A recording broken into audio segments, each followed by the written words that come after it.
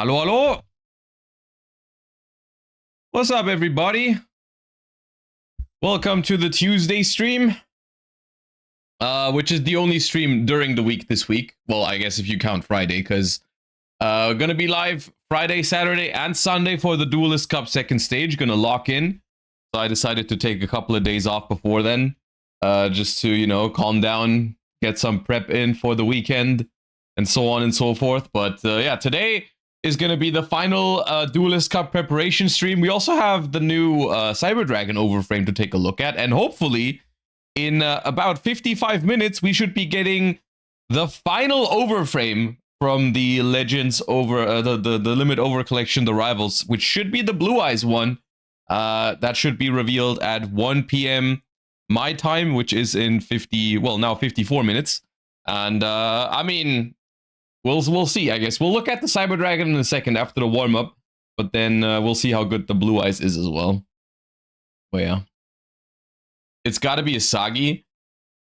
People have. I feel like the most common guess I've seen online is people are expecting a Maiden of White Overframe, which I feel like could make sense, but I guess we'll just wait and see. I mean, it could also be a Chaos Max retrain, of course. I would assume if the other Overframes are anything to go by, then it is probably going to be a retrain of something, right? Like they've all been retrains, or most of them have been retrains of some other older classic cards. So we'll see. We will see what exactly it's going to be. But we don't have to guess because it's going to come out in approximately an hour. So, you know, it's going to be there. All right, let's warm up real quick. Then we'll already look at the Cyber Dragon. Then we'll jump into some Master Duel, and then we'll wait for the Blue Eyes.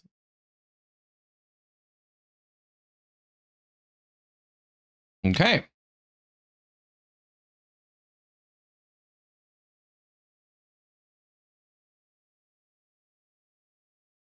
I feel like I've seen this. I feel like this is the Cosmo. Yeah, this is Cosmo, but like, what is it called? Scaredy Line.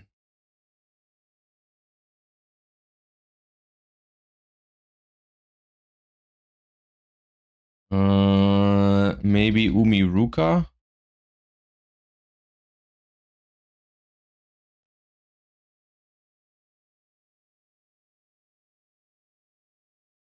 Oh, this is, I think, an alien card, but I don't think I know its name. I know it's an alien. Alien Psychic. Okay.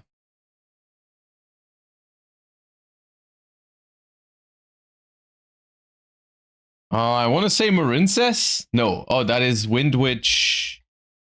Ice Spell. The level 3, I believe.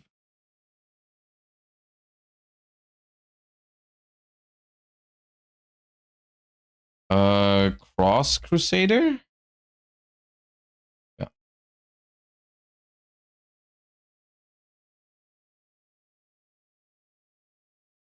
This is... No, it's not Confiscation. Inspection.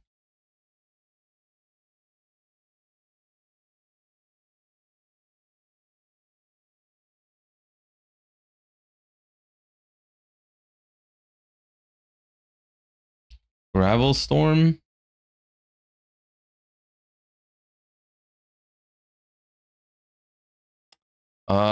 Dude, the vanilla pirate ship.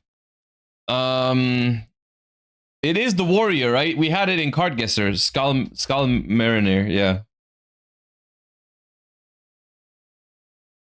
Well, not in Card Guesser, in the other one. You know what I mean.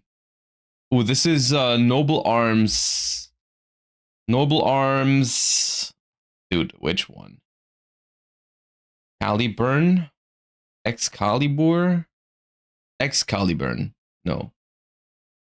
Noble Arms. Gallatin. Gallatin. Oh, yeah.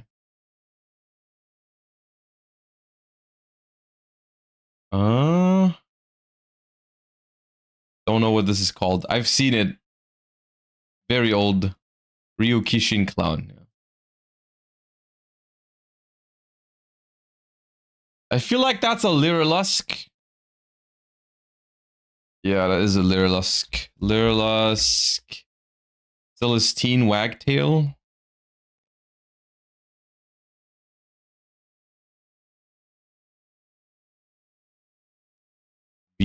Tuneful Princess. Tuneful.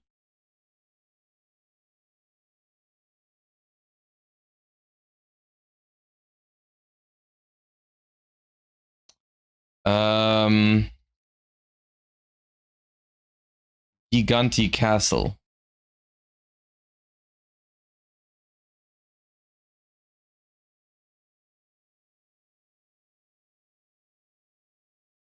Steel Swarm. Is it Moth? Could be Moth. No. Steel Swarm. Scout? Nope. Steel Swarm. Origin? None.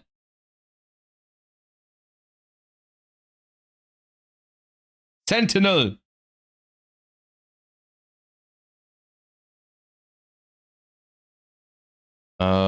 This is also... Is this a Noble Knight or a Warlock card? At one with the sword. Nope. That's not it. Until noble arms are needed once again. Okay. Well, that would be never. This is Emperor's Holiday.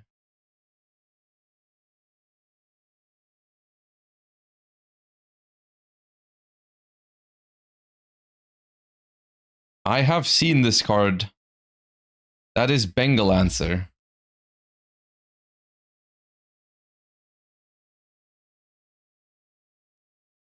That is Retaliating. Yep.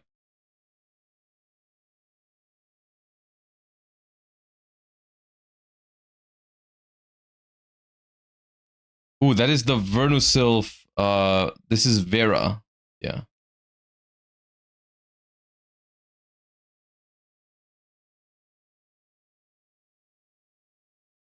This is Elemental Hero Gaia.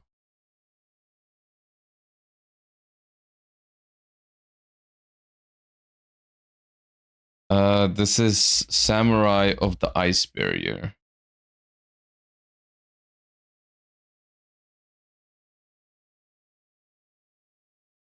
This is... Nah, I always mix these two up.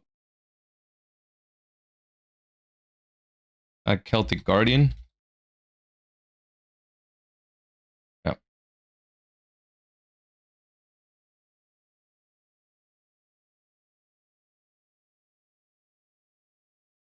Oh, is that Theater of the Branded?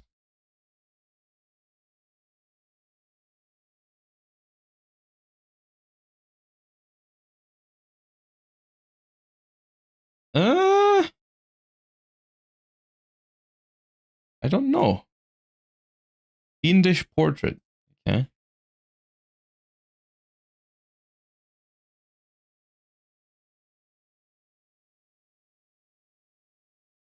No idea either. Chaos Betrayer.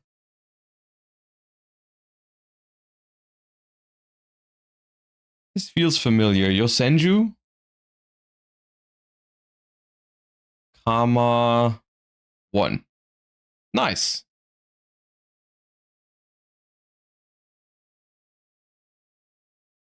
Okay, it feels Stardusty. Majestic Star Dragon? Cipher? Cipher.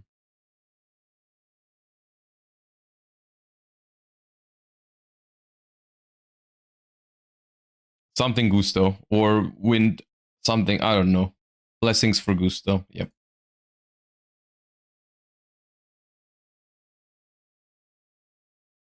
This is Orchest.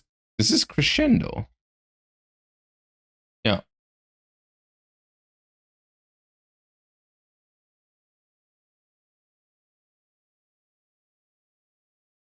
Oh, Magispector Tempest.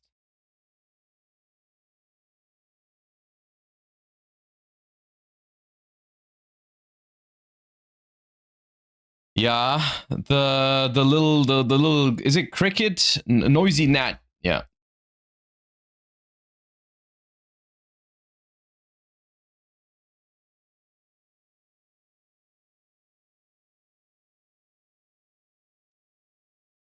Yeah, I've seen it. Successor soul.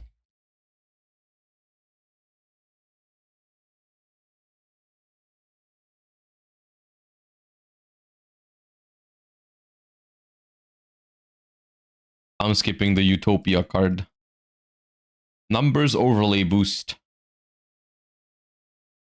Ooh, that's a Cloudian. Cloudian.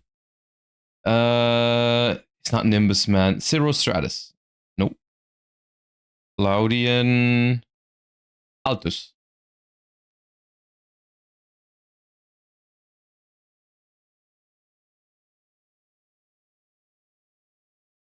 Oh, I don't know what that is.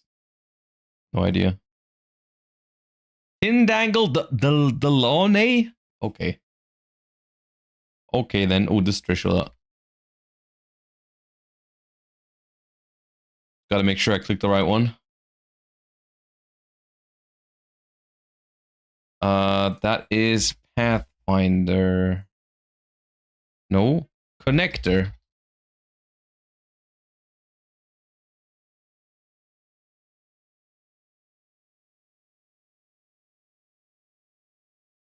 That is Theater of the Branded again.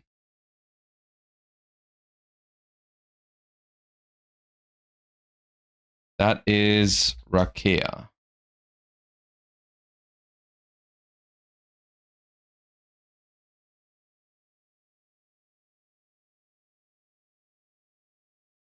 This is some Odd Eyes, but all Eyes Phantom Dragon. Okay. This is Aquamirror Illusion. We had that like a week ago or something.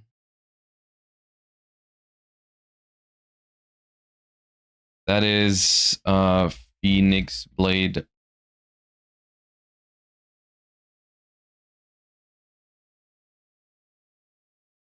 Oh, that's an equip spell. It's not Symbol of Heritage. Symbol of...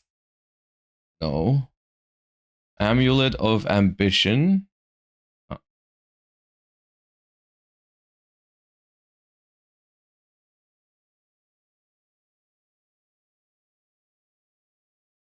No idea. Dreamland.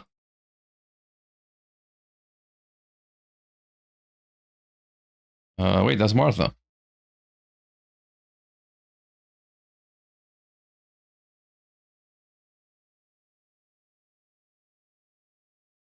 Artifact. Artifact. Which one's the orange one? Caduceus? Could be. Yeah.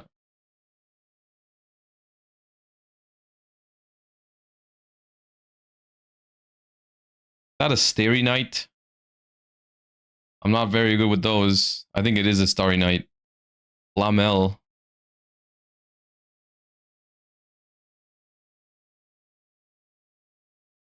Level down?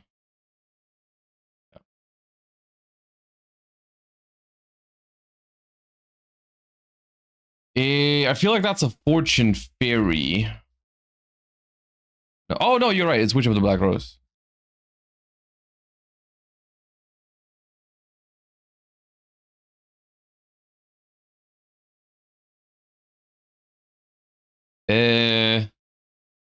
Is this something Cards of Hope or something? No.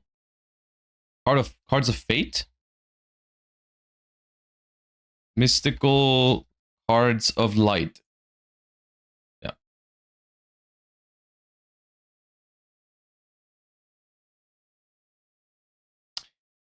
Thunder Crash? Thunder Crash? No.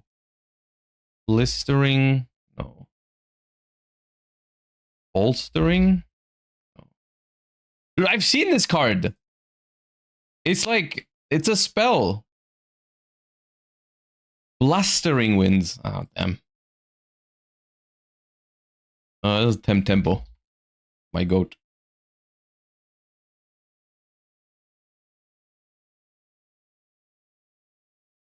This is Inferno Tempest. Yeah.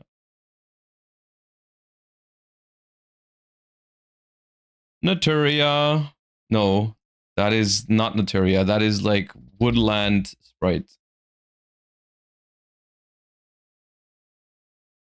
That card is ancient. I have no idea what that is. Oh, the Mahavilo retrain. Okay. This is the insect thingy.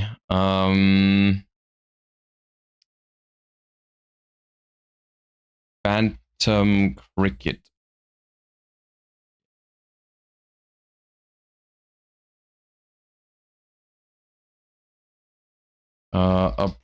Darkness approaches. Oh.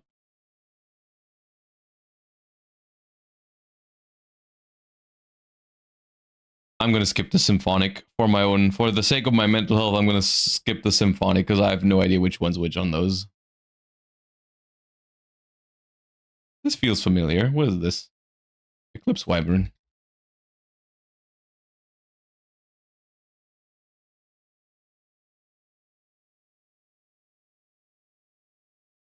Level limit area A.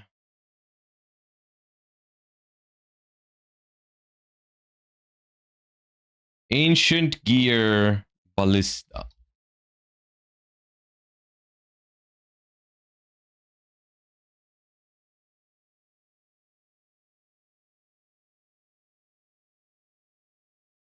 Okay, quick skip on that one.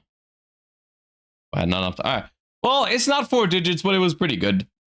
It was pretty good. 935. It's not bad. It's all right.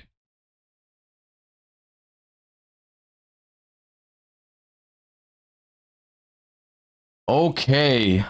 Level 4, not warrior, effect monster from before 2015.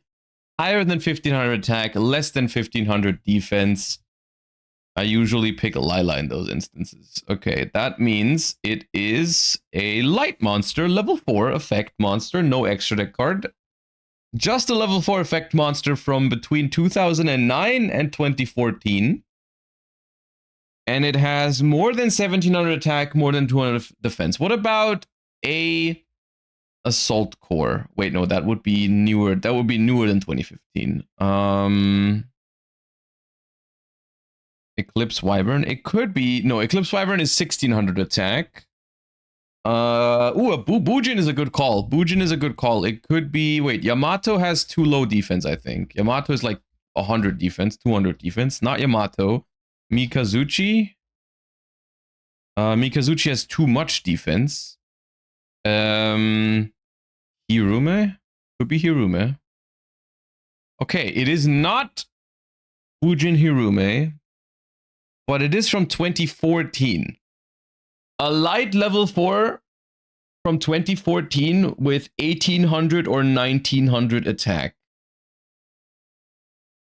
1800 or 1900 attack. Constellar.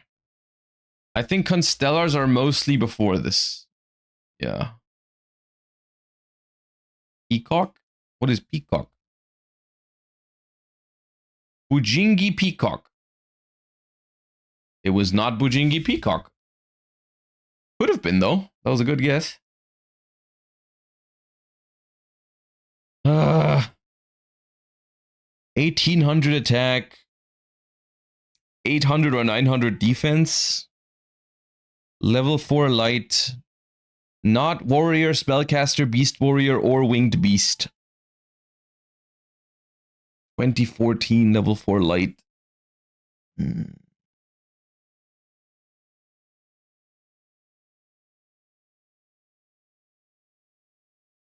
Did they make a X headcanon retrain?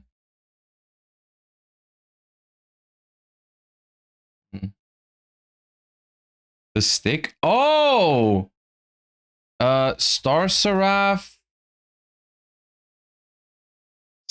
No, that doesn't have enough defense. We're looking for more than 700 defense. Is there another Star Seraph with 1800? No. Damn, I thought that was it. 2015. Oh, okay.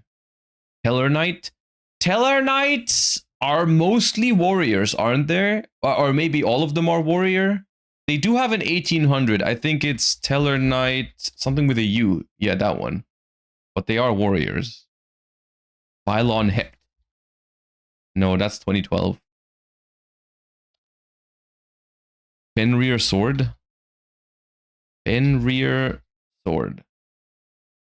No. Too much defense. Cyber Dragon 3. Oh, that's probably it. Ah, that was it. Okay, good call. That was hard. Because there's just a lot of level 4 light monsters, apparently. From that around that time. I don't even know that one. I've seen it before. I would not have known its exact stats. I know it existed. I'm pretty sure they even played it. Like there was I don't even know when, but there was a period in time where people played Cyber Dragon. I think it was after they got the structure deck, which this might be in the structure deck. I'm not sure. The one where they got the little Cyber Dragon core. When did that come out? When did Cyber Dragon core, like when did that structure deck come out? Was that 2014 or is that later? I don't know, man.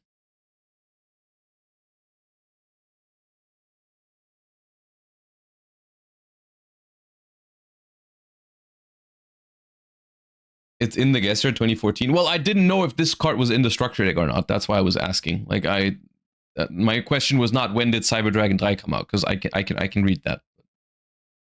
But yeah. Nice transition to the new Cyber Dragon Overframe. Oh, actually, true, yeah. Yeah. Well, here we are on the last Cyber Dragon Overframe card. And the second last Overframe in general from the Rivals collection. There is only one more to be revealed after this one, which we're going to take a look at afterwards, which is the Blue Eyes. But this is, of course, the GX Rival Overframe. And we are looking at Revolution Cyber Dragon, which, first of all, as a big old school Yu-Gi-Oh fan, and also a big fan of Cyber Dragon in general, like the card, this card looks phenomenal. One of my favorite ones so far, just purely off of the looks. This one is awesome. I mean, most of them have been pretty awesome, but this one is exceptional. Level 5 Light Machine, 2100 attack, 6100 defense, of course.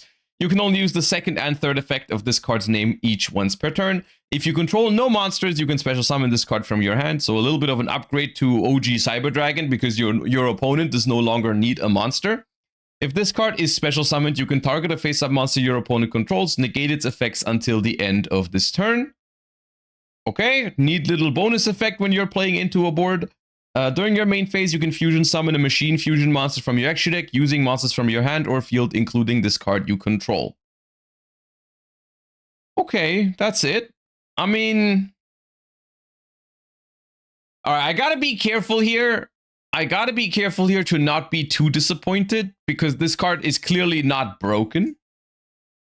But I feel like it's still a decent card. It's the imperm guy doing the imperm thing. Okay. Yes. Yeah, I guess. I don't know. This feels like a card that is worse than the other Overframes, but I feel like not every single Overframe needs to be incredibly broken. Like, this is still overall not the worst card in the world. I'm not sure how good the third effect is in a Cyber Dragon deck is my problem right now. Like, is there any good fusion that you can go into that needs like 2 materials? Like, is this like at least a solid like 1.5 card starter or like 2 card combo enabler if you have like another light machine in your hand?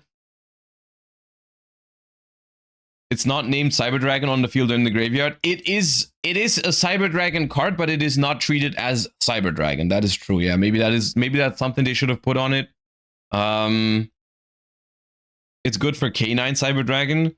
I guess that's true. It's a very easy to summon level 5 as well. Yeah, I mean, it still makes Mega Fleet, right? Because that just requires any Cyber Dragon monster. So I feel like if this card ends up making it into the deck, it gives it a pretty significant boost for going second, because it's a solid card when you're playing into a board, right? Like, you special summon it from your hand, you negate one monster, and then you can still threaten the monster in the EMZ to make Mega Fleet. So in that way, it can answer multiple threats when you're playing into a board at relatively low investment, because, you know, it doesn't take up your normal summon. It doesn't really lock you into anything. So you can just like start by doing that, and maybe you're good. So not the worst card, but I'm just not sure if it's going to end up making it into the deck. But I guess that also depends on, is Cyber Dragon a going first or a going second deck now, right? Because there's been times in Yu-Gi-Oh's history where Cyber Dragon was played basically exclusively as a going second strategy. And in those kind of decks, this card would be pretty welcome, I think. In going first builds, of course, where you don't get the bonus effect of the second effect, it's not as good. I can't really say whether it's good enough for it to see play in those decks, because I don't know if it actually counts as like a starter or a combo enabler or anything. Like, I don't know what kind of fusion, if I'm going first with Cyber Dragon, what kind of fusion would I be looking to make with this?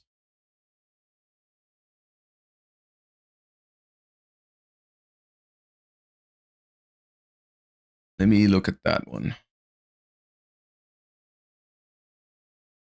Ooh, I remember this card. Yeah, okay. Hold up. So you're saying this one? Yugioh Svarog, the Mechanical Dawn. 2 light machines. If this card is fusion summoned, you can activate this effect during the standby phase of the next turn. Add a card from your grave to your hand with an effect that fusion summons a monster. When your opponent activates a spell, trap, or effect, you can banish a face-up light you control. You can banish a face-up light machine you control, or 2 light machines from your grave, negate the activation. You can only use... This is more of an end board piece, though, right? This is not a combo enabler or anything like that. This is just something like, okay, well, yeah, you can special this and then invest 1 other light machine from your hand to make this, which is not the worst end board piece, but typically you wouldn't want to start your combos going first off with that. Rampage.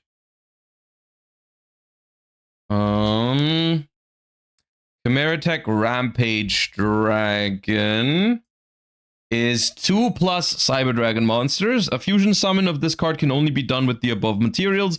When this card is fusion summoned, you can target spell traps, blah, blah, blah, destroy them. Once per turn, you can send up to 2 light machines from your deck to the grave, and if you do, for each monster sent to the grave, this card gains an additional attack during each battle phase. Okay, you know, that seems like a solid way to summon this card. Yeah, it's not that bad, I don't think. It's not crazy. It's not crazy, but it's okay. It's like going first, you can summon this, which I'm sure that's going to help in some world. Or you can summon this, which is a spell trap negation and gives you some follow-up, which is okay. Nothing too crazy here. And then when you're going second, you get a bonus negate, and then you can make Mega Fleet. That's the one thing I've been really liking with these Overframe cards so far. There's been a bunch, or not just Overframes, but a lot of the cards, I'm just remembering that recently, a lot of the cards we've reacted to or looked at, they had bonus effects for going second, which is great. I do think that is a good direction for cards in general. I'm noticing they're putting a lot of bonus effects for going second, which is nice. And not all of them are turn 0 like hand traps. A lot of them are just cards that play into boards better, which I think that is a good direction for the game. In that regard, still, I'm not convinced that this card is strong enough to make Cyber Dragon meta, or even if Cyber Dragon becomes meta with the other Overframes, if this card is going to make it into the deck. At the very least, this card is going to come out and it's going to look awesome. This is probably one of my favorite overframes in terms of looks so far. So I don't even care. This card can do nothing wrong in my opinion. This card it's going to look awesome, and even if it doesn't end up being good, it's going to be very pretty. Yeah. Should be a valuable collector's card, shouldn't it? I mean, in my opinion, I don't know how many people out there agree, but I think this is one of my favorite new overframes, if not my favorite so far in terms of looks. Like I think this card is awesome because as a competitive player, Cyber Dragon is also a very iconic card to me. As someone who played competitively back in the day already, Cyber Dragon is one of the most like iconic cards from that era. For competitive Yu-Gi-Oh! Of course, in the anime, it was maybe overshadowed by some other cards, but like in competitive Yu-Gi-Oh! It was really, really good. So I love the design on the card. The effect is all right. It's not a bad card, but nothing too crazy, at least compared to the other overframes.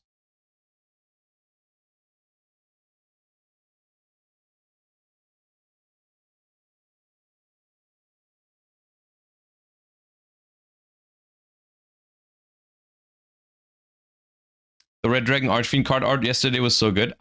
It was also good, but I just like don't vibe with Red Dragon Archfiend as much as with Cyber Dragon, you know? Like that card could look as good as it wants to. It would never be more iconic to me as Cyber Dragon. Is Dark Magician still a meme deck after the overframes? We'll have to find out. This is something that once we have the final overframe in about 20 minutes, once we have all of the overframes, we can start thinking about like what exactly these cards are going to do to the game, because some of them are really, really powerful, including the Dark Magician ones, right? Like, I think there is a realistic chance that multiple of these archetypes end up being meta relevant because of these cards. Just we're gonna have to wait and see which ones exactly. Do an overframe tier list on the artworks. Yeah, we can do that next week probably. If all of the artworks are revealed, we can take all of them, and I wanna make some content on the overframes now that we are going to have all of them revealed. Just I'm gonna focus on the Duelist Cup first, but then next week we can talk about like we can make a tier list for all the artworks. We can also talk about what they're gonna do to the game and everything, because like part of me, I'm super excited for the overframes to finally happen as a concept, but then again, some of their effects are kind of powerful, so I'm always a little worried about the power creep here. But we're gonna like I'm gonna have to take a step back and look at all of them again, because there's been so many. So it's really hard for me to, off the top of my head, just like remember all of them and think of each individual overframe now in the context of the other overframes and how good the archetypes already are, and so on and so forth. So it's gonna take a little bit more than just you know, what I can do right now. But yeah.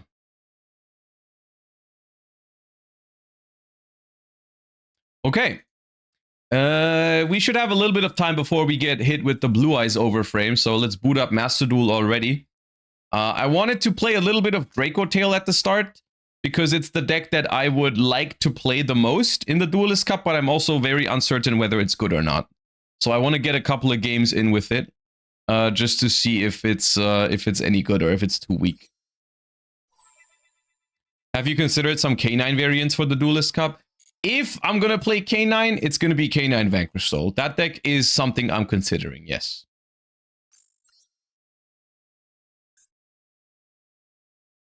Okay, so I'll show you what I have for Draco Tail right now. I think this list is not very standard as of now. I feel like most people are playing Draco Tail differently from this, but a lot of this is personal preference of mine.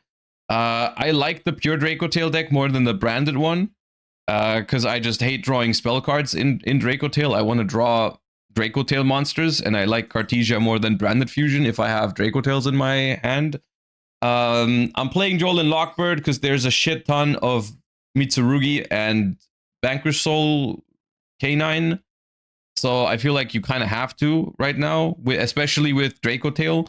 And the reason why Nibiru is here is not because it's particularly good going second, but rather because I think it's kind of necessary when you go first to back up your boards.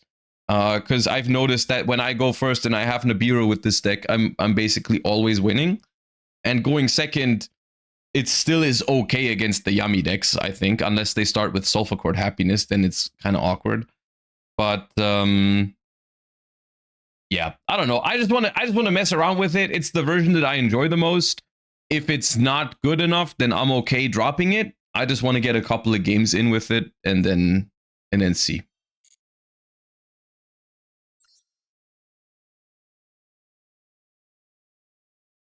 When does stage 2 begin? This Friday. Why no Frixel? Because there's no branded fusion, and Frixel is not really... It's not bad, but it's not necessary. If you don't play branded fusion.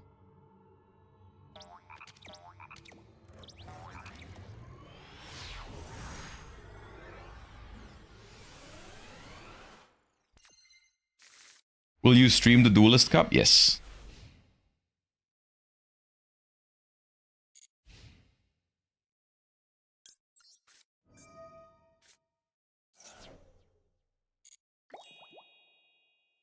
All right, we have resolved Fuwa, which means it's man. Yep. Dude, well, as I was about to say it.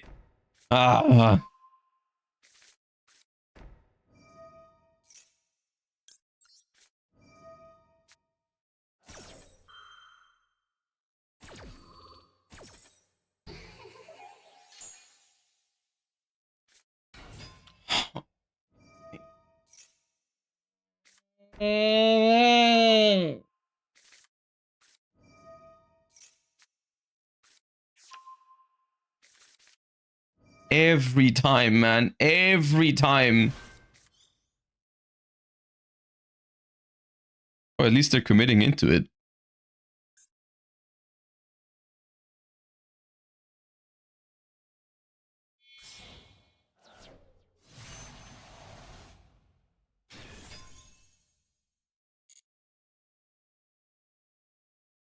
That 5 mana is from the heavens.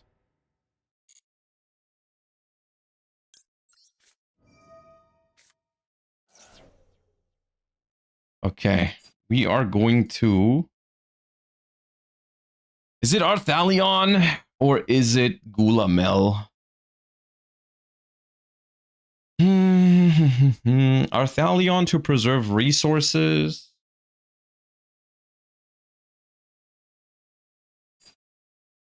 Because if I Gulamel, I am out of cards in hand except for the 2 spells. But I think Gulamel... Yeah, I'll go Gulamel.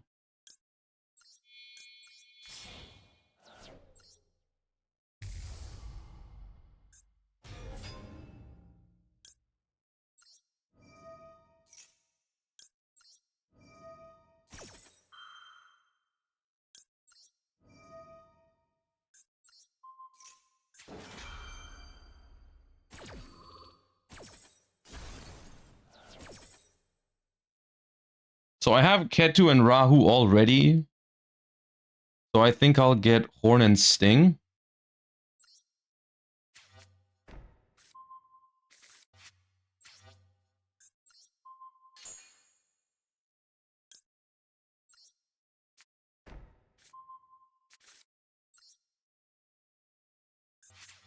Okay, so here's the thing.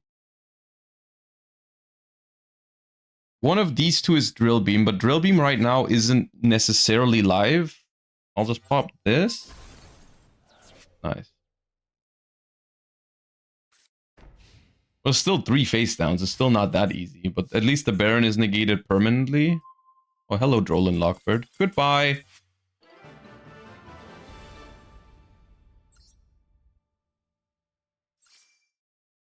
Dude, that 5 mana... That 5 mana just single-handedly saved the stream. I feel like. Dude, unironically, I am scared of that deck. Not because I think it's good. To be clear, I don't think it's bad, but I also don't think it's that good. But the concept of this deck just scares me. Because I know if I'm gonna, like, if I'm gonna play against that deck too often during the Duelist Cup, I know that is the one deck that tilts me the most, probably, at this point in time in Master Duel. It's so tilting.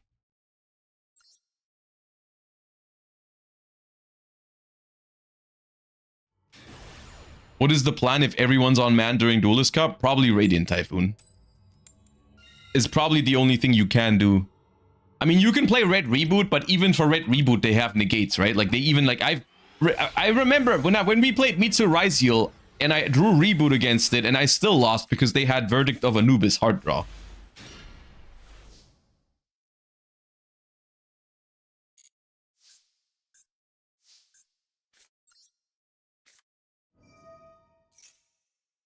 Okay, so here, I could do the greedy thing, which is Lucius. But it doesn't really...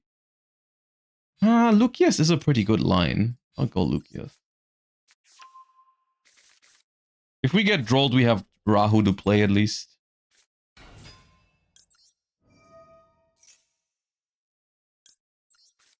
Because what I'm thinking is now I can 5 mana, use Lucius and Magnamut into Secretarion, and then revive the Magnamut with the Secretarion. Never mind. Actually, I can still do that. That doesn't play into Fuwa that much. No.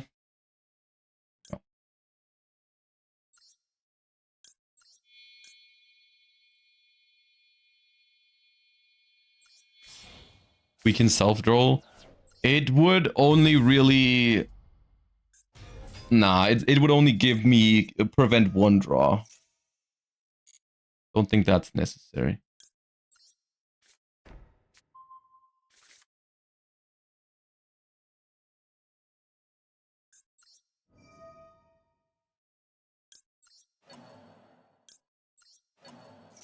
Chinflitz, thank you for the 18 months. Welcome back.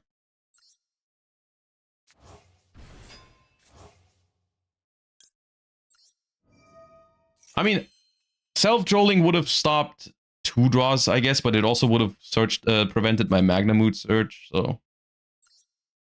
I'll activate the Rahu here. I think it's worth.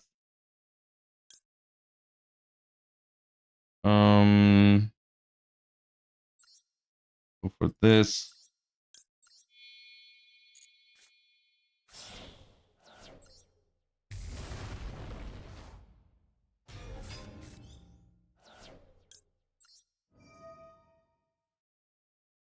It bounced back the Magnamut. I was planning on setting Horn to potentially return it. But like the Urgula is gonna add back 5 mana anyways. Yeah, I think that's okay. And then this, at the moment, I have Droll in case it's Mitsu. I think I'll get Horn.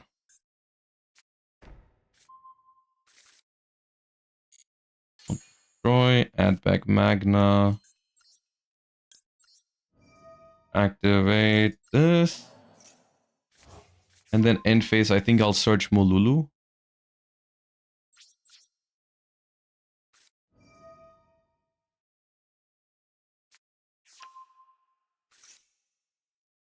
Yeah, that probably owns me. If they have Dark.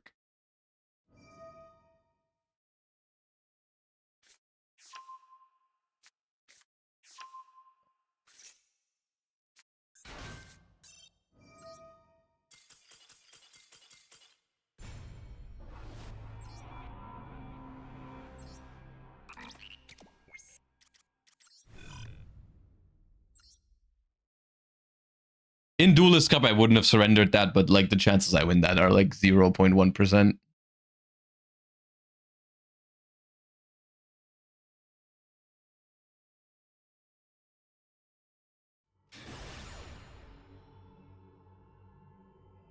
Because the Raisin pops one of my monsters, the Valius pops Horn, and then Valius pops Flame in draw phase as well. Like it's over.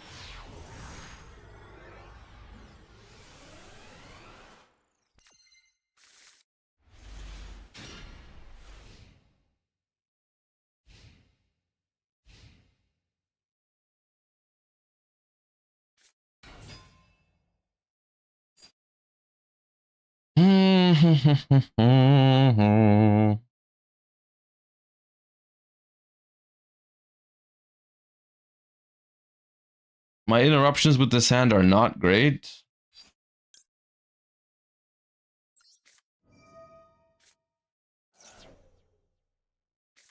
Okay, never mind.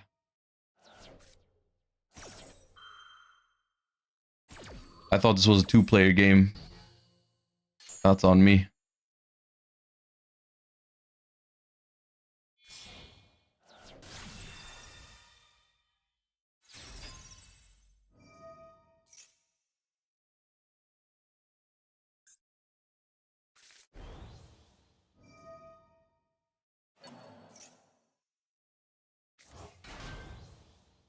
If we ban Ripper or more K9s, can I get Sue back to 3 in TCG?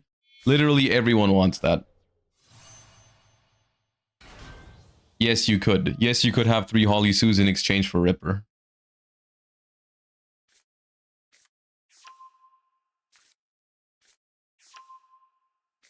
How to win against Herald?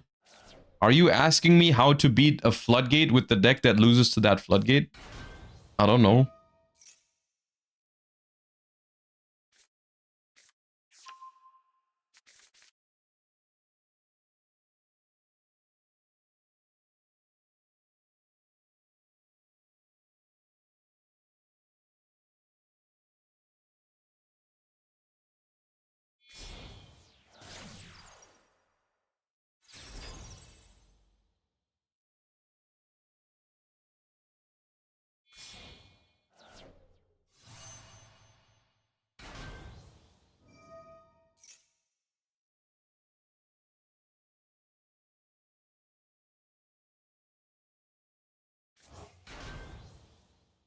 Where's the new Blue Eyes Overframe? Konami's late. It's literally 8 minutes before it should be posted.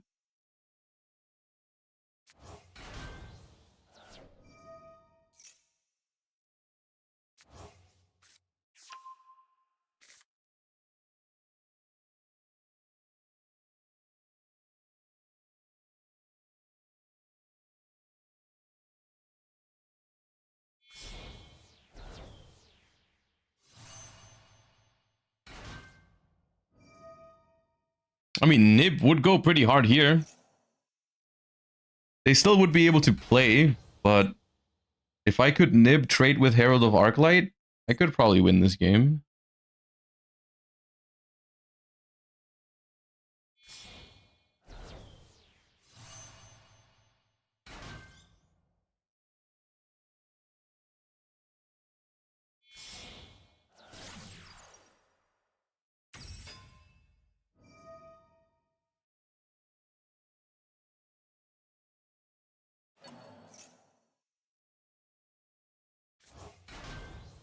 Draw Nib for turn. Funnily enough, Nib for turn would not even be the worst draw in this matchup because they might very well summon 5 times on my turn. Instead, it's Ash Blossom.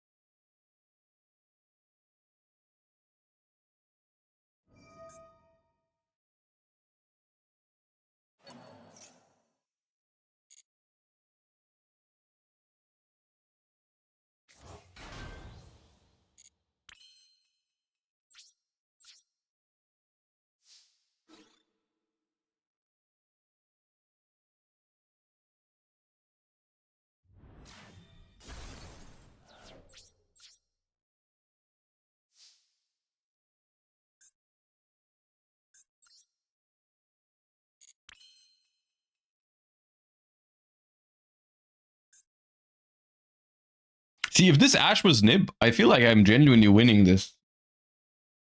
Because they start tagging out and I just nib them at some point. Now I'm not sure. I mean, I have to play into it. I have to play into it. It's not like I have a choice.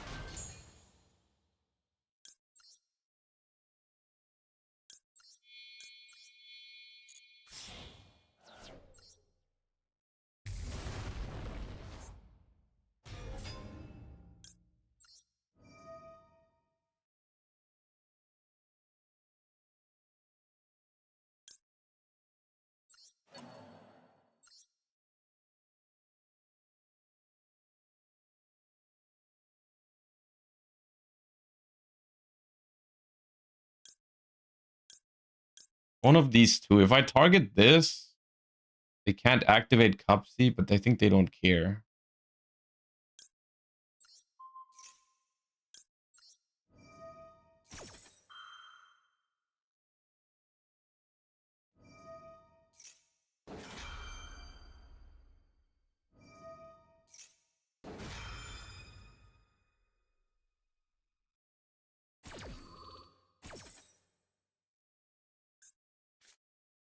Okay, so the set is not Imperm, which makes me think the set is Purge.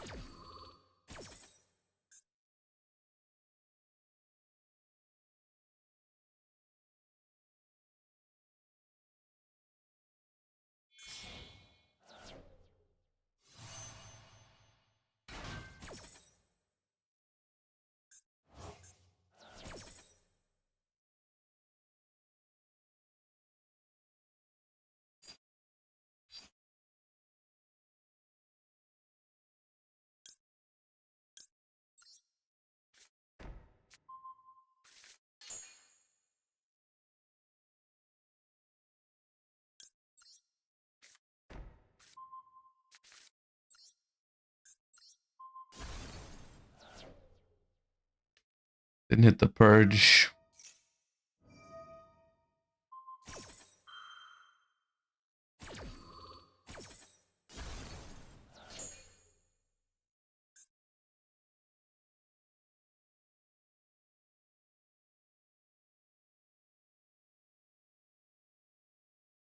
It's up.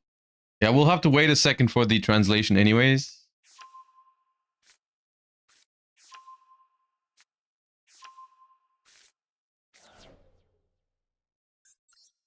Yeah, it's Purge, right? Yeah.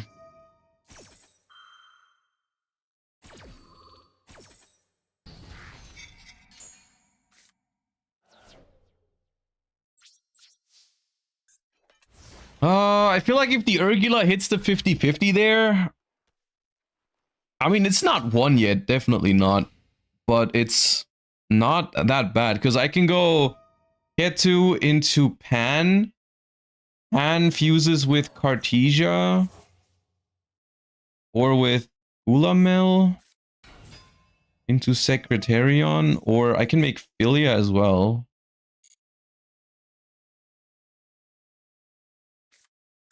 I don't know. Now it's just GG's.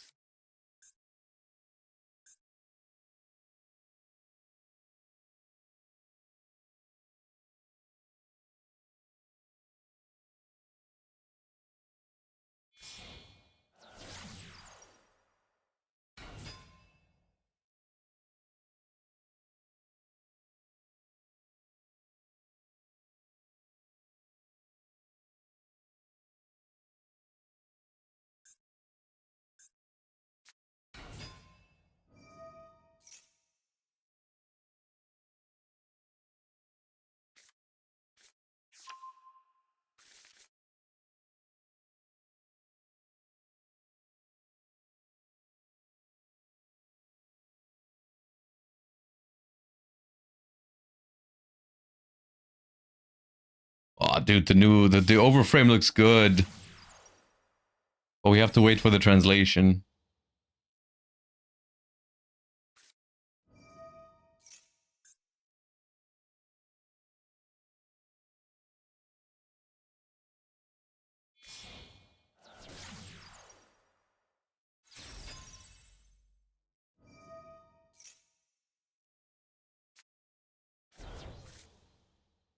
Translation is in Discord.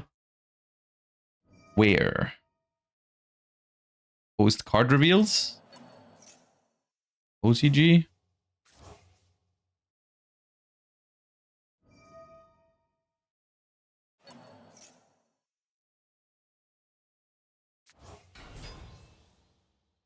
If Google Translate is correct, the card is mega broken. Okay, we'll look at it in a second. Hold up.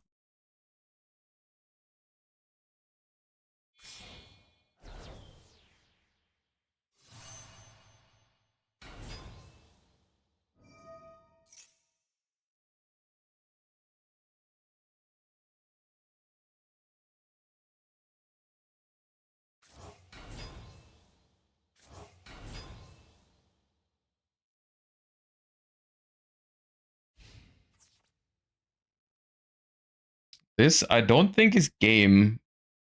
Well, I mean, not game in the sense that they are attacking for game this turn. But it's probably still a win for them, I suppose.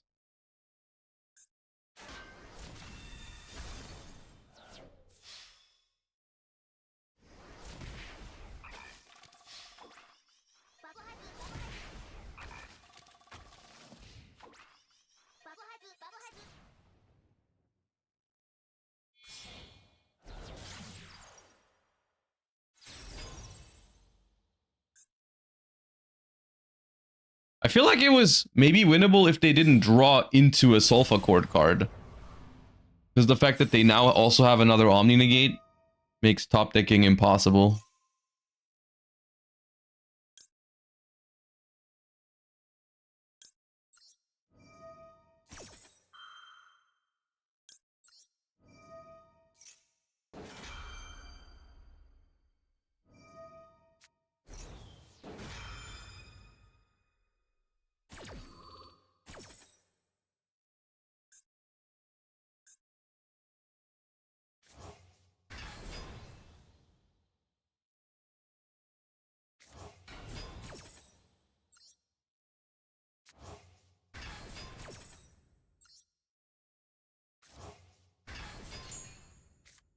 You can battle phase now, no? I mean, they have one. They pop one of them now, and they can just book the other.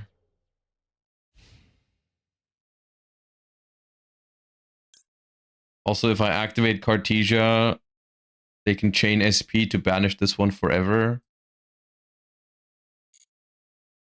I'll activate. I'll hope they don't realize this, but they probably do. Yeah.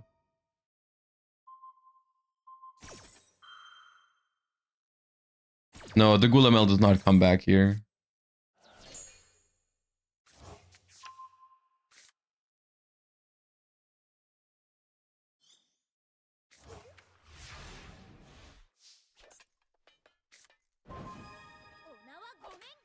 You're a little late to the party.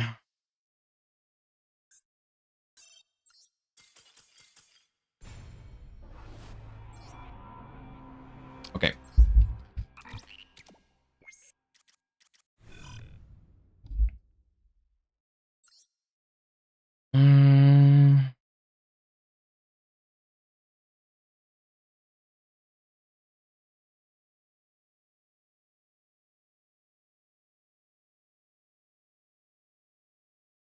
So all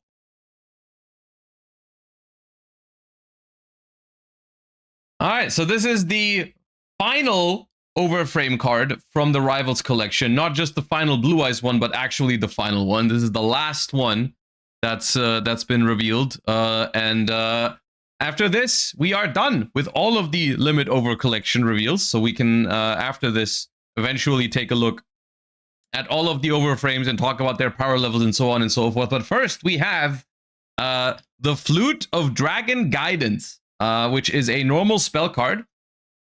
Take this translation with a grain of salt because I'm taking it from the Discord. Let me know if anything is wrong with it, I guess. The effects of this card's 1 and 2 can only be used once per turn each. First effect, you can activate this effect if there is a spellcaster on the field. Special summon a level 5 or higher dragon type monster from your deck. If there are 2 or more monsters on your opponent's field, you can special summon 1 additional monster from your deck named after the special summoned monster. This turn, you can only special summon dragon type monsters or spellcaster monsters.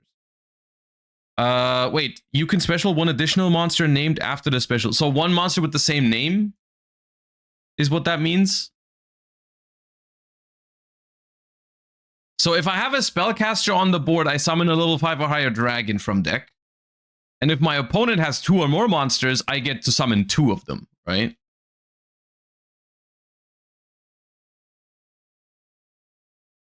Okay. Second effect. During your main phase 2, you can banish this card that was sent to the graveyard this turn, draw 1 card. Okay, once again, the trend is continuing that they are making more cards with bonus effects for going second, which I think is awesome. We get a bonus summon if our opponent has a board, and we also get a bonus draw if we get to main phase 2 on the same turn that it goes to the grave, which we can obviously not do on the first turn. We can only do it going second, which is nice. So just a bonus draw in main phase 2, pretty much. Why are you guys saying it's bad? It is okay. One thing that is weird is that it doesn't mention Blue Eyes White Dragon, and that means you cannot get it with wishes or the True Light. You cannot access it. You can't search it. It sucks. There's no way it sucks. There's no way it sucks. The card says special summon any level 5 or higher dragon from your deck. All right. It's not that bad of a card, and it has a bonus effect going second, and it draws you a card if you're going second. There's no way it's bad, okay? But it's not broken. It's not like custom support for Blue Eyes, I feel like, because because you can't search it. If you could search it, I would say it would be a pretty good card.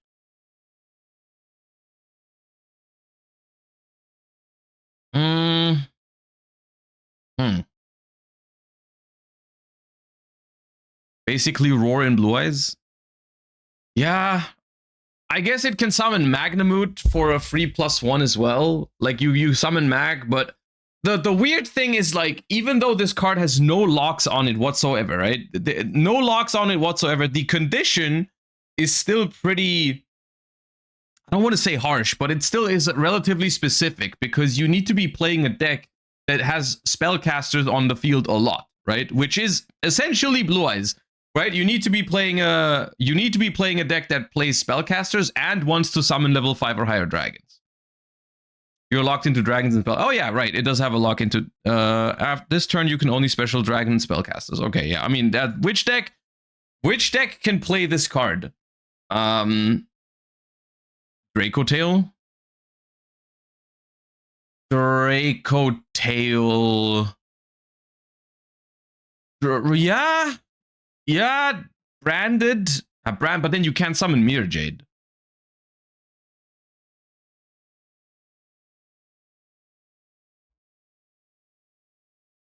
Maybe there are more decks that can use it. That's the interesting part, right? I think that is the interesting part is, are there also other decks that can use it? Because I do agree with you guys, in Blue Eyes directly, this card isn't that crazy. Because you basically need to open one of your good normal summons, probably Sage. Let's just say Sage. You need to have Sage already on the field, which means you already have a starter.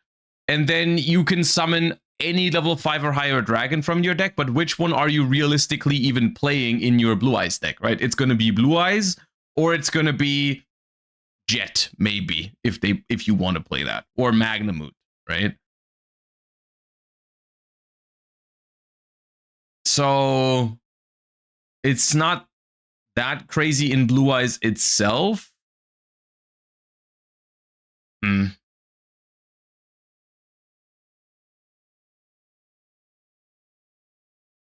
Are there any level 5 or higher dragons that aren't hard once per turn for going second? I don't know. I was thinking of Grand Tusk Dragon, but Grand Tusk Dragon like pops 2 on summon, but I don't think that's... I do think that's once per turn.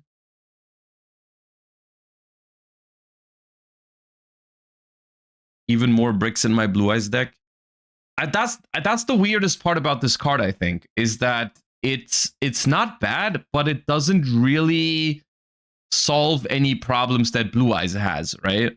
Like if I were to describe the problems that Blue Eyes has, probably it's like a little bit of consistency because it has a couple of bricks in the deck, and also ceiling, right? Like the amount of stuff that you can put up or playing into a board going second. That's where Blue Eyes is lacking a little bit. And this card, on paper, it has a good bonus effect when going second, but the problem is that, like, if your opponent has a way to stop your normal summon or remove your normal summon in Blue Eyes, that's already pretty bad for you, right? Because that's something. Blue Eyes was always a little bit weak on removal onto their tuners, right? Like when they would normal summon tuners and they would get removed from the field, it was rough. Because you can't go into the Link 1. The Link 1 would give you the field spell. The field spell would give you an additional normal summon, and so on and so forth. And without normal summoning the tuners, you can't really make the synchros either, right? And so if your opponent has removal on your spellcasters, you were already pretty screwed going second. And this card, needing a spellcaster on the board, doesn't really solve that problem, right? If anything, it's going to make it even worse when you have this card in your hand and your opponent uses removal on your normal summon. You're like, oh, now this card that's supposed to be an extender and good going second doesn't even work as an extender going second, right? Your first normal summon is almost always barrel too. In the current iteration of Blue Eyes, that is also true. Yeah, in the current iteration of Blue Eyes, you would wanna summon barrel. Of course, and I find it hard to imagine that you ever play Blue Eyes without Primite, at least at the moment. Even with a couple of new cards, I find it hard to imagine that the Primite cards are the ones you're looking to replace in your Blue Eyes deck. Yeah. Yeah, it's a weird one. I like some aspects on it. I really like the fact, once again, I mean, I keep saying this, but this is a really important thing in card design these days. The fact that this card has bonus effects going second is really good, and a really good design direction. But I just think that its primary use case is just not strong enough, especially considering that the card is not searchable. Draw card equals Josh likes it. It doesn't necessarily have to be draw 1, the bonus effect, but just the ability to summon an additional monster when you're playing into a board, and then also do something in main phase 2, I think is nice. But yeah, of course, drawing a card is nice. Although I will say, in main phase 2, drawing a card is probably one of the less important things you could be doing, right? Card should have been a quick play. As a quick play spell, it had pretty... I mean, of course, if it's always better if it's a quick play spell. But then you could be summoning some pretty stupid stuff on your opponent's turn to, like... But then would you be playing those cards just as targets for this? That's the other thing, right? Like, you wouldn't put targets for this card into your Blue Eyes deck because this card is not searchable. And that is typically not good in Yu-Gi-Oh is to include like a brick for an unsearchable card.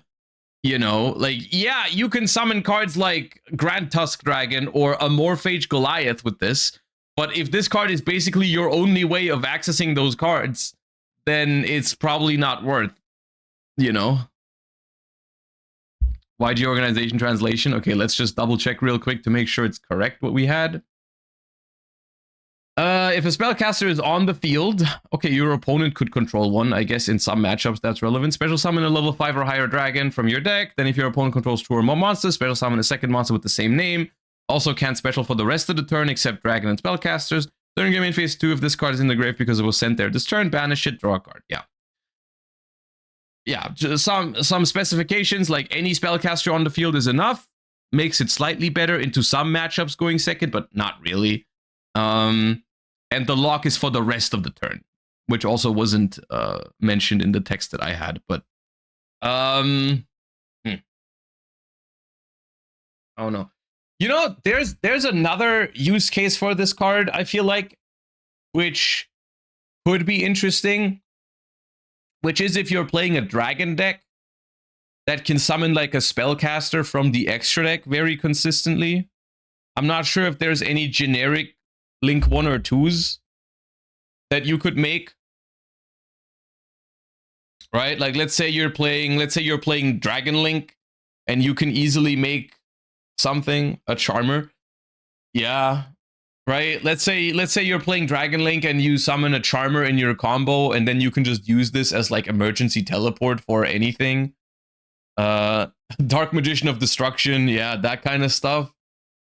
I don't know, but then once again, this card is the kind of, this is like the worst kind of Yu-Gi-Oh card in my, not the worst kind, nah, that's exaggerated, but like playing an extender that only works if you're already able to combo is like typically not good.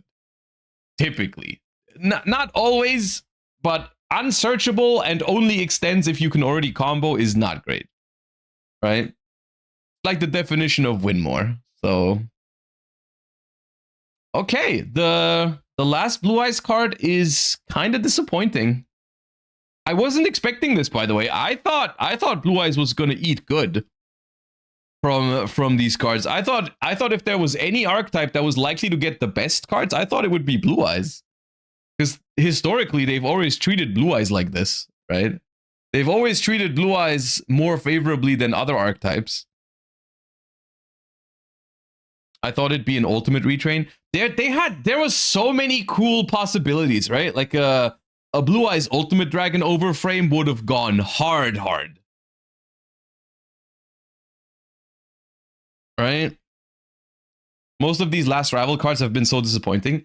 Disappointing from the competitive standpoint, yes. On another hand, though, I'm not super disappointed by this, because I was a little bit worried with some of the earlier Overframes that they would like kind of overshoot the goal and kind of power creep too much with these cards. So seeing some of them being more reasonable, maybe even not great, is not necessarily a bad thing for me, because ultimately my point on this still stands. The most important thing for these cards is that they look good. And I think this card does look good, right? And so I don't think it matters that much. But as, of course, if you are a fan of the Blue Eyes deck and you were hoping for more, then this is not great, right? This card is pretty probably not very playable. Yeah. The Cyber Dragon not being treated as Cyber Dragon is insane. Yeah, that was a big miss lore wise, I feel like, and also just archetype wise. Like that was kind of necessary. But yeah. Next main set name got revealed, by the way. Oh yeah, I saw that. I saw that yesterday. What was it called? It was called Beyond the Brave. Beyond the Brave is the next core set. So get your guesses in what this means. What does Beyond the Brave mean in terms of which kind of archetypes get support? Hero and Neospatian. Okay.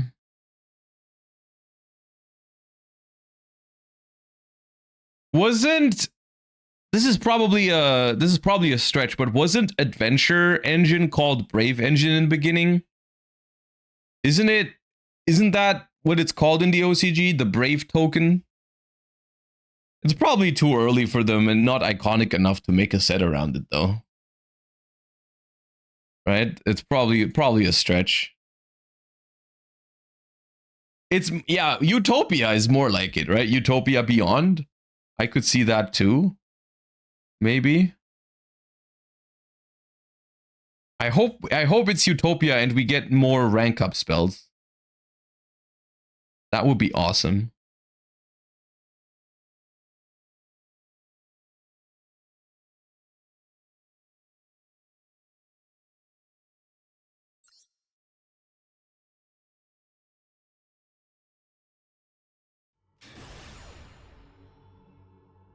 Maybe they can make a Kali Yuga retrain.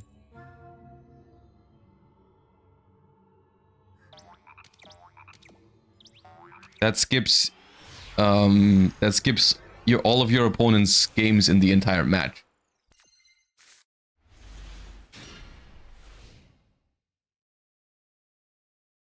Oh, I have one Ash going second. Let's see how this goes.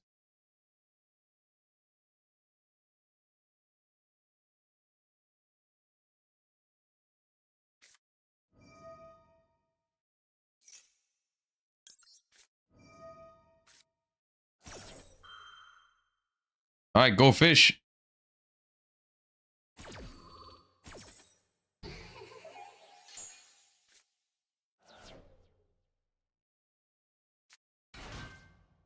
GG's.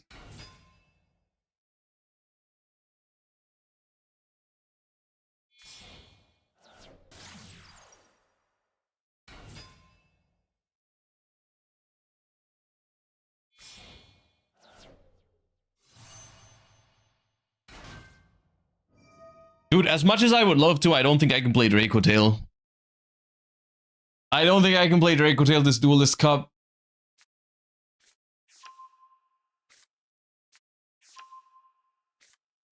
Your hand wins, don't worry. There's no way my hand wins if they're not incredibly throwing.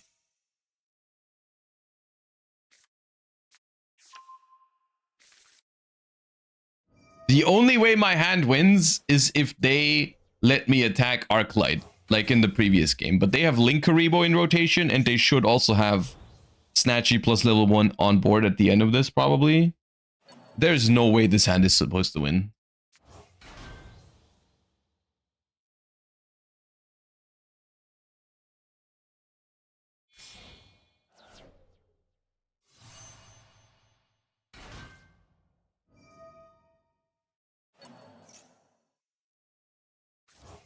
Don't worry, you top deck a fusion spell. I hope not. You want me to lose?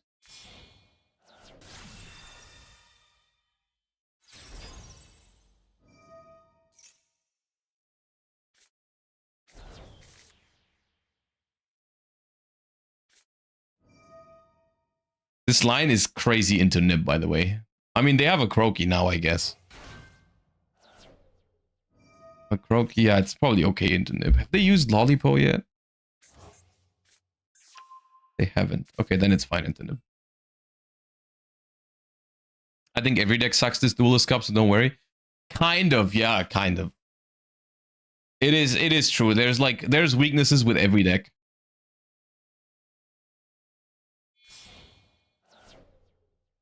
What could you top deck to stay in the game? It's not about my top deck, it's more about how they play this out. But likely I'm just lost no matter what.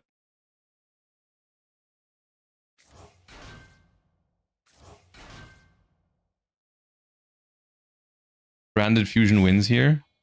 I think you're lying. How does Branded Fusion beat Untargetable Arclight in Master Duel? Unless they are dumb enough to negate it with Herald, I guess. Sanctifier attack. Sure, I out the Arclight with Branded Fusion. But that doesn't mean it wins.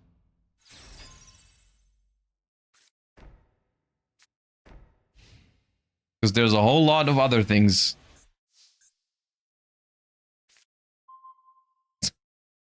Don't worry, guys. I had 2 ashes going second.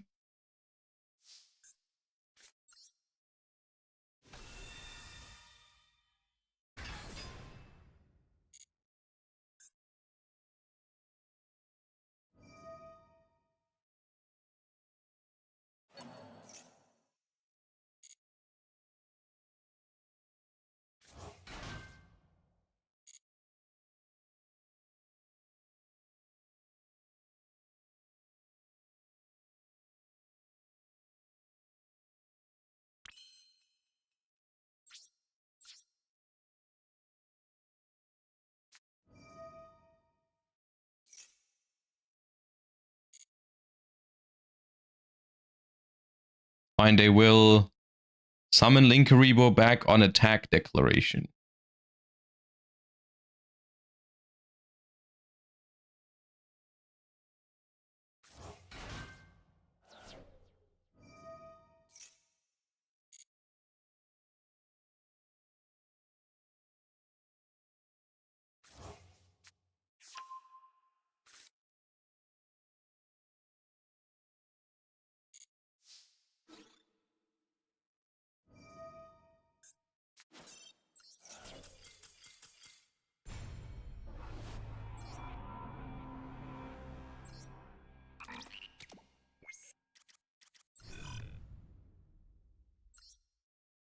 I just don't think you can play a deck that auto loses to Arclight.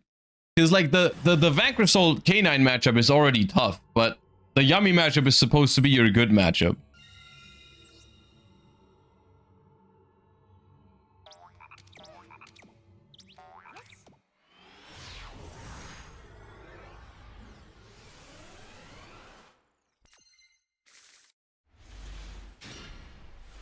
This hand could have done it.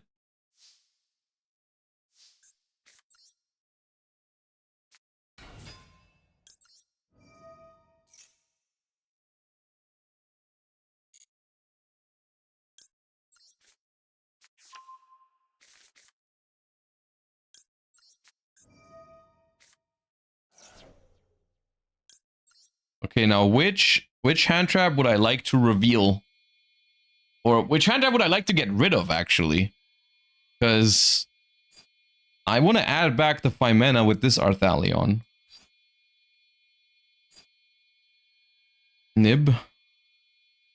Nib is the one that I can add back the easiest with Arthalion, because with Nib it's fine to add it back late in the turn. Roll is like kind of awkward to add back later. Yeah.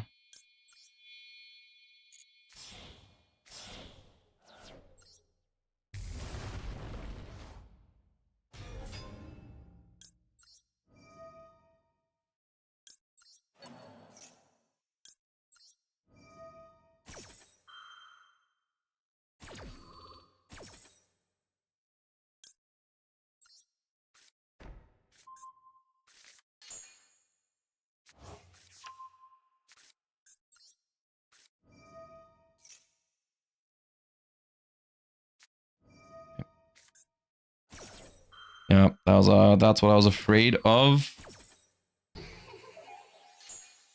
Hopefully I can get the draw from Horn before I have to draw.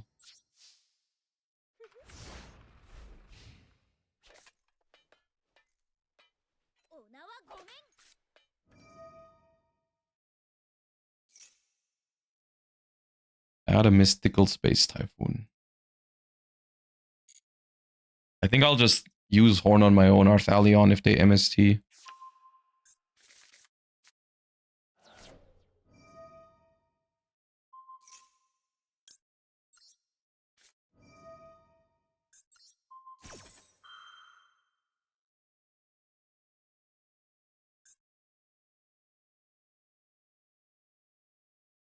Hopefully draw a Draco Tail.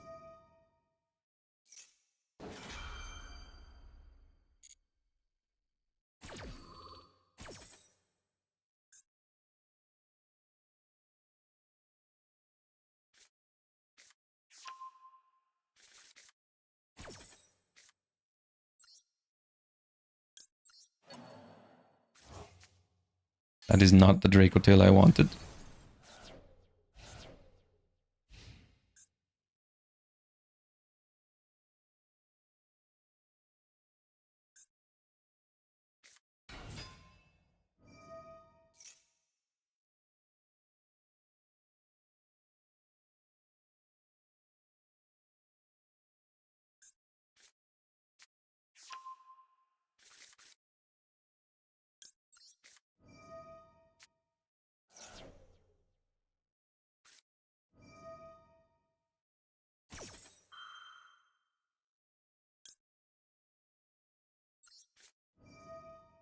I'm ashing this because I don't want them to draw good non-engine. Like if one extra ash and I can't play next turn.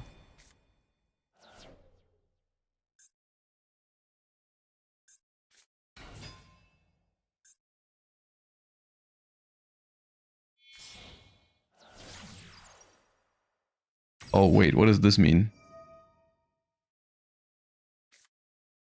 Oh my.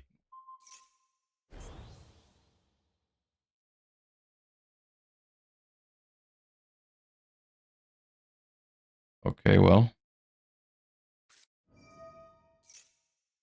We die.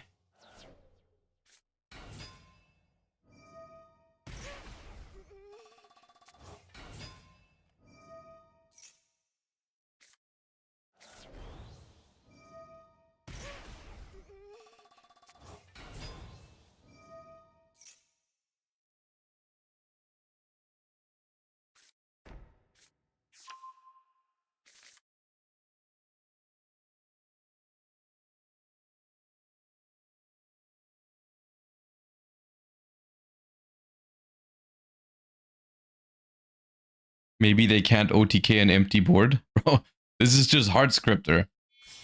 Right? Oh, Whitebinder's still here too. Yeah, no, there's no way. What am I waiting for?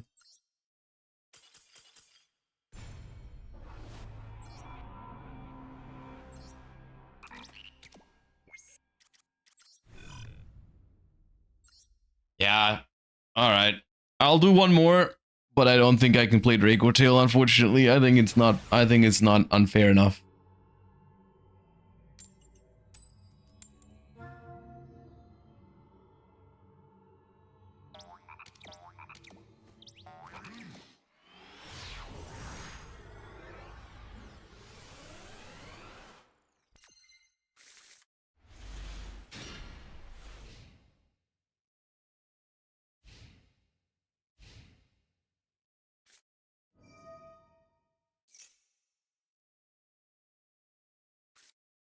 What do I even do with my mana here?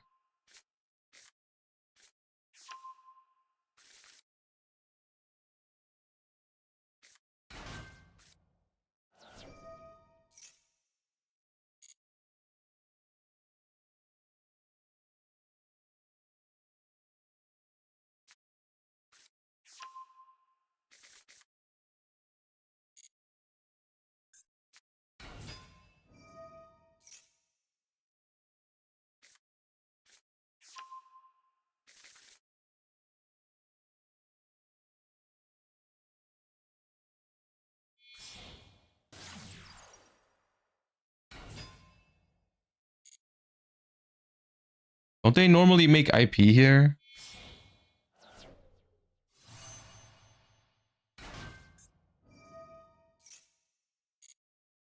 Confusing.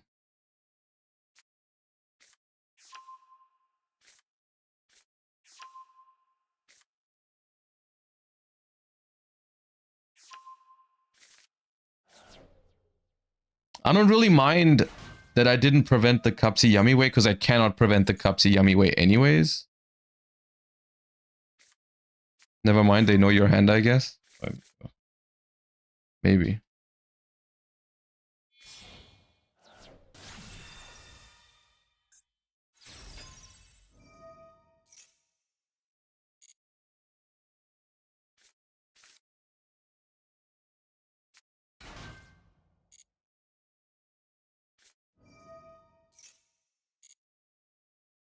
So they just don't go for the yummy stuff?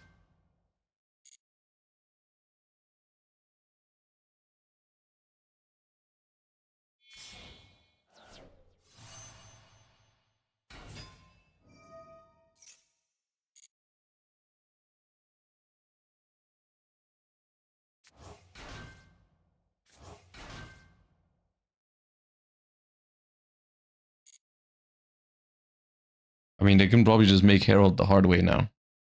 Like, without Marcher.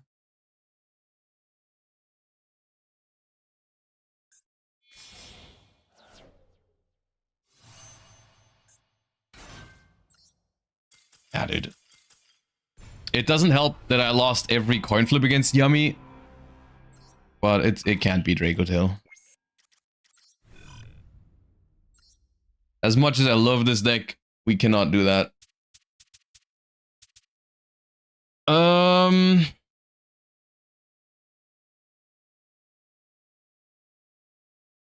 Time for Striker? Nah, man, it's not Striker.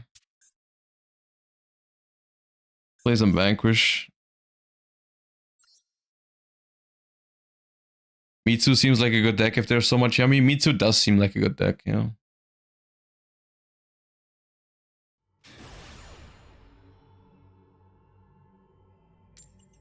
I mean, realistically though, Vanquish Soul also loses those games going second against Yummy. Like, Vanquish Soul is not great going second into Yummy.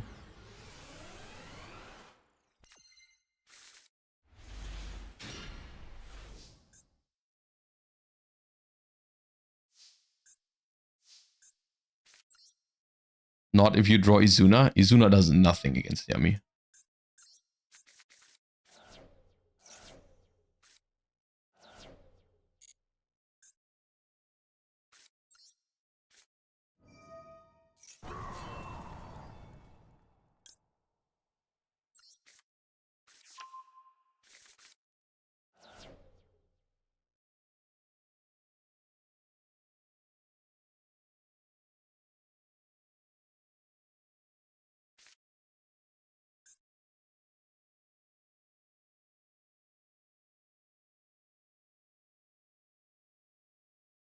Might as well use a Fuwa here.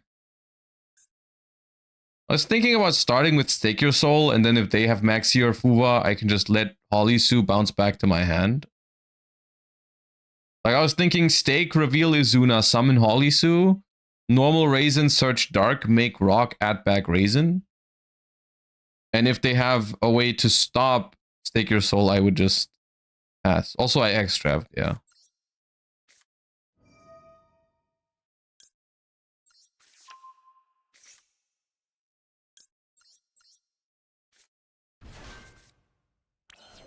Is passing here so bad?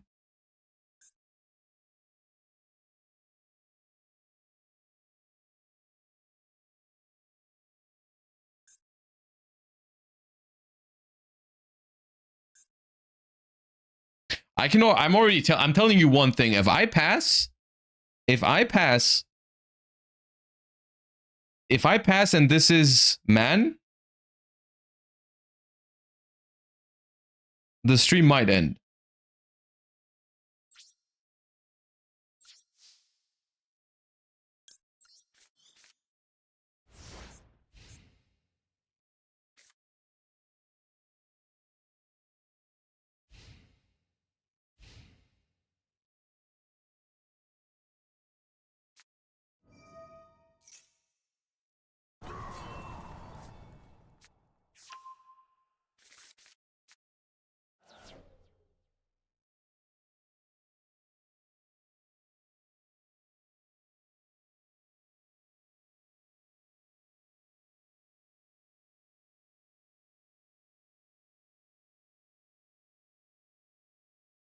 Do your EU folks get the Genesis playmat? Yeah.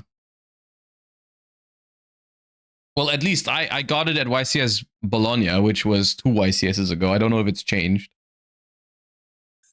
Oh yeah, I did.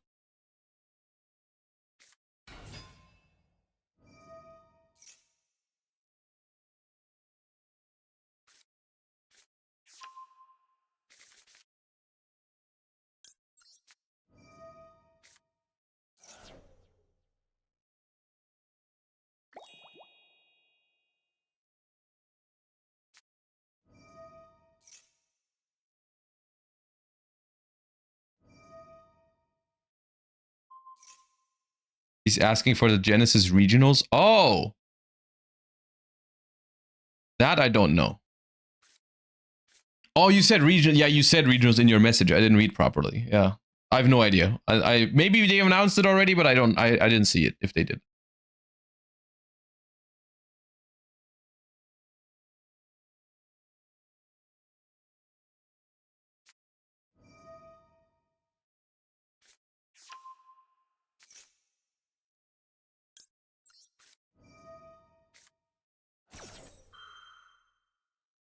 They're giving them out an NA for winning side event regionals, and they're selling for 2,500 per playmat. Well, that is good. Is it the one that they announced like way at the start for Genesis? The one that's just like the old school like dual field? Yeah. I figured that one would go up because they changed the structure, right? They changed the structure from everyone who gets to the finals of a 8-man gets one to now it's only top 8 at the YCS, I think. And maybe regionals. So I figured those would get more expensive. Wait, I have 2 of those.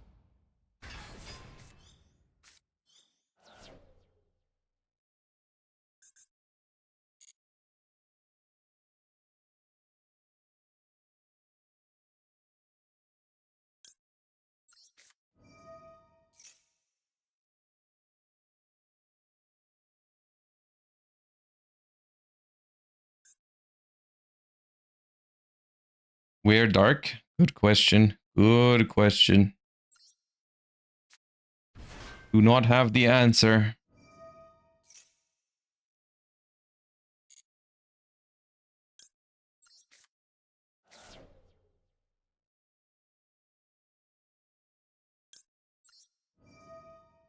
I hope they don't have all 3 attributes for Caesar, or at least no Earth. If they don't have an Earth in hand and they can't steal my stuff, then I'd be happy.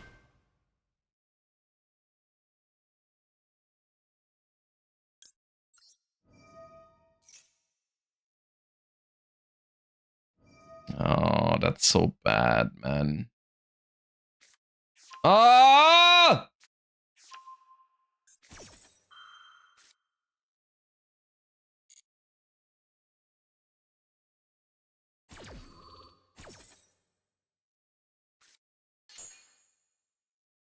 I die.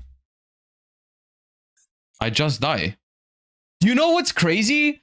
They top decked Maxi for turn. My plan of activate Stake Your Soul to bait Maxi or Fuba would have been good, but they didn't have the Maxi. They just drew it. One card later. Well, now they make Ripper, I guess, and then I have nothing.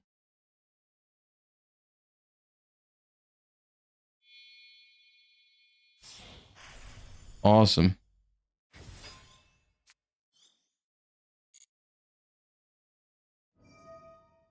I still don't have a dark, by the way.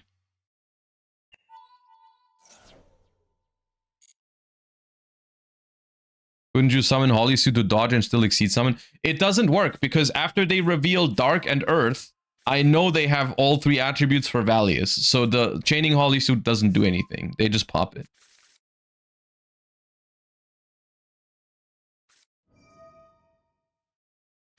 Yeah.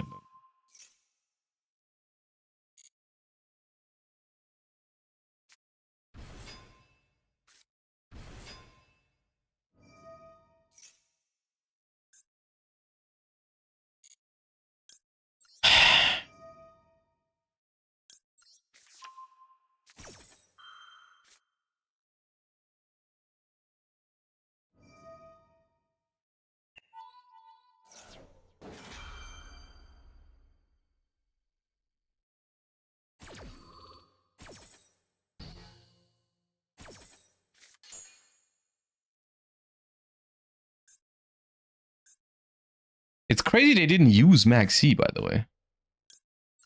That would have been 3 draws already. Or after Valius.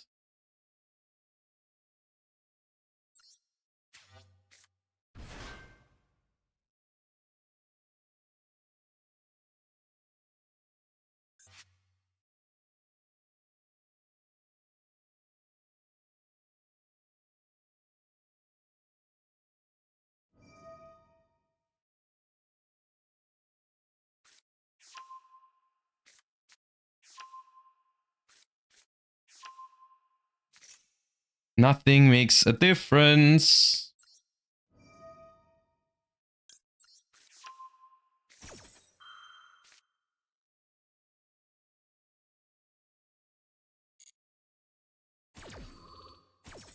Are you aware of the red layer goo? I'm aware of it, but I haven't played it yet.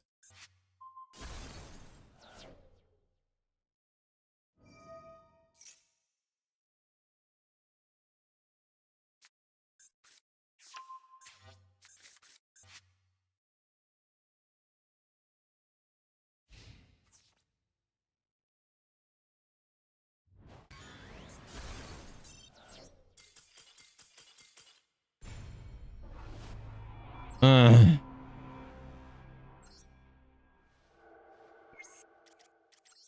The thing is, my problem with this deck is not really the fire monsters, it's more like the darks, I feel like.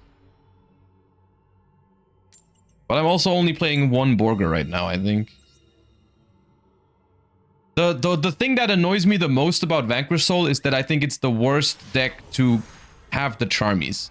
Going second, it's the best deck with the Charmies, but going first, it has zero use for them. Well, we're passing again.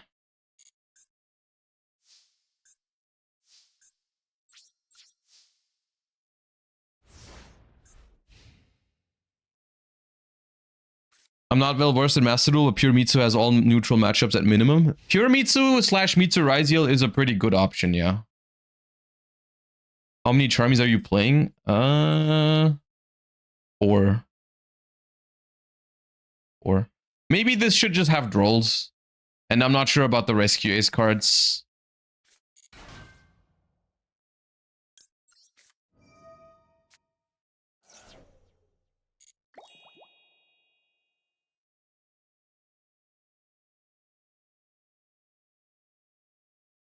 Bastille should be in your deck.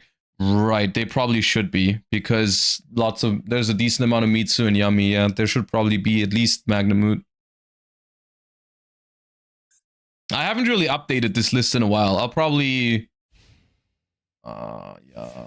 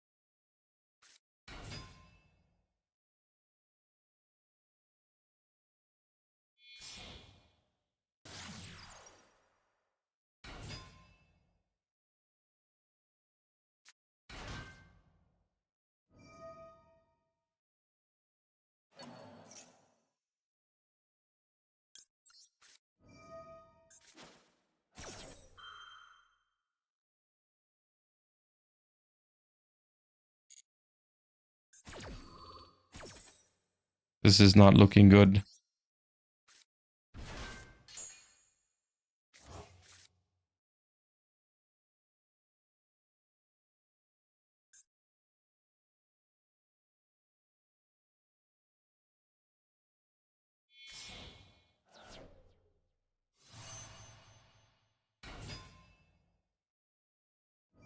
Now they book it. Yeah.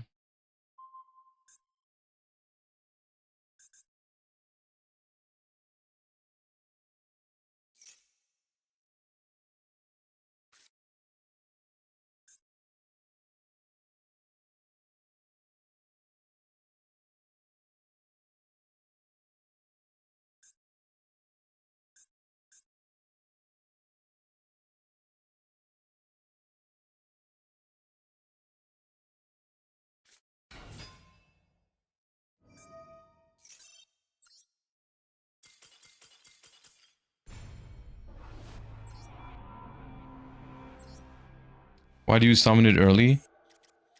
Because at that point they couldn't Ash the Impulse, because then I can chain the Lupus in case they drew Ash. Try Red Layer and roll. Red Layer would have been pretty good there, yeah.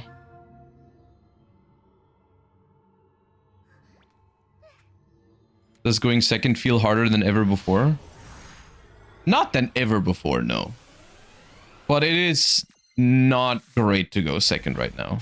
Unless I keep drawing hands like this that can't even go first to begin with.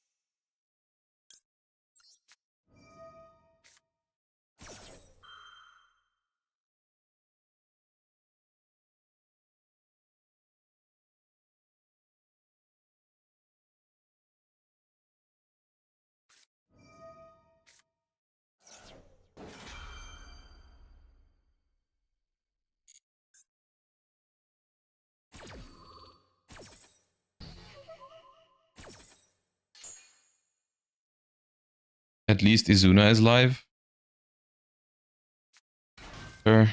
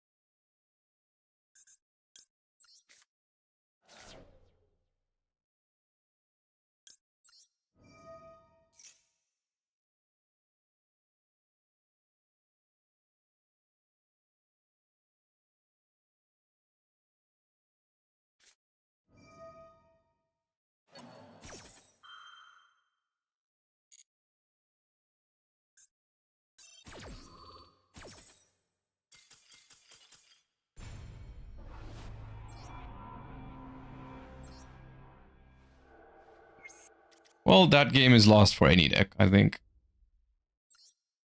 Doesn't really matter what I play. They go first, Raisin, Raisin called by Ash, Fire Dark, then I'm never winning. Update the list, maybe. This has nothing to do with the list, alright? Calm down. I'm not beating Ash called by Raisin with 2 attributes with any deck.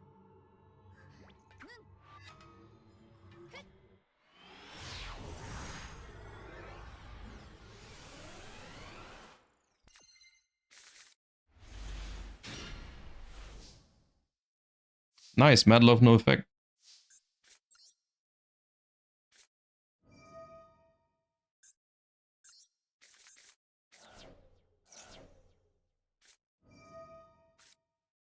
What kind of day is today?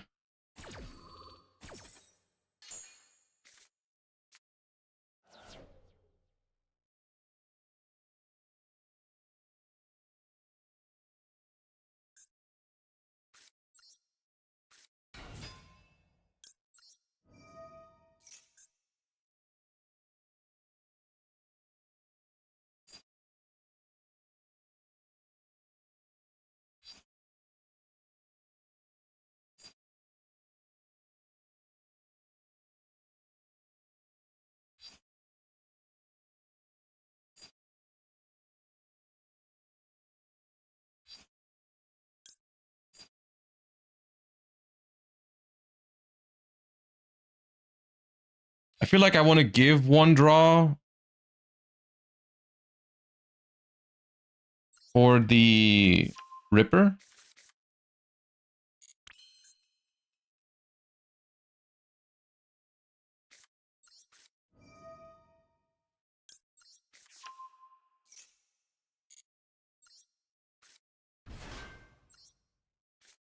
Well, 2 draws, yeah. But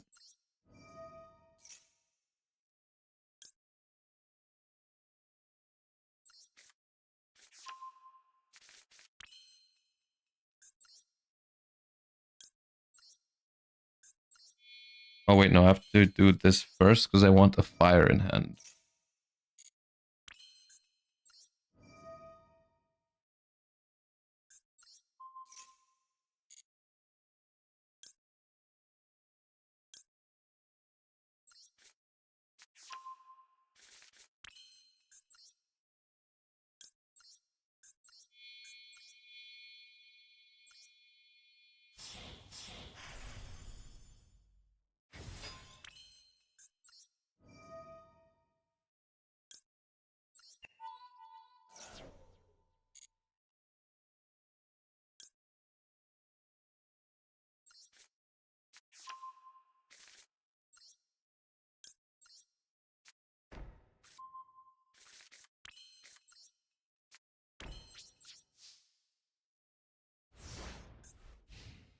I don't have werewolf anymore.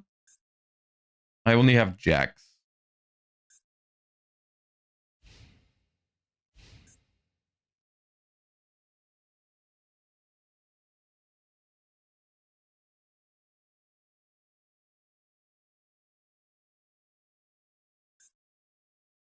And Izuna is also only is not really an interruption because I also got rid of Nash Knight with the Extrav. Extrav in this deck's been weird for me. I didn't hate it, but it also creates weird situations because you're almost always losing something that matters because your package, like your extra deck, kind of like relies on each other. Like the Nash Knight relies on other cards, the K9 cards rely on each other. I'm not sure how I feel about Extrav.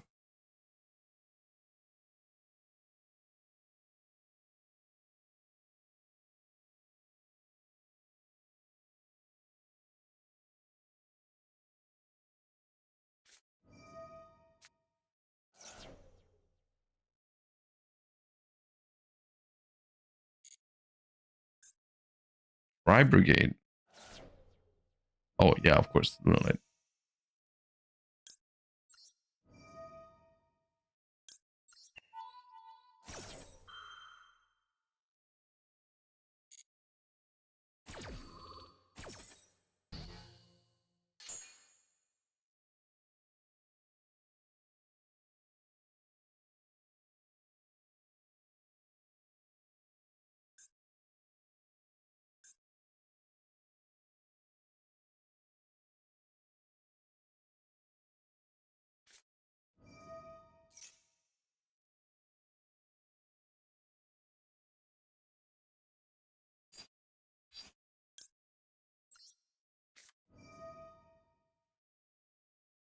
Not sure this is correct.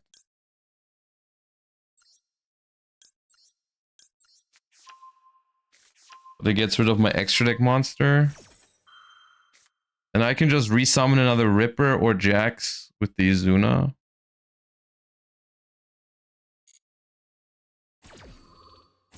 It's just very scary because they have so many cards in hand.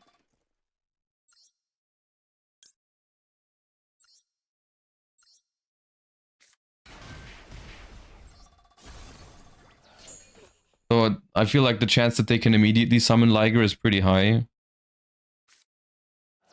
Oh, they can't resolve it. Okay, sweet. That means they only have one Luna. Maximum. If I go Holly Sue, I have a take. Because I have Earth Dark. If I go Valius, I have a pop. Because I can bounce Raisin and then pop with it. What is better? A take or a pop?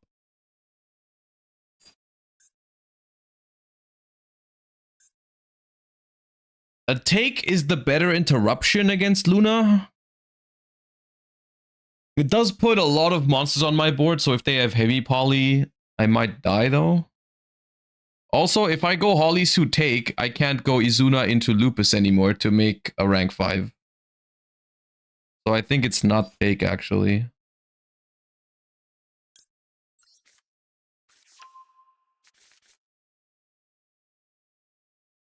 Because it would put 4 monsters on board. And I can't do Izuna first, because then I don't have Earth to take.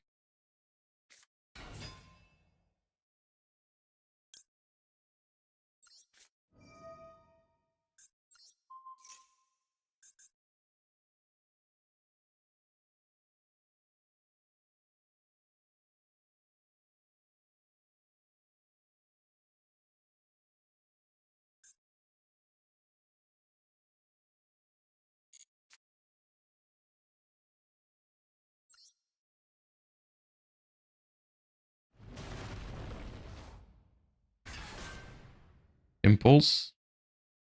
I feel like if they had Impulse...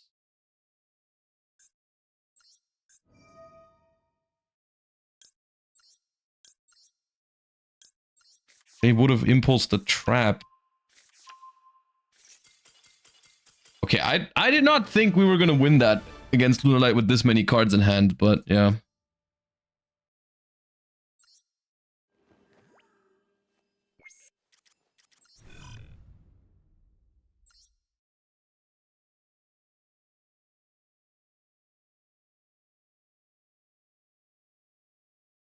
Might be Book of Eclipse. Maybe. Are you going to try Luna yourself? I don't believe in Lunalight. I think it's a good deck, but I don't think it's good enough. Unless you only run into like Yami and Draco Tail in the Duelist Cup. But I think the Vanquish Soul and Mitsurugi matchups are not good enough against good players.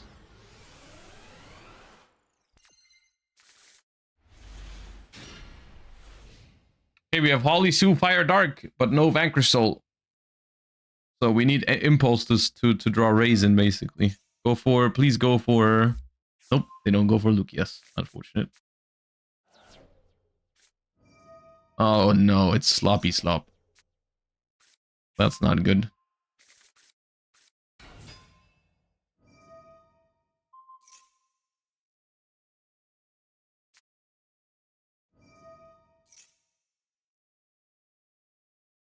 Is there even a point in summoning it now? What's the point in waiting, though? They just make Savage, no?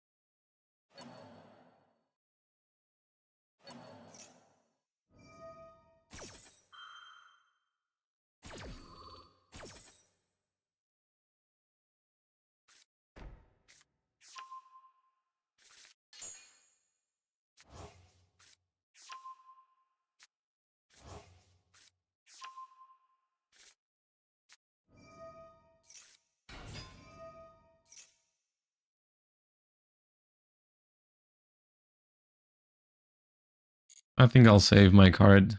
It doesn't really do anything this turn.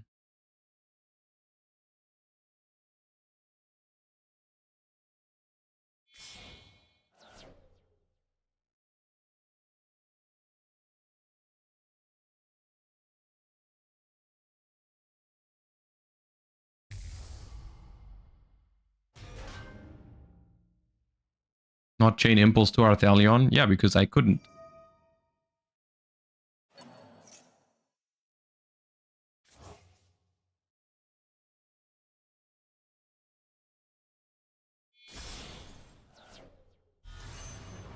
What's the reason for making this so late? I don't get it.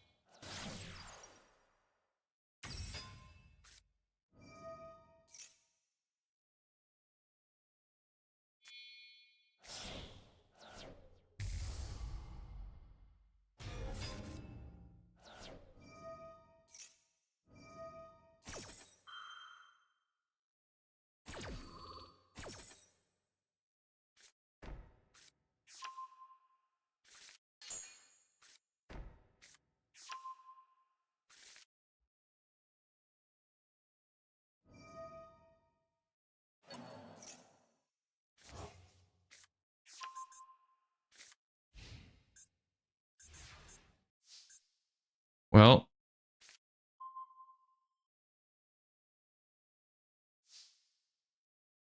I think it's safe to say we're not breaking this.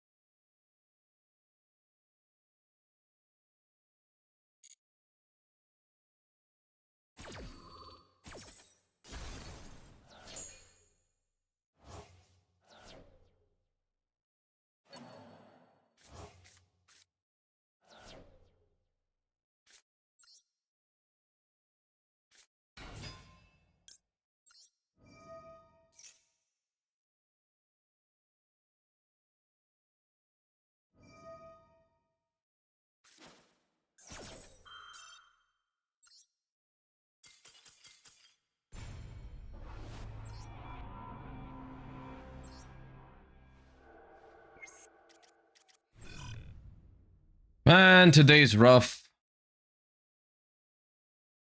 We're going second with the hands that should be going first. We're going first with the hands that should be going second.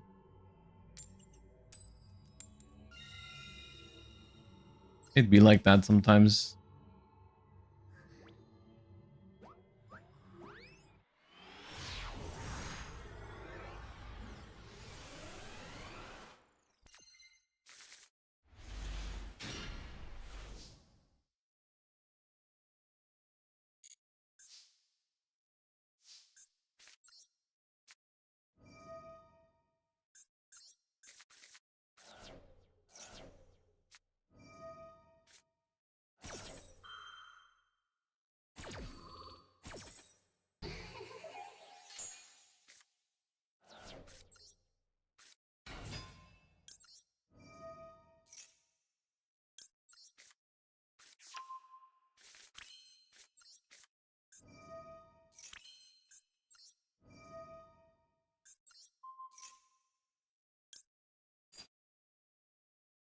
I do have 2 fires, but I can't use Madlove, so I can't summon out Jiaolong.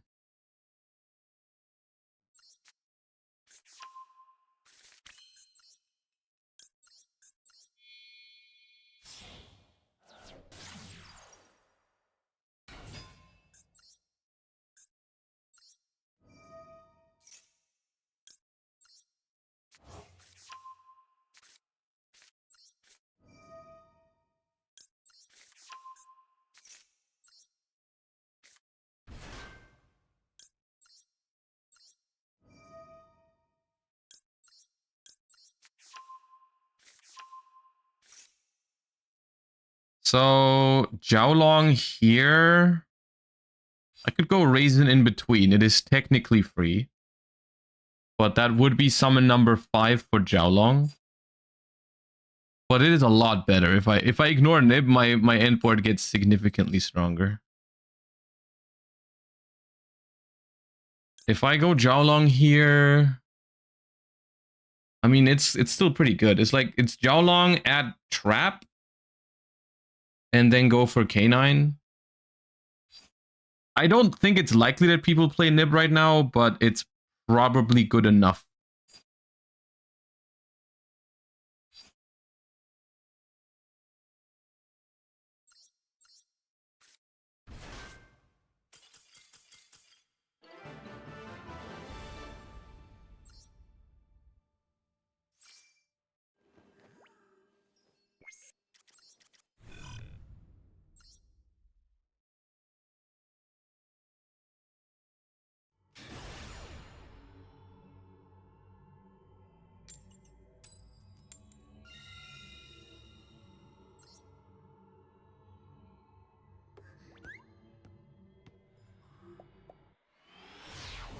Has Josh made a choice on which deck to use to the Duelist Cup? I think it's likely I'll switch in between sometimes. I can't play this deck with so many Charmies, dude. There's no way that's correct. It's just too bad when I go first. But how else does this deck win going second if it's not Charmies?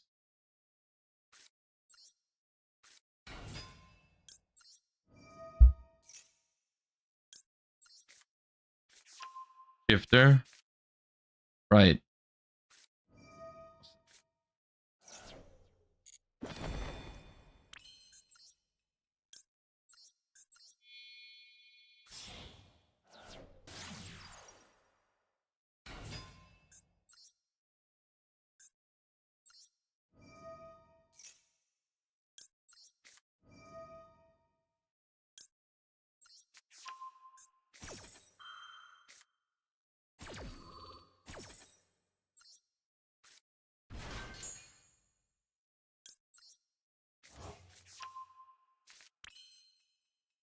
I don't know why I summoned Sue. I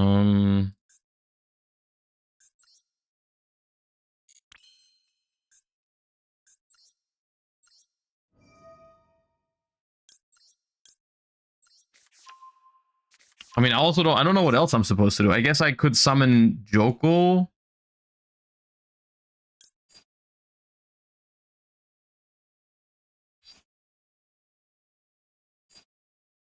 I could summon Joko and go into Masquerade. But now I think it's just Borger.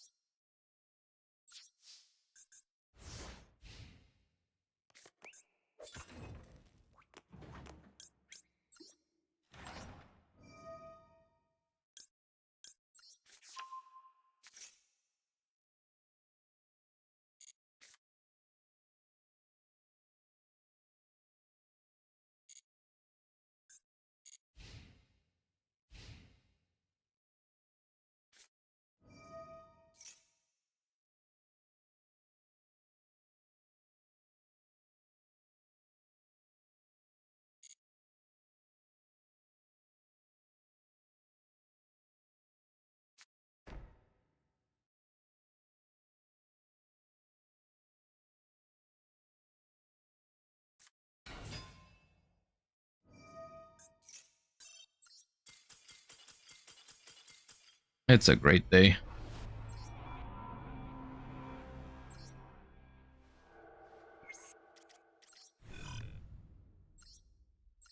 Let me make some changes. This card is awkward. Cards don't do anything. At least the Perulia.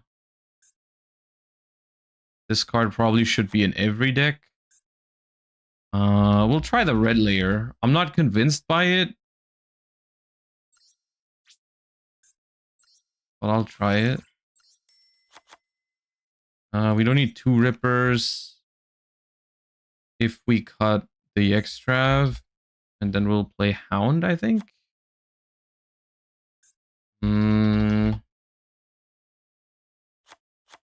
Steals. I'm not sure. Should the deck have shifter?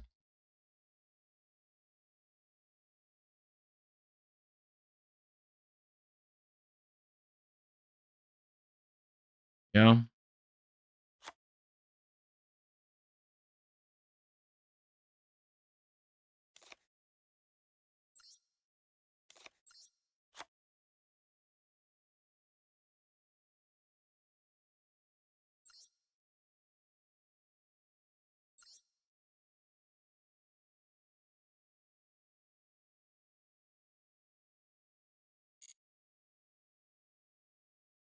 It could also play more case for K9, but when everyone is on Droll, that feels like one of your weakest starters. Durandal. Yeah, with Droll in the deck, you could play Durandal.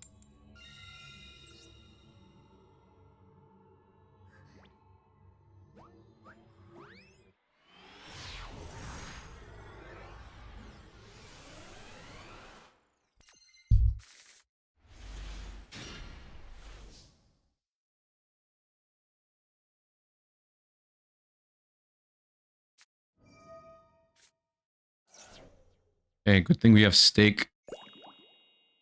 Still not great hand. So, Stake your soul. Stake your soul for Orger is okay. Stake for Holisu is the best if my start goes through. If start gets ashed, then Stake for Holisu is pretty bad. But they might just ash Stake anyways.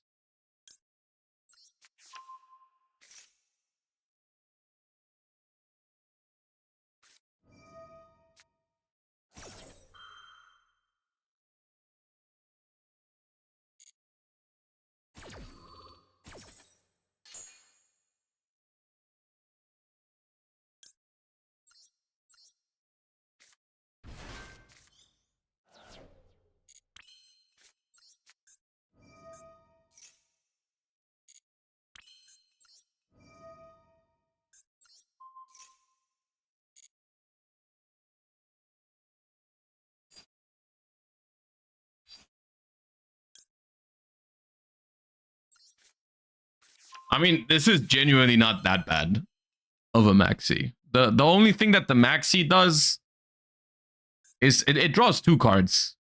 This should not have been. It is not. Ah, this should have been Raisin. Yeah.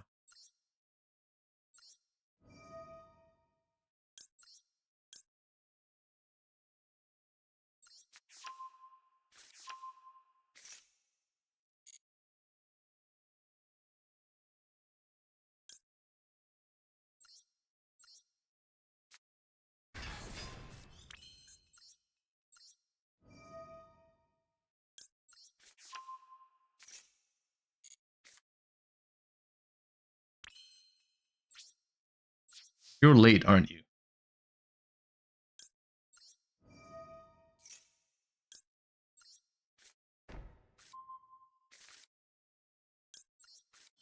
Still good to have.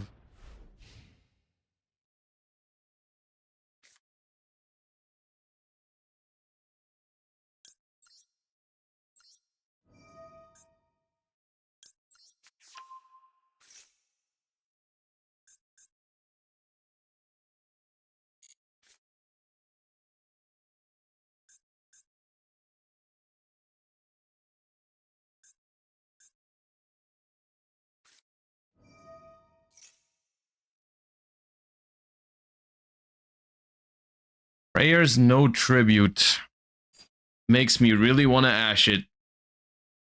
But at the same time, this is really scary because that deck does have Dominus Impulse. But would they really not? Would they not tribute if they had Habakiri or another ritual already? I feel like in most cases you would.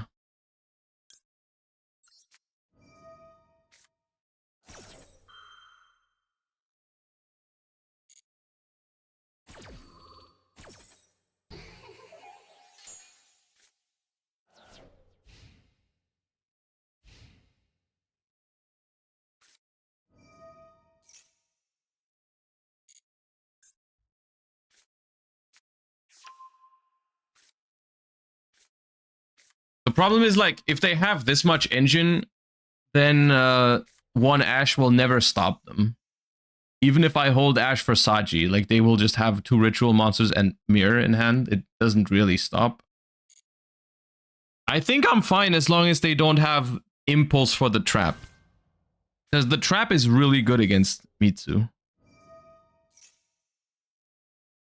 And even if they do have impulse, I do have Holisu and Lupus. So I do have some interruptions. And they cannot dodge my Raisin Pop with prayers because they already used prayers is a good thing as well.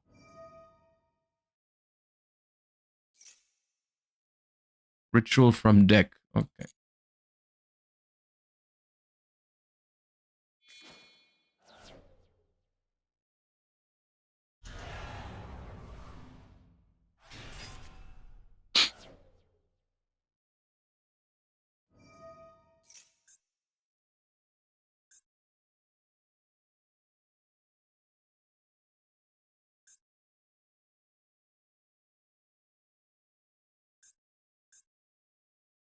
So at the moment I only know mirror in hand, right?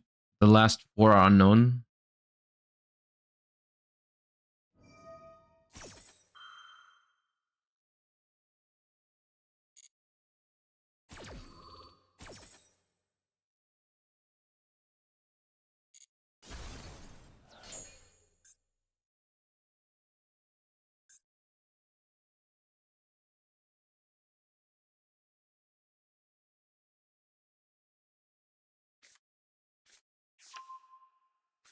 Urge Kusanagi. Okay.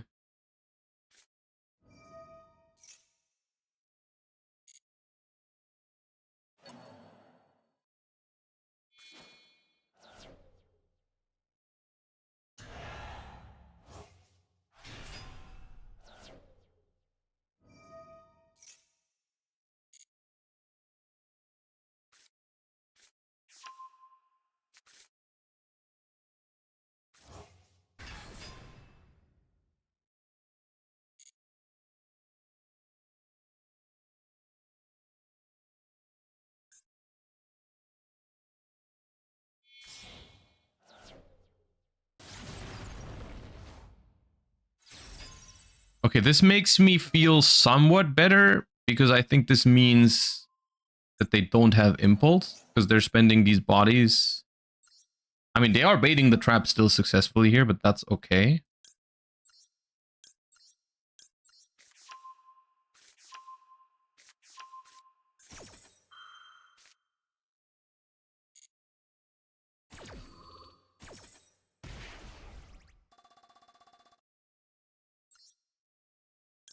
I think I summoned Mad Love.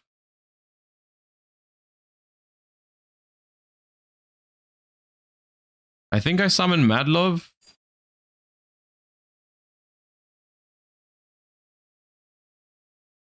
To get the bounce. Also, if I summon Raisin, that's my only fire. If that gets Ash, I can't use Sue.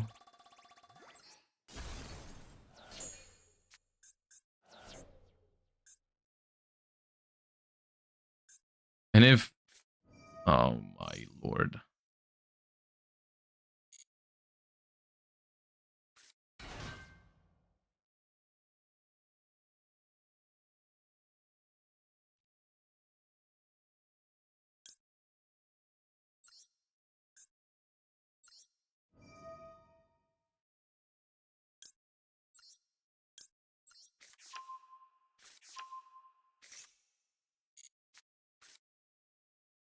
Okay, this forces them to choose between normal summoning a Yami or normal summoning Kusanagi. They can't do both.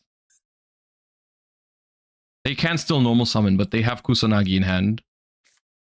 And now they normal summon Marshmallow. And now, I guess...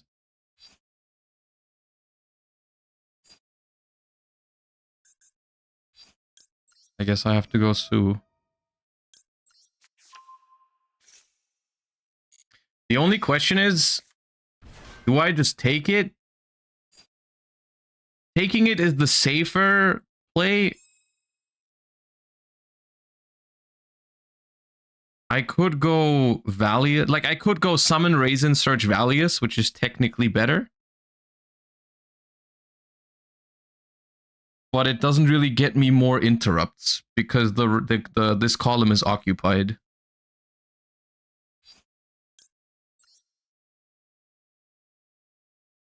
I'll just take it. This also, it does play around surprise, yeah.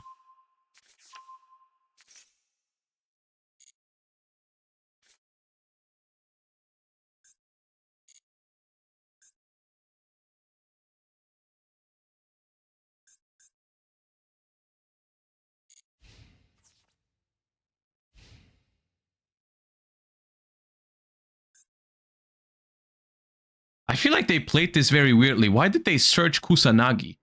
Why did they start with summon from deck? That made no sense. I feel like I had to lose this one, I feel like. Against 7 cards in hand or 6, whatever it was. It was Prayers, Mirror, Prayers, Pre-Prep, Marshmallow, and 4 others. Or 3 others. There's no way that should have been a win. Well, it's not yet a win. I should have used Sue in draw phase, but who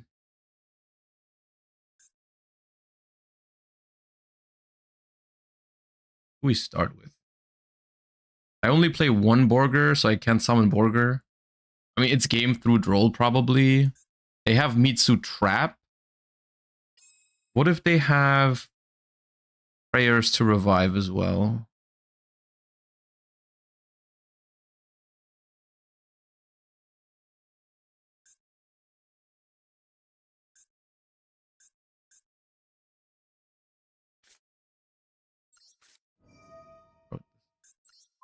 I kind of didn't want to draw this because I wanted it from the deck, but I'll just summon it. If they let me summon it, I can immediately use the effect. Bounce first. I don't want to bounce the Marshmallow because I can get rid of it this turn. If I don't win this turn, then I don't want them to have it back in hand.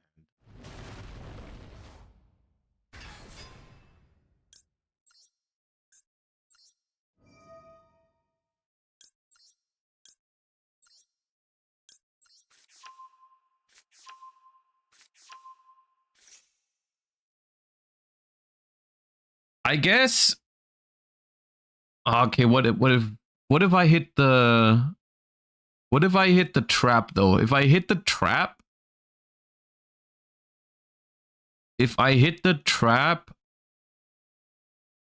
that's really bad.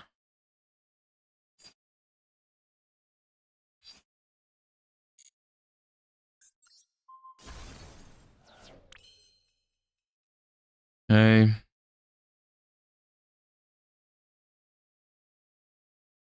You can play around trap by bouncing the Marshmallow. Not if the other set is of Prayers, which it's got to be a Prayers.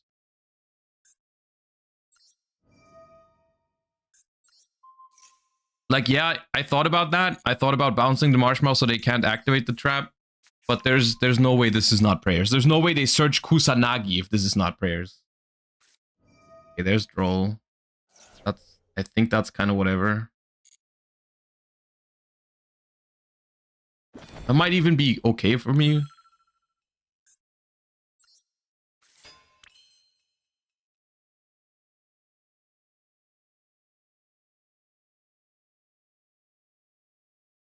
This is not game yet.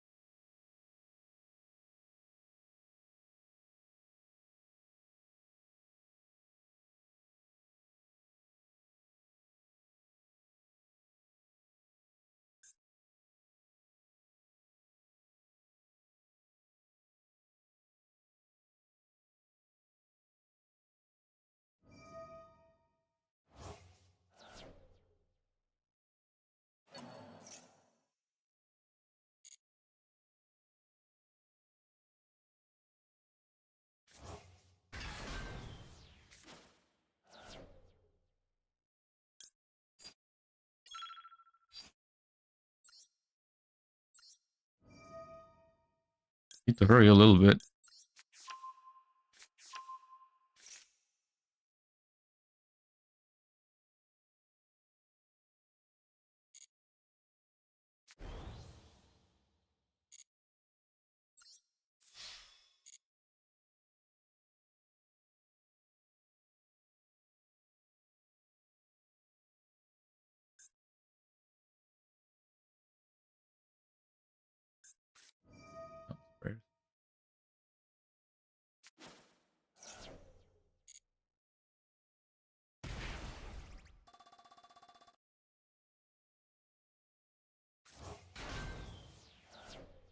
That's crazy.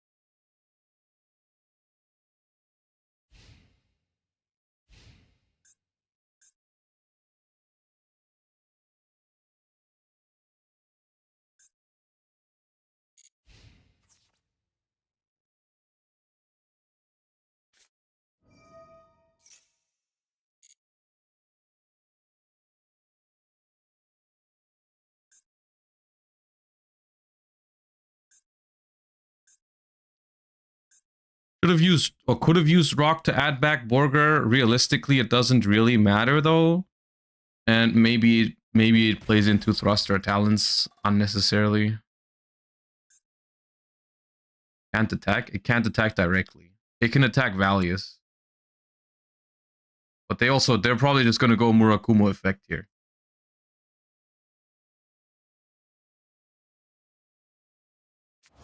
Oh. Why did they go battle phase if they wanted to add back Kusanagi?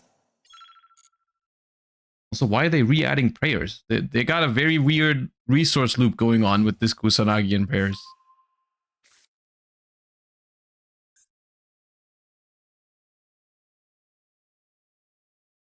Okay.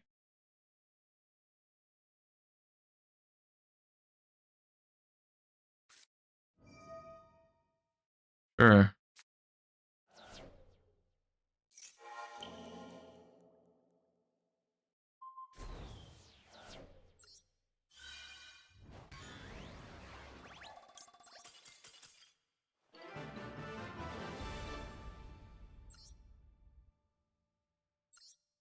I don't feel like I should have won that one. I don't know.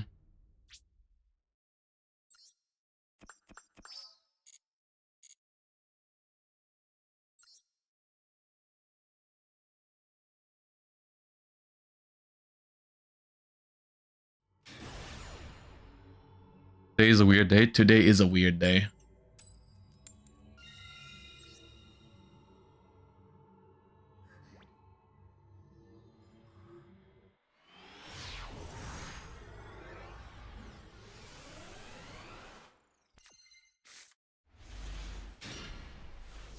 Okay, no matter if I start Rhoda or Madlov here, it's gonna be bad into Droll, but Rhoda is better into Droll.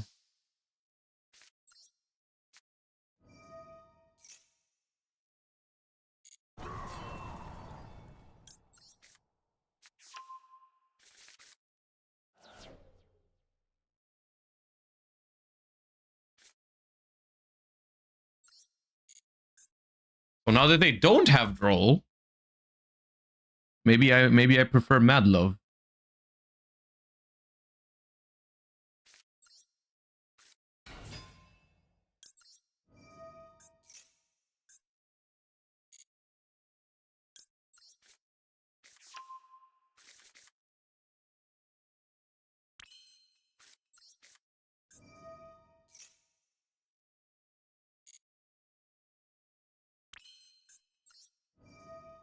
Yeah, they have something.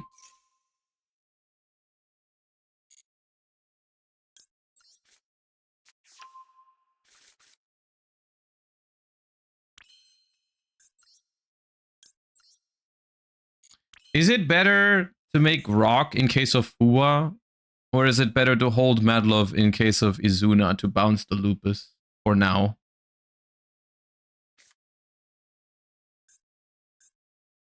Because I have a Dark already.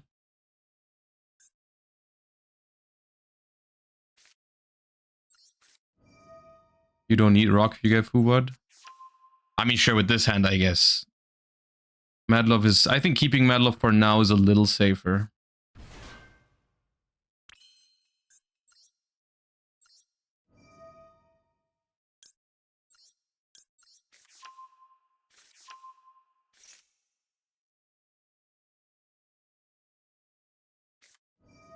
Yeah.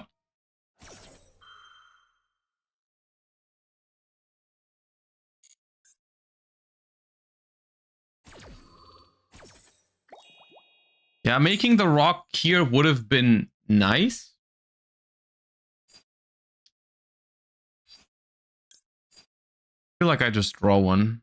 I just draw one and get the trap is what I'm thinking. Because I could go into Ripper.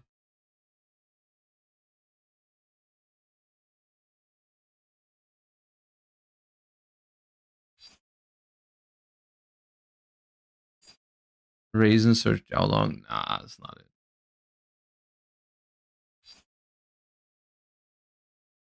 I think it's Borger.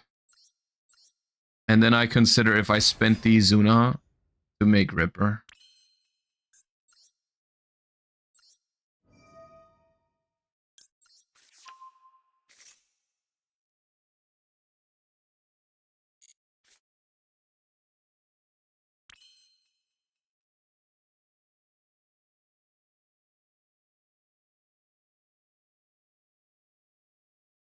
Plays into Nib, which I don't know if it's a concern.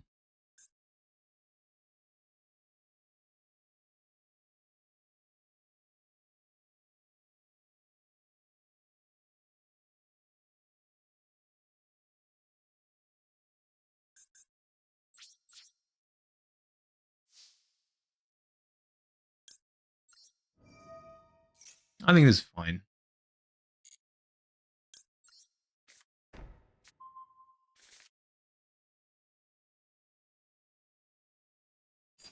Do I self-bounce Borger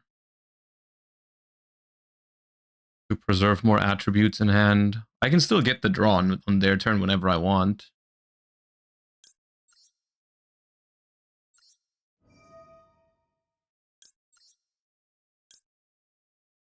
Did I show them Mizuna already? No, right?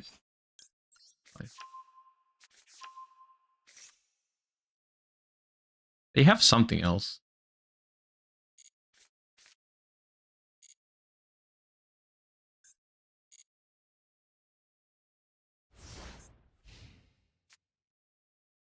Could be another Fuwa.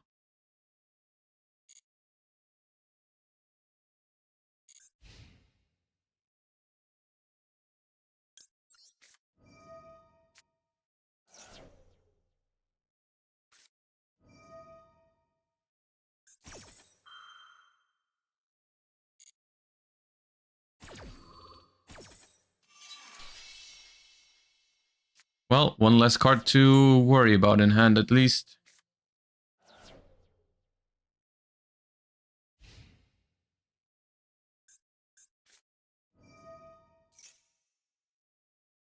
Okay, something Ryziel. Something... Oh, never mind. What the hell?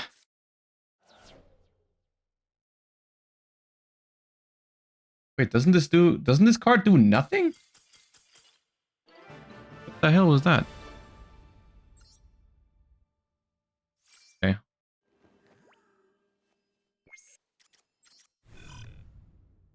Dude, today's a weird day.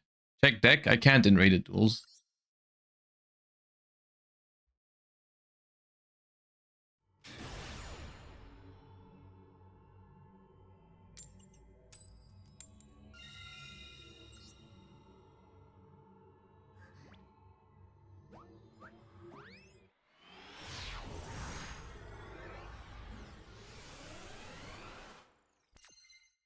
I think Going Ripper was correct. Going Ripper is correct if you just ignore Nibiru's existence, which might be correct in the current format.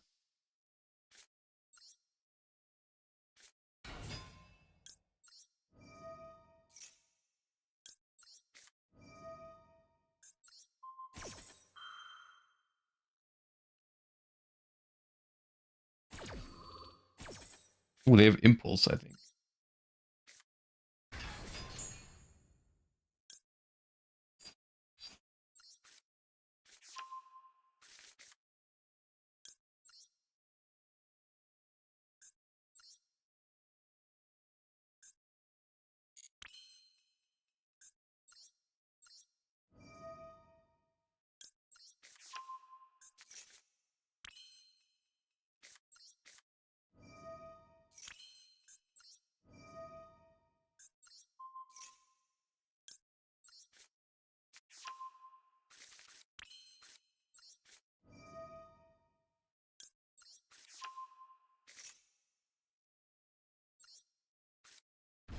Pretty sure it's Impulse.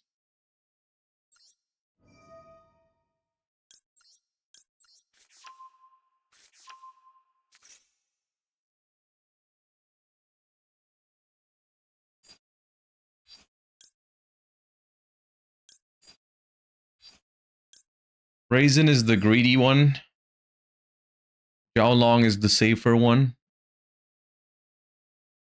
I think it's...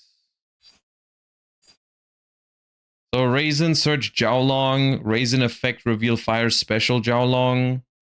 But then in order to get the Xiao Long search, I'd have to make rock and add back, which is summon number 5. I don't know. Maybe I'm playing around the Nibiru too much in this format. I haven't seen Nib once all day. Eventually, I'll probably get nibbed and lose a game because of it. But realistically, I probably win more games in the meantime before it happens because I don't ignore because I talk too much. Now I right-clicked on Xiao Long. Disaster.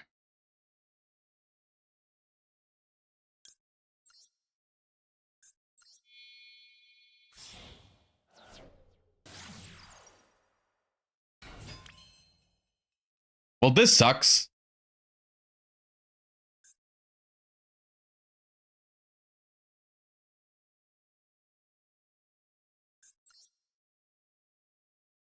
Rock can fix this? Not really, because now if I summon Xiao Long, I don't have 2 fires.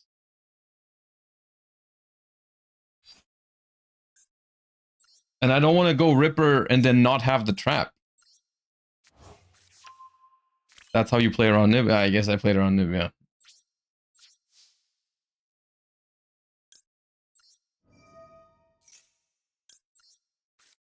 But now they have Impulse for my trap.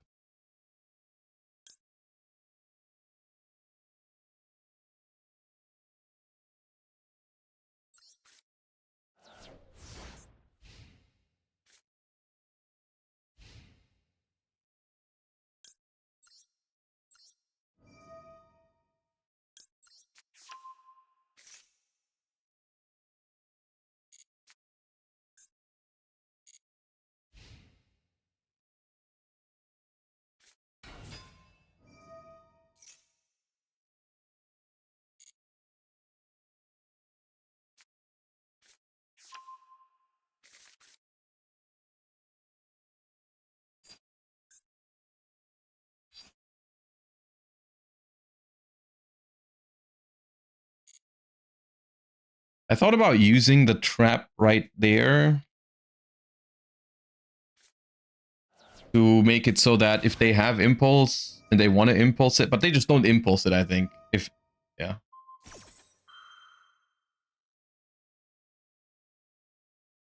This is about to be really awkward.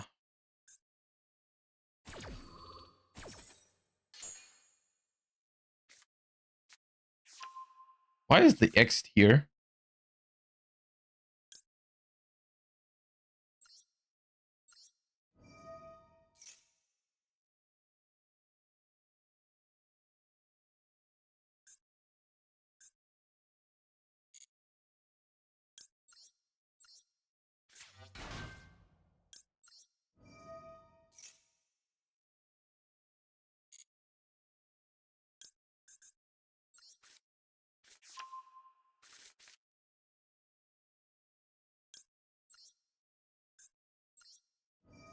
I have to do this. It's not going to stop them from making a rank 4, but at least for now it will.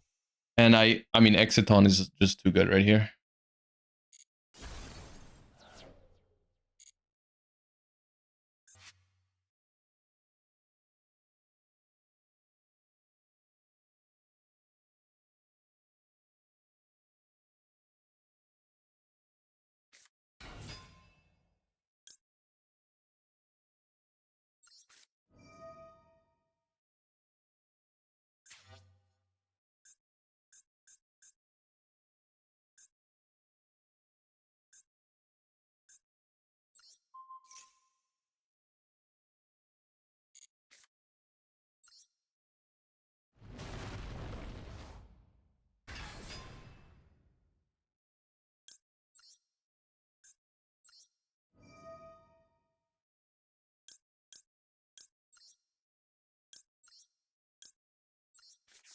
So the problem is that I'm basically, my trap is guaranteed to get negated. I know they have impulse. Which means that the Murakumo will wipe my board, because this card is negated this turn.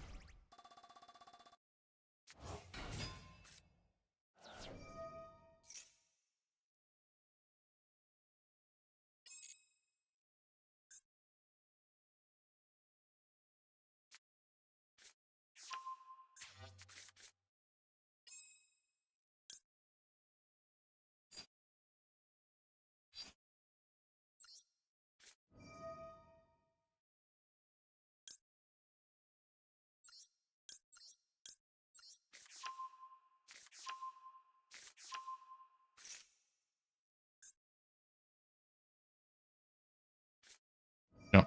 So this means that they can't make Exiton at least.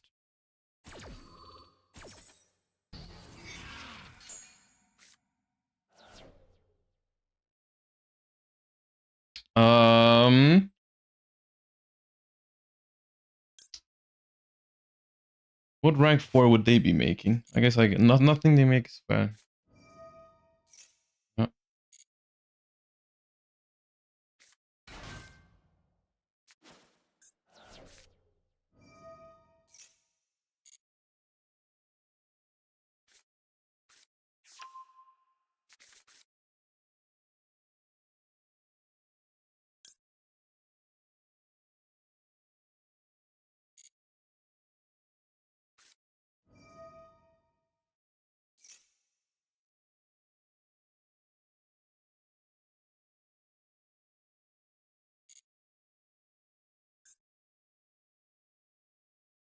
Can you avoid getting lethal? I mean, I still have Izuna Lupus after.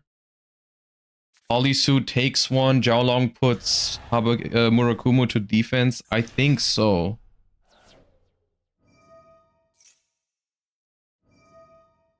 Well, I mean, Jiao, actually, they just bring this back. I mean, I do play Hound.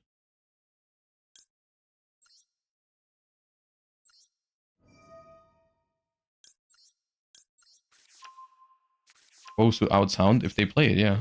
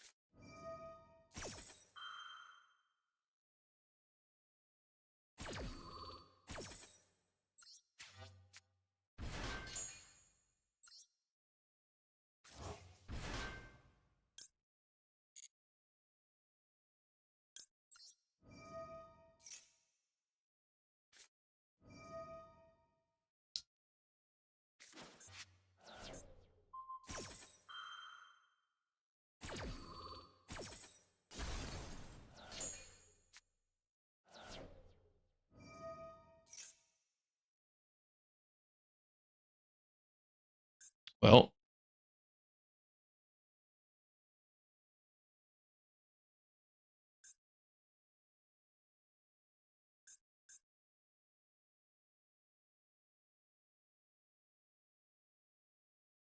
I'm not sure how easy it is to OTK now, though, that the Murakumo is going to return already. They can still ritual from deck, but whatever they tribute will not come back. They've already used prayers, so they can't get another level 4 onto the field easily. At least I don't think so. Unless I'm missing something. I guess Ice Rise Heal, but they wouldn't have started Sword if they had Ice, right?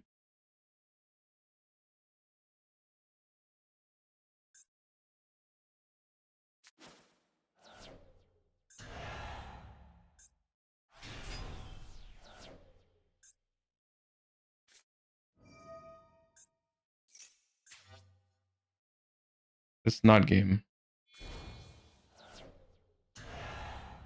It's not game, but it is a pretty good setup.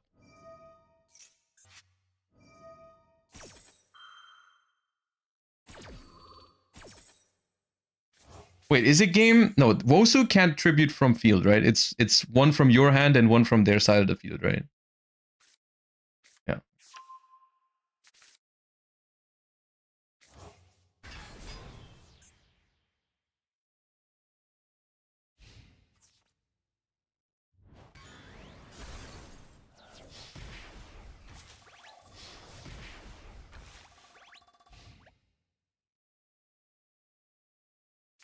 I think this is fine.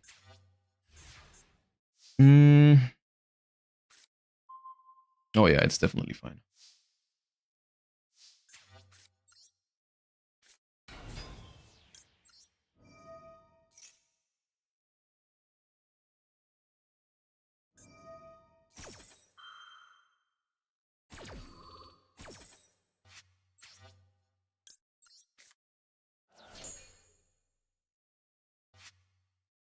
Alias is engraved, which is annoying.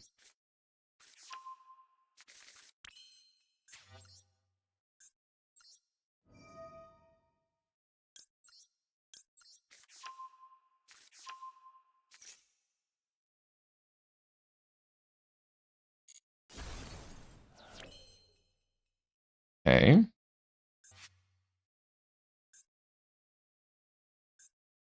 They have one negate.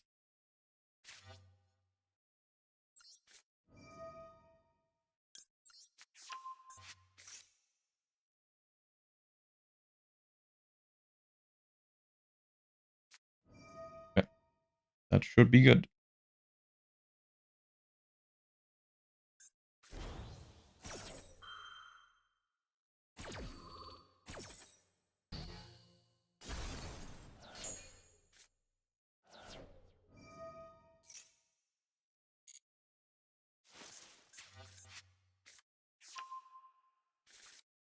Okay, so Stake Your Soul summons another Holly Sue.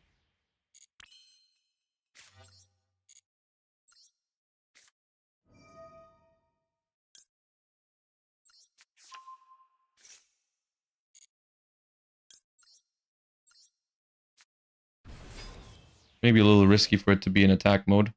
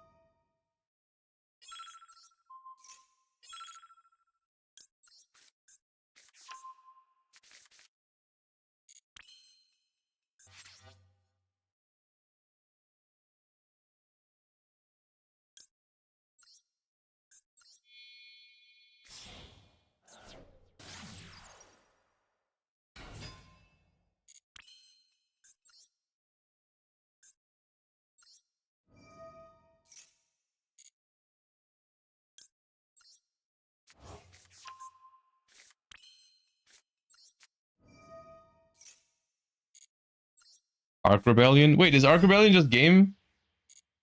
I was gonna go Ripper and everything. All other monsters on the field. Oh, I can play a bit more.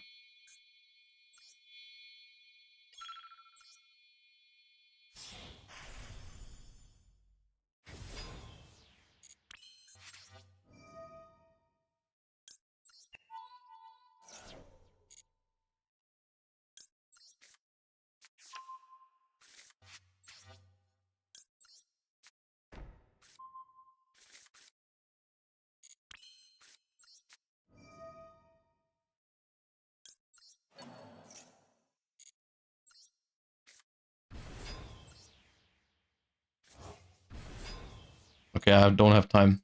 I just need to hope this is enough. I didn't calculate.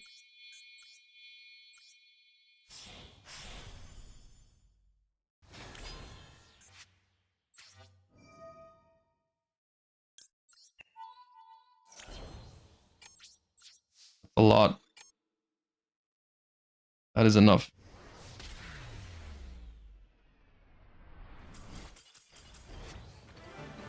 Ooh.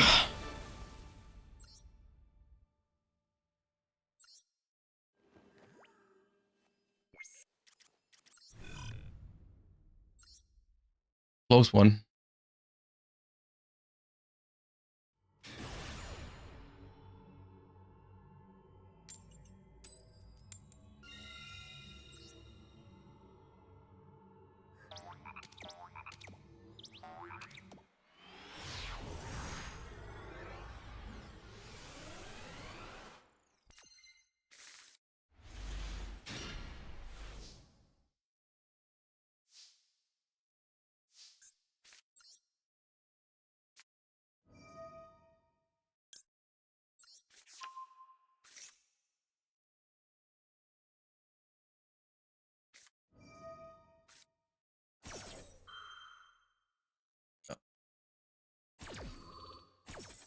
I guess I prefer this over it getting negated.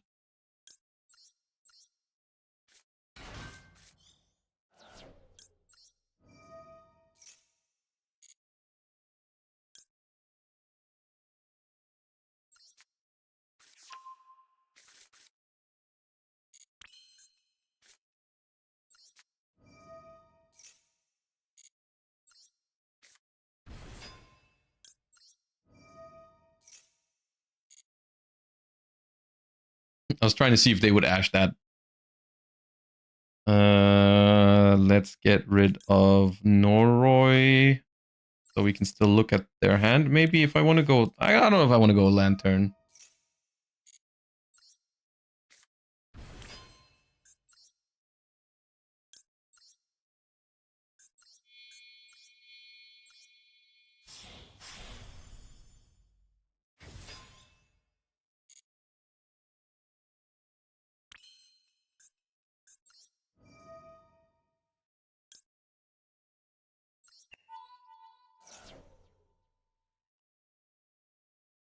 So it's either just add an Izuna or it's Jokul.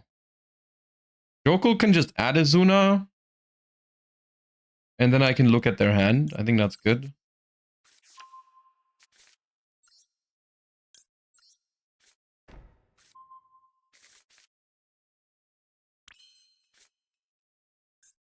Wait, no. Why don't... it should have been Lantern.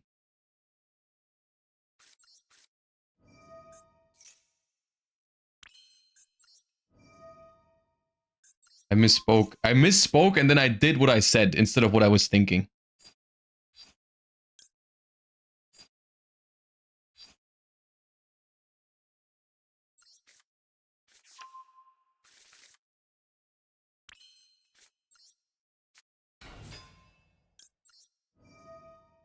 This is why I don't speak much during Duelist Cups, by the way. If you ever wondered.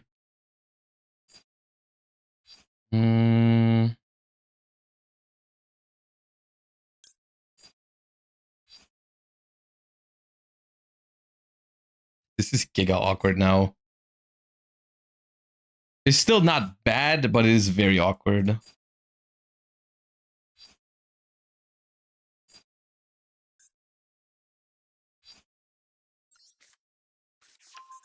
Why do I have a Jokul in hand now?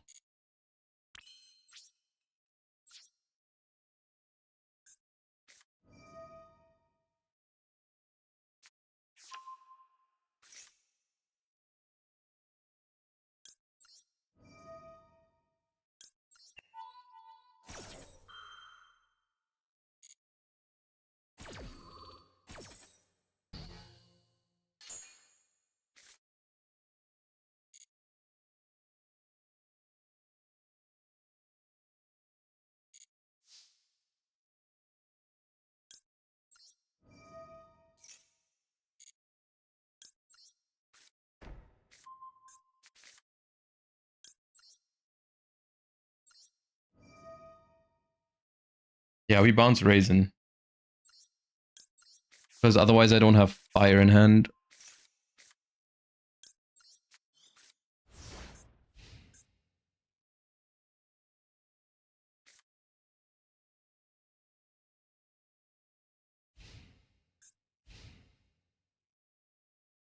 Seven cards in hand, but Droll is hopefully gonna hit them very hard.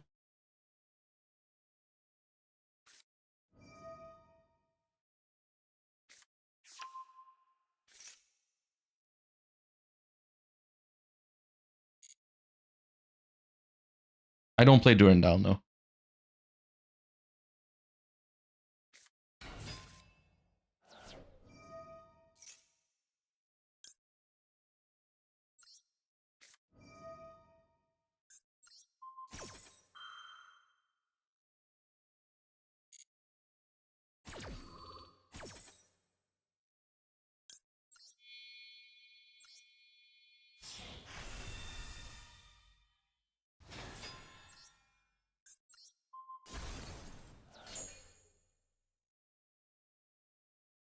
So now, even if they have called by for the Droll, I can chain Wolf to it if I want to.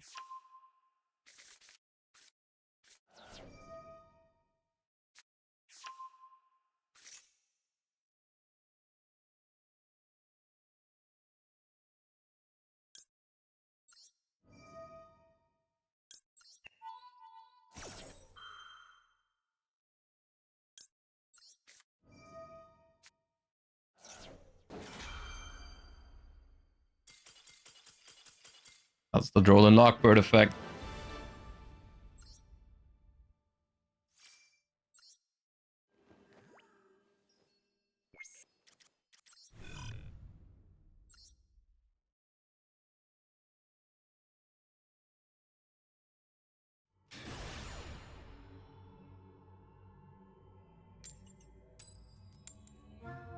I think for them, the line was actually to summon Raisin with Stake Your Soul and not use the effect. That way they would have covered my quick play spell. They could have chained at any time. I was surprised that they used it. Well, this hand's good.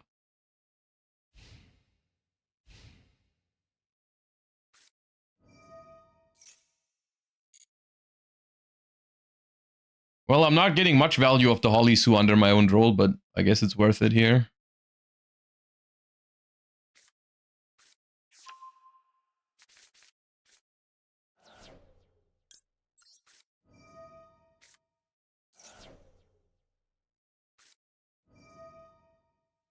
Awesome.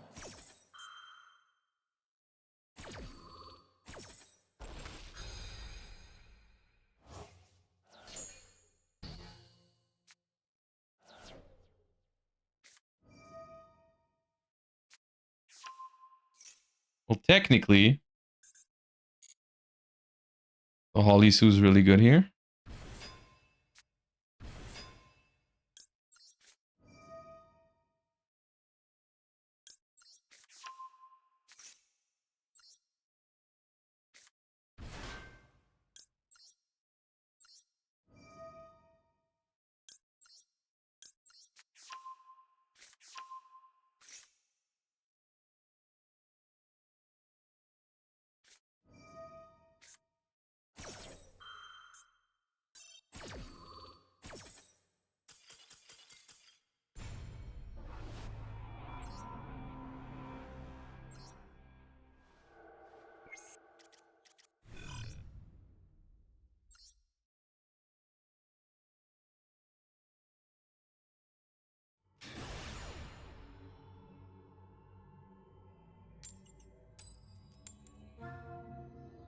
The second time today already that we get hit with Ash called by going first. Really pleasant.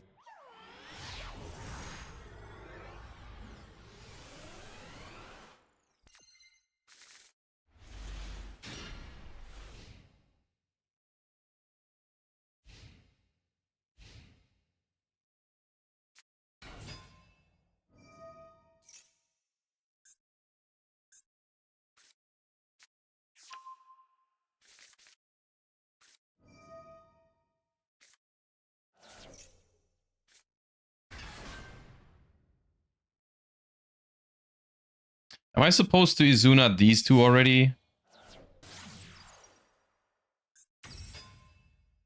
Probably.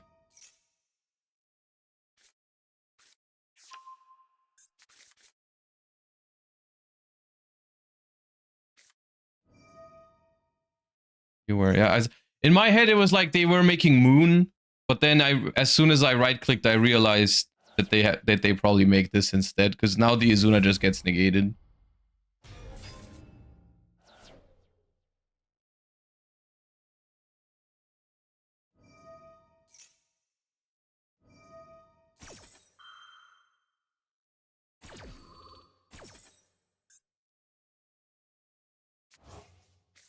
Oh, never mind, it doesn't get negated. Oh, never mind, it does get negated. Cool. That's a roller coaster of emotion.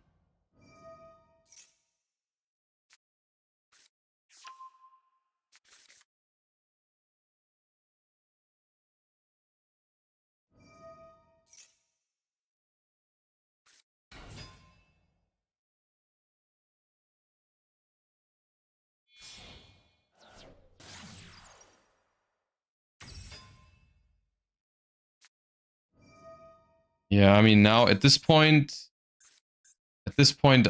I just get Omni negated if I use the Izuna this turn. I guess from what I saw, we don't know if they could have played yet through the... And what would I even have made? Nash Knight? Nash Knight and take the Hollow Core? Probably the only thing that makes sense.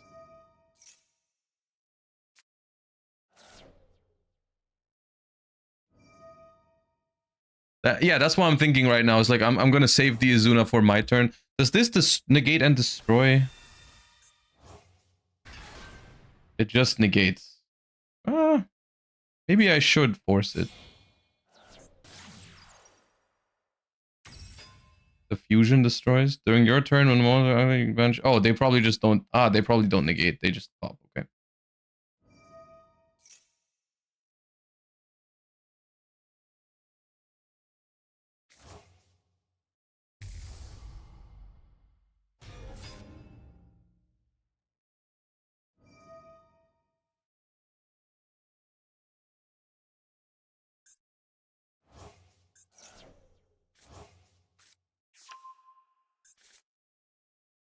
Probably an Abawa Q angle with this deck. Yeah, Desiree instead of Caesar makes this easier, I think. Not easy, but easier.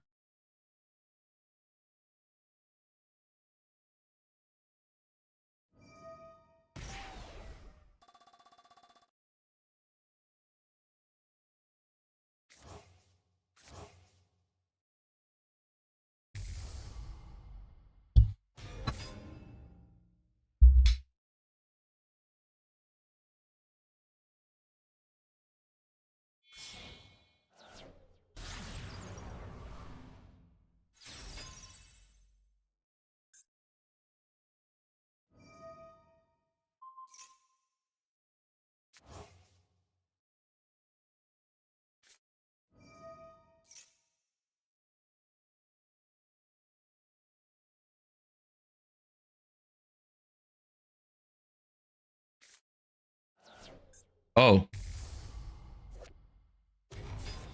That's not good.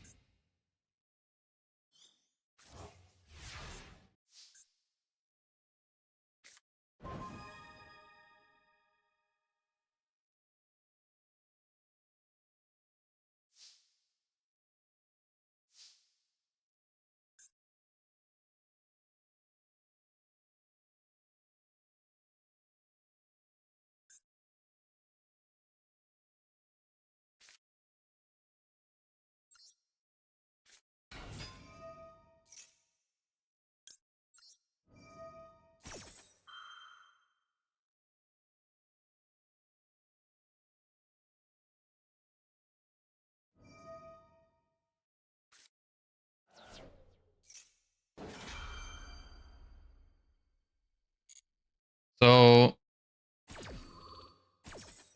can they bring it back?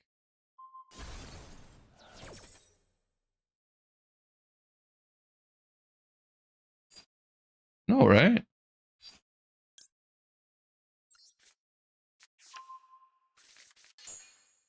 Oh, it doesn't die. Oh, I see. Oh, that's so cool. Right. Sick. Okay, cool. We need more Floodgate.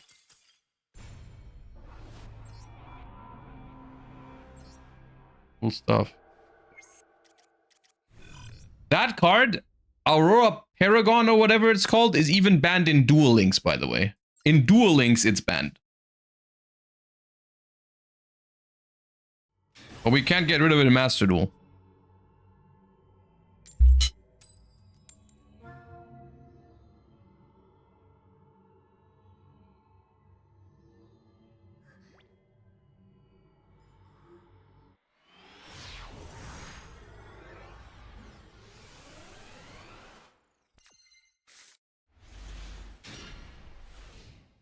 It could be worse going second depending on the matchup. I hope the sleeves don't match the deck.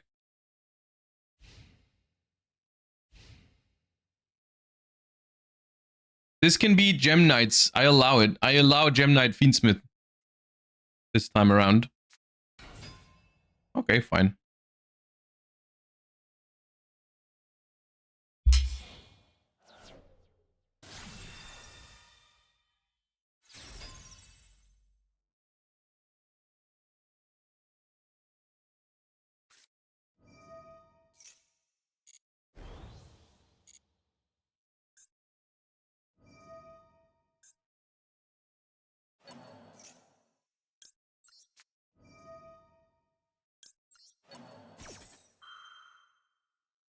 what happened to red layer. I just haven't drawn it. It is in the deck as a one of.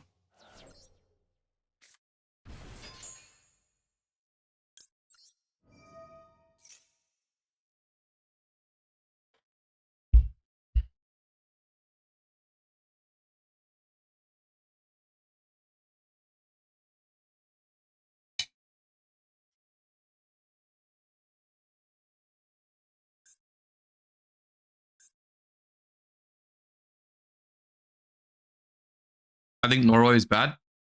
I don't love Noroi either, yeah. I feel like Noroi is cuttable.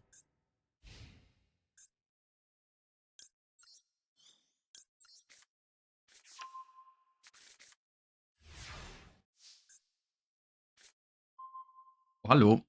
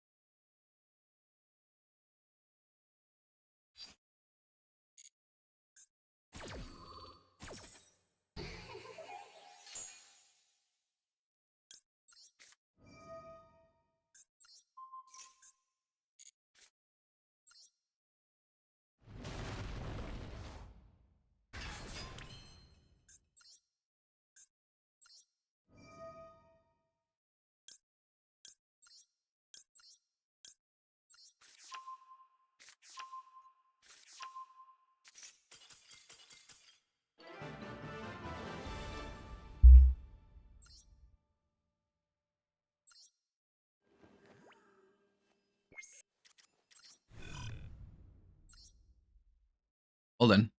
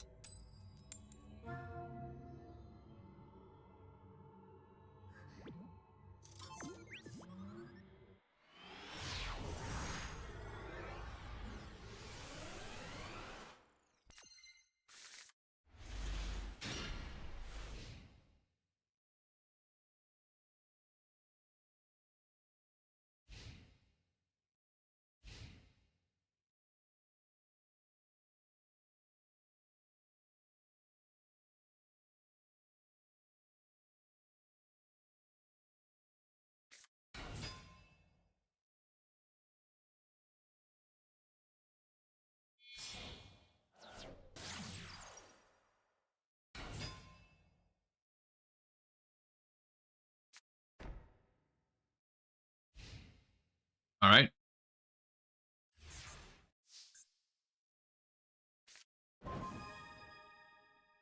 Always too late, man. Not that it matters this game, but well, stake, reveal this. Try to get Zhao Long one. The mirror match.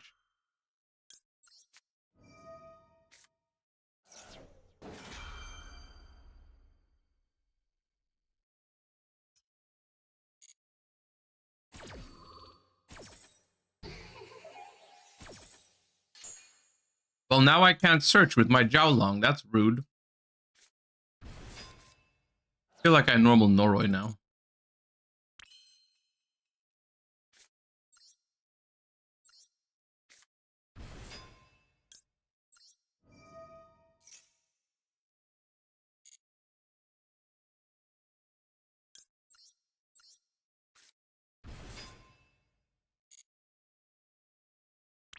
I can make Ripper to play around Droll, but then if Ripper gets impermed, that's a lot worse. I feel like it's fine if I get Drolled here. I could go into Izuna. Search Izuna first. And then if Droll happens, I still have game. And if I don't get rolled, then I can make Ripper, and then Ripper can still search Lantern.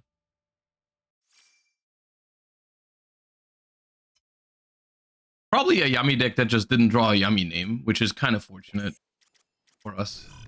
Not very likely to happen.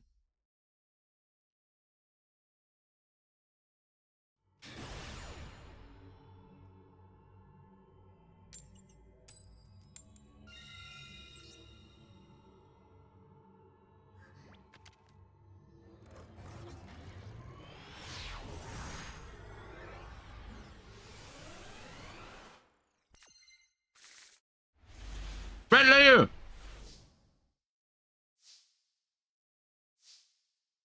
Do I even summon it? I don't think I do.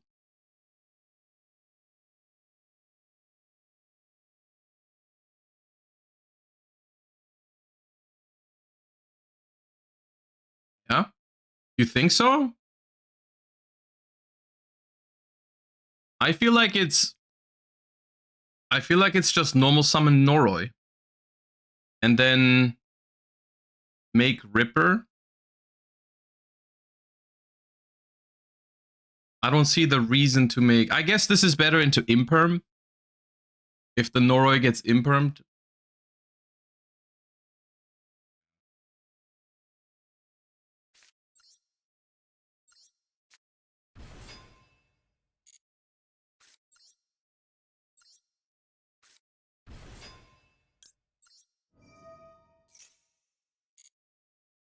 I guess it allows me to keep Jokul on the board. Wait, no, I don't want to keep Jokul on the board. I want to overlay it. I don't want to be locked into K9s. But I also don't want to search in case of... But it lets me keep Noroi so I can look at their hand, I guess.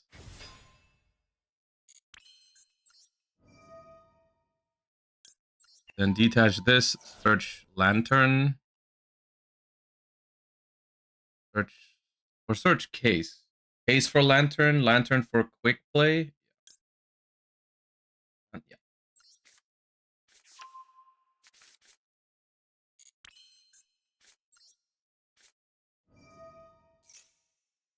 It's already done more than Fire Attacker? That's true.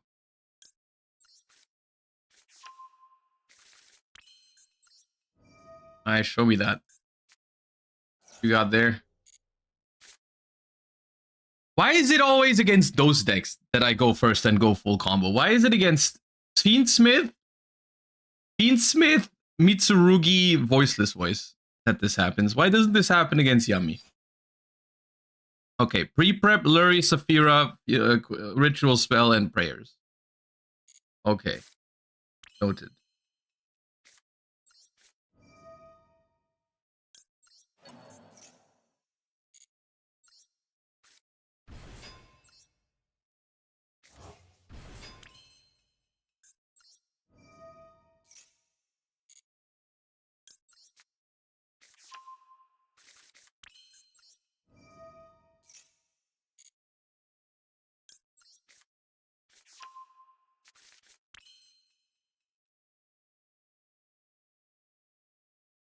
Take your soul for Raisin.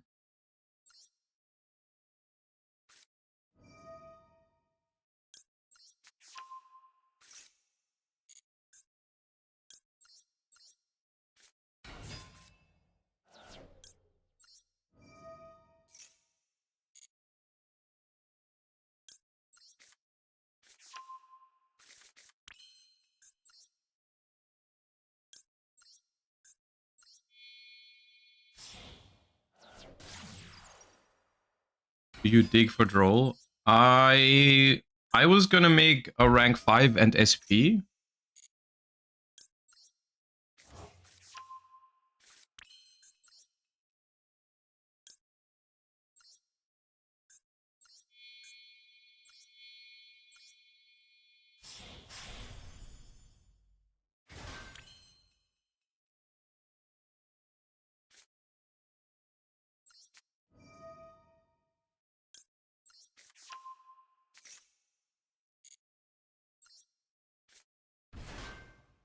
I have too many cards.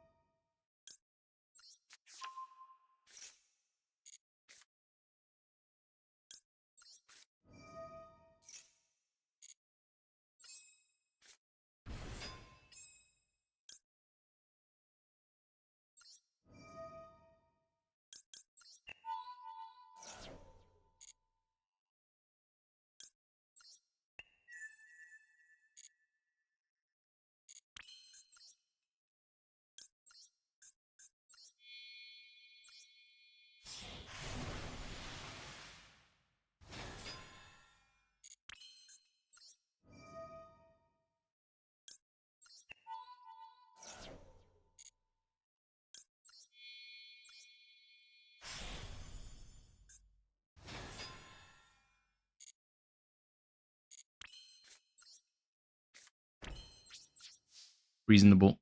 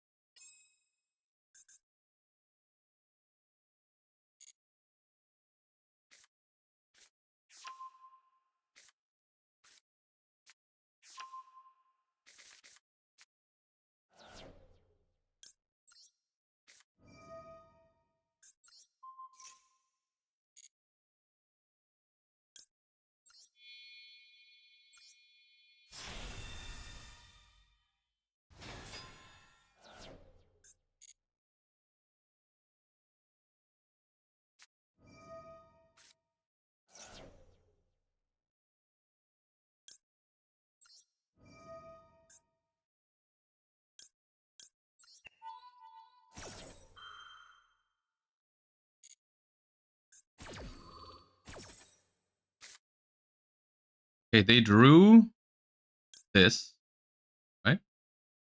What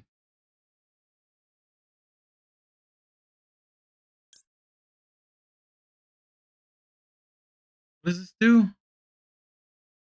Add a light ritual monster from your deck or grave to your.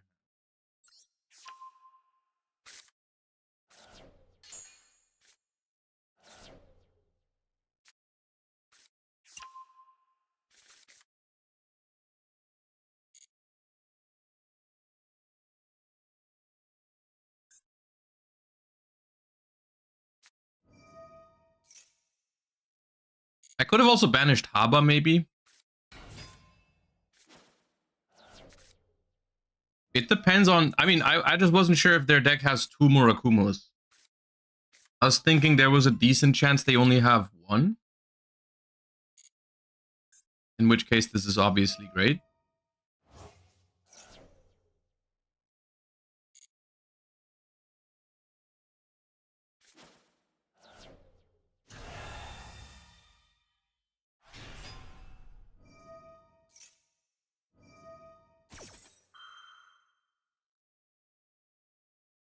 That's crazy technology.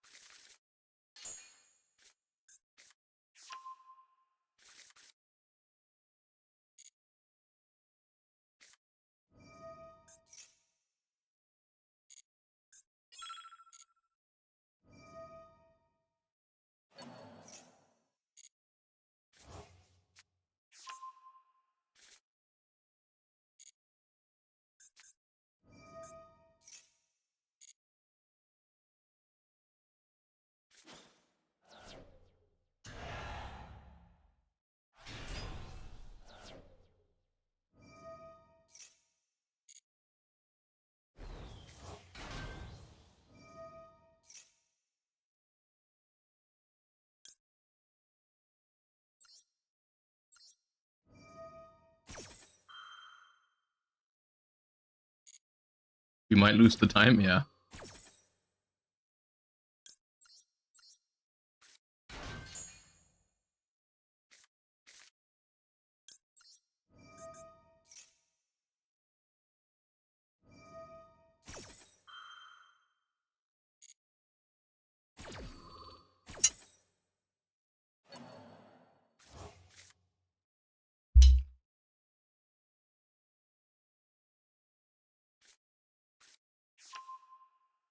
No fire in hat now? Damn, I wish Raisin had an effect.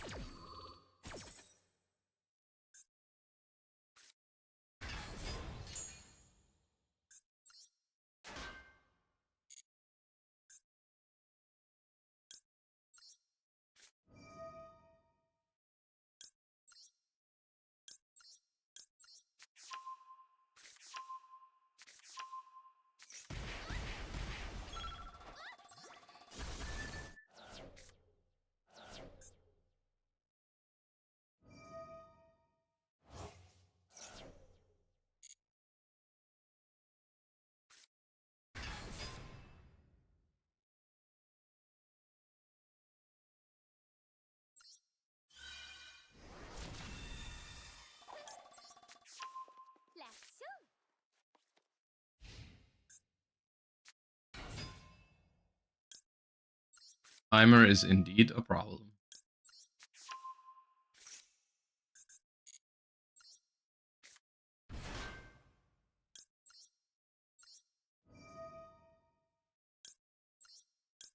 I could have done Izuna first, but I'm a little low on time. If they have an extender, this might be a problem. This first. This.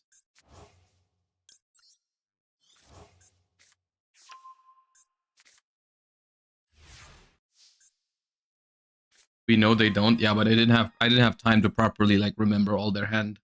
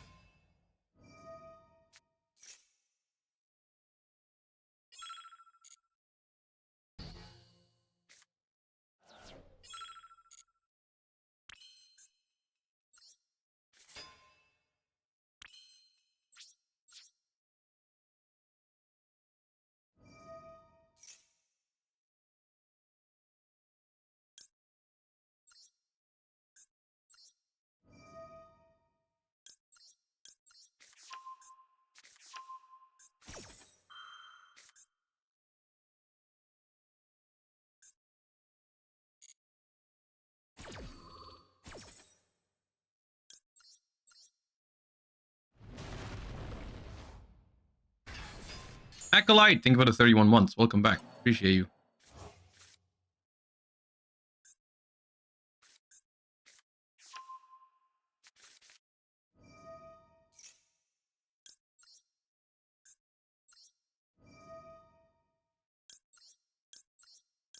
Is this game or what?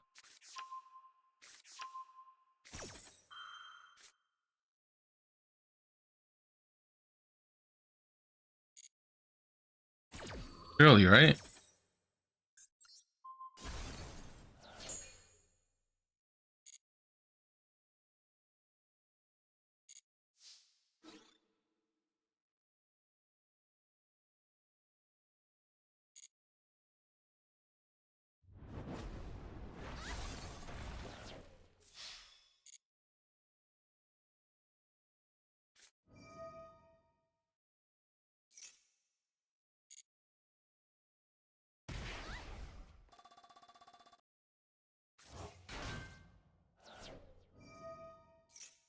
I guess they're hoping I time out. Which is fair enough. I was kind of close last turn.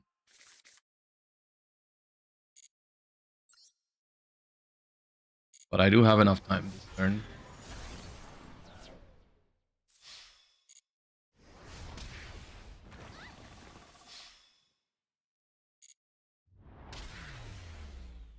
I'm not gonna lie, if they play two Murakumos, they have a chance that game.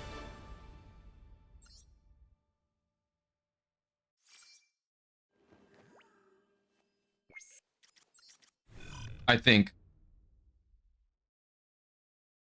It also looked like they played just Saji, no Aramasa, no Kusanagi, like just one Saji for Habakiri as a target. Which meant they couldn't get back the Murakumo as well. So if they had a bigger Mitsu package, it would have been more dangerous for sure.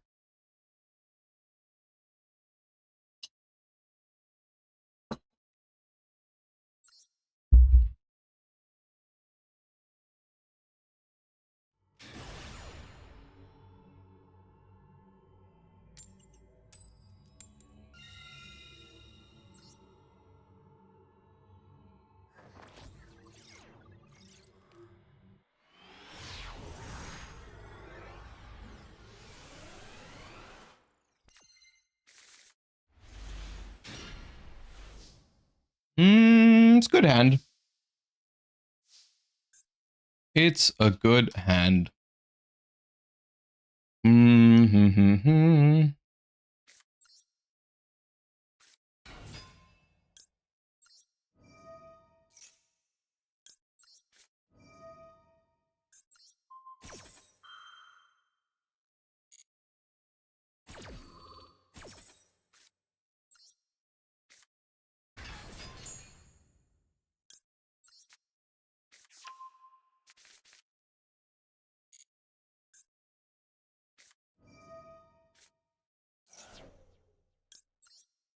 That's fine.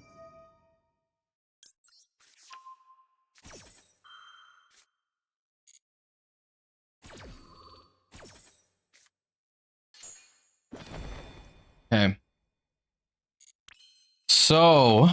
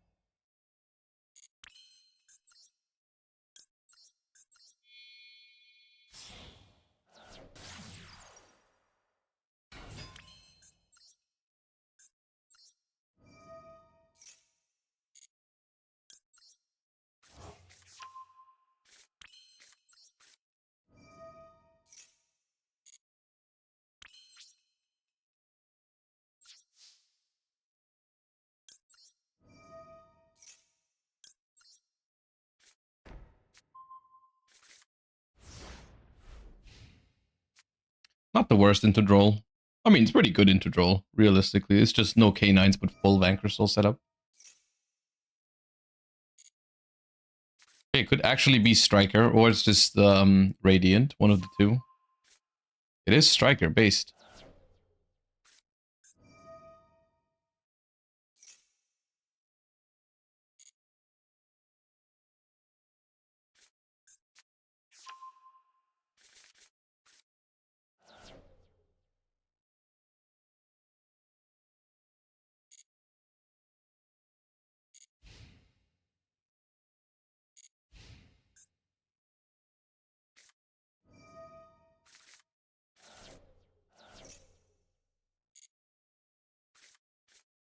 Damn, they got a good hand. Can Striker break this? Striker can definitely break this.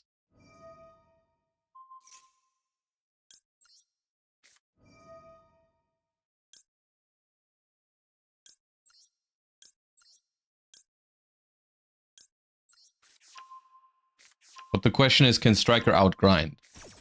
which will depend on their hand and their list as well, and what they're banishing off of desires here.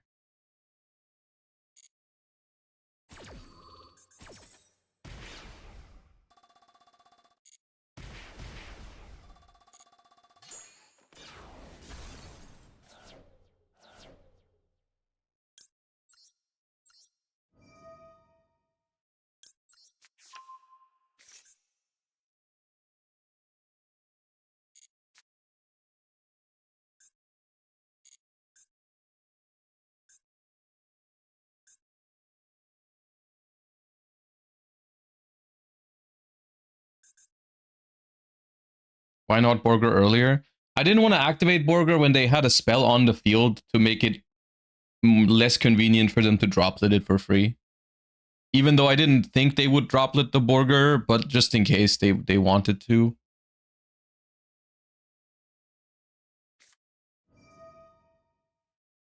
It does play into talents, but it's fine. Looking at hand here is irrelevant. I have the only attribute I only have one of is dark, but I can get dark back by using Caesar on Borger, so it's whatever. This talents would have been live at some point no matter what.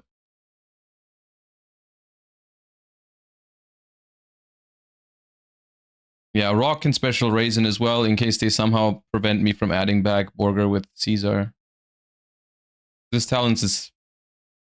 honestly, maybe it's even take Lupus away. But I'm not sure. How long?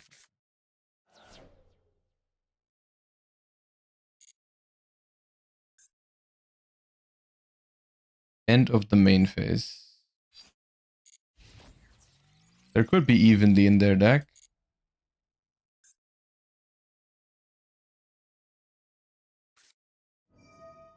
Oh, Widow Anchor.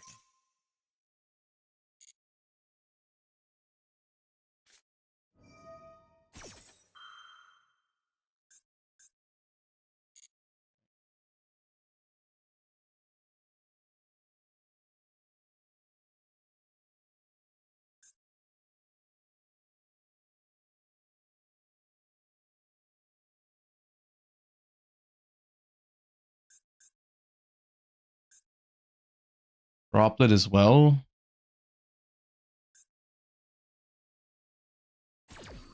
Not yet.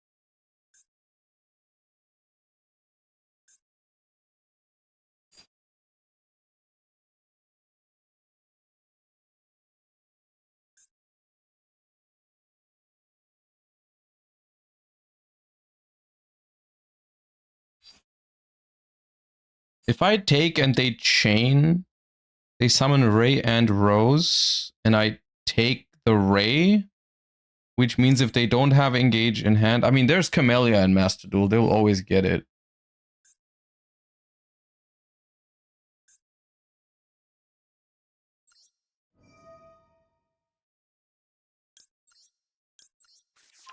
But it's still a lot less convenient for them. Too many spells for Camellia. Oh yeah, true. Oh, they do have dropped it anyways. Okay, in this case, it doesn't matter. Rose in hand, of course. Fine.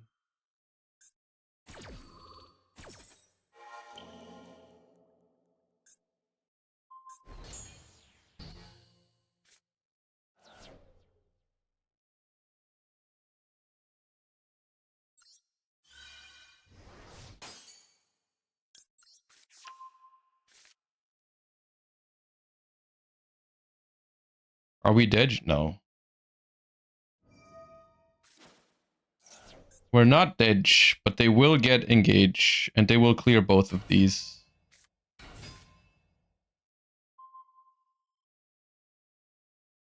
Oh, wait, no. Actually, why did they pop that? Oh, okay. Yeah, this was protected by the trap. They had to pop the rock in order to stop me from getting my summon in main phase 2. That would have been a very interesting game from that point on, because like what they had to do was destroy rock, Ray tag out into Hayate send engage. Main phase 2, make Kagari, add back engage. Then they have to link away their stuff a little bit, like Azalea or whatever with my Borger, pop my field spell, and then engage, and then we'll play from there. But I have a lot of follow-up. And because they didn't pop my rock, I could have still specialed Raisin in main phase 2 and still gotten the Caesar pop, which would have made it a lot worse for them.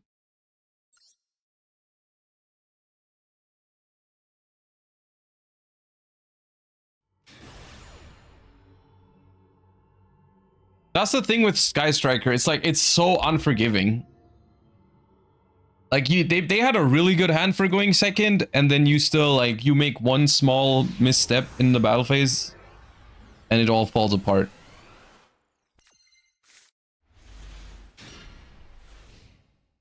Ooh, this hand is good. Oh, hell nah. Leave me alone.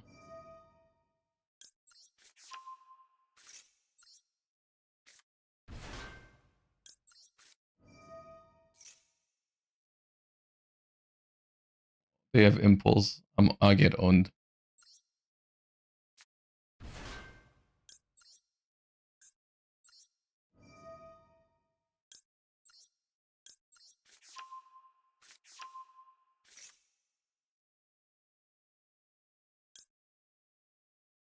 I can't take because I'm missing the dark.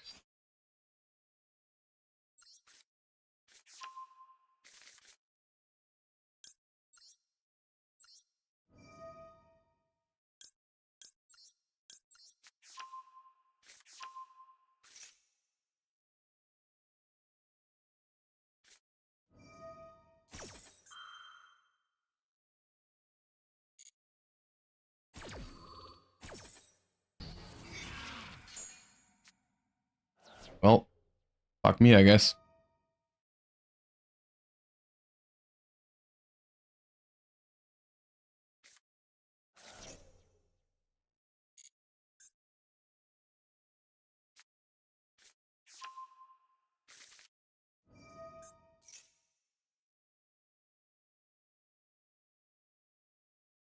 Is this Jover? It depends a little bit on what exactly they are doing with Mermail. Is the water statue still allowed in Master Duel?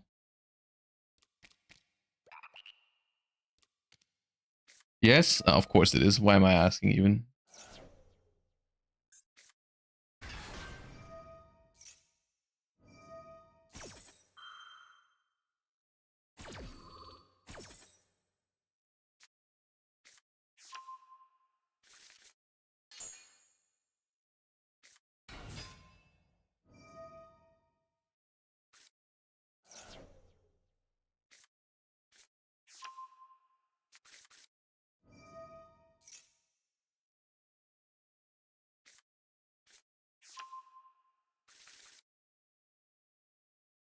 Is Atlantean still good?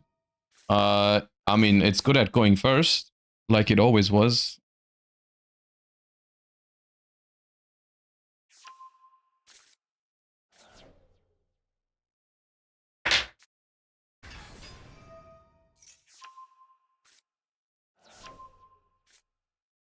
Yeah, I really wanted to keep Super Quantum Red Layer in hand.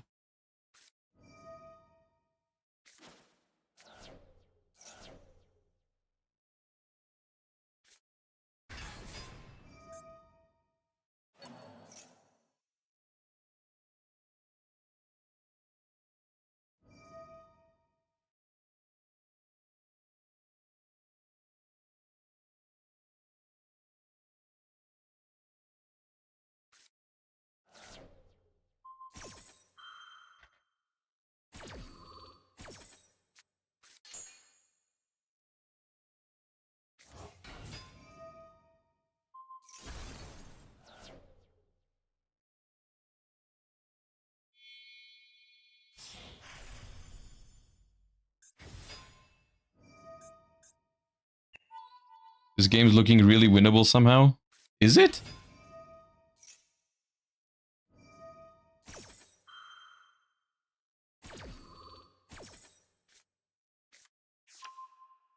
Ah, of course you play Virtue Stream.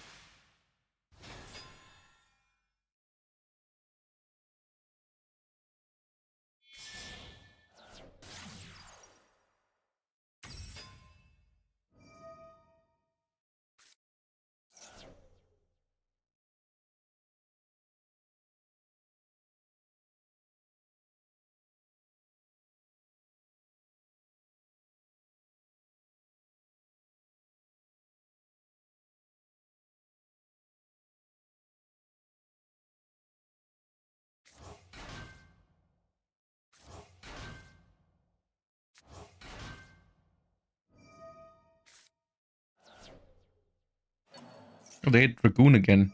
That awesome. And they played the equip spell. Yep.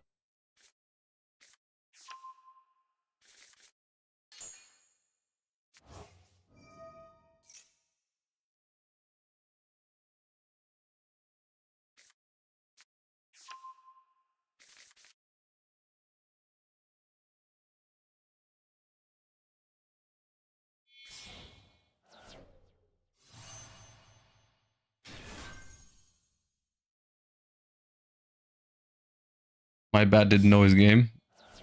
Yeah. Dude, they went on Google and typed what bad cards can I add to my Mermail deck to win more going first.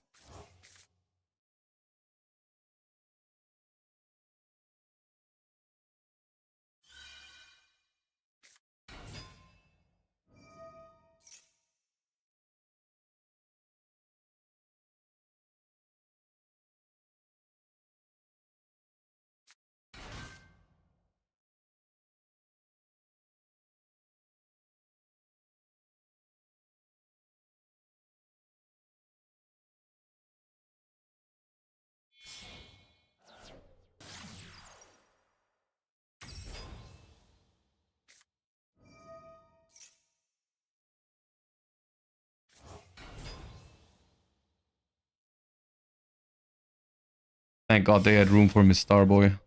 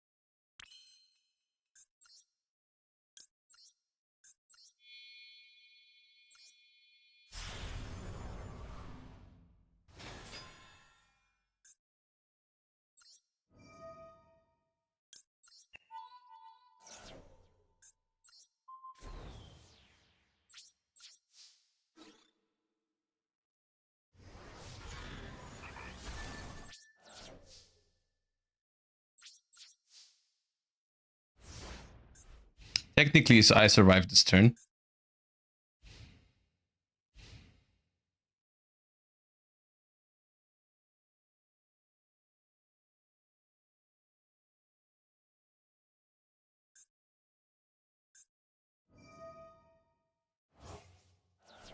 You attacked her, she can't attack next turn, right?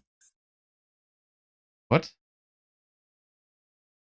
Oh, you mean leave the Gaios on the board? Sure. Yeah, maybe. I mean, they can always... Worst case, I guess they could link it off and make them a Starboy again. But yeah, maybe.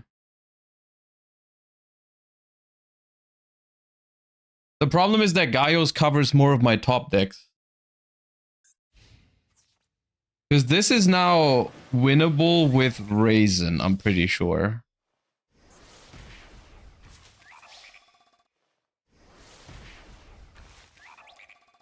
Not with Rhoda. No, Rhoda is gone anyways. Mad Love doesn't win either. I think it's just Raisin. That is not Raisin. They would rank up in XYZ. Yeah, because they have the... Right, they have the... they had this, right? So they can just recycle the big... Why would you discard Roland Lockbird? Are you out of your mind? Yeah, I mean...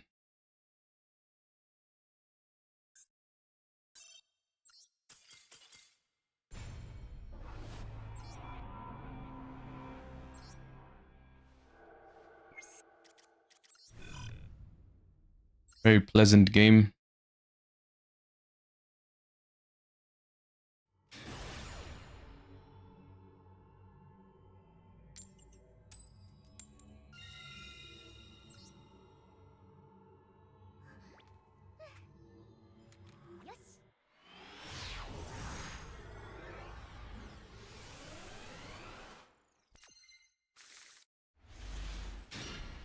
This hand would have been fine last game.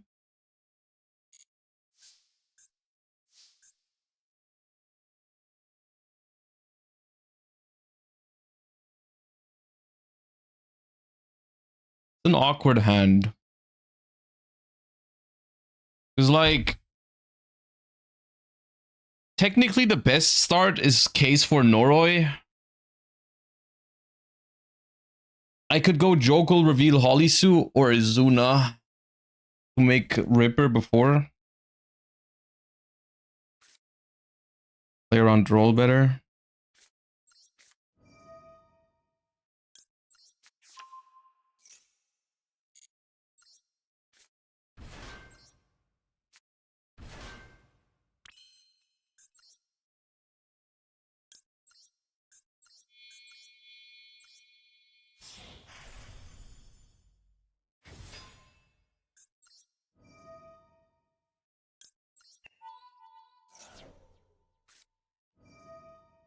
Okay, they have Imperm for Ripper anyways.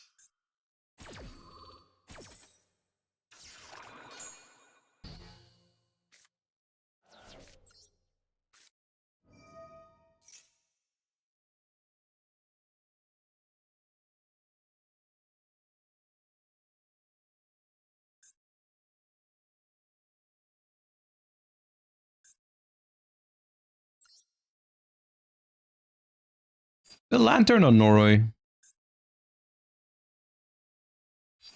Like it's Lantern first.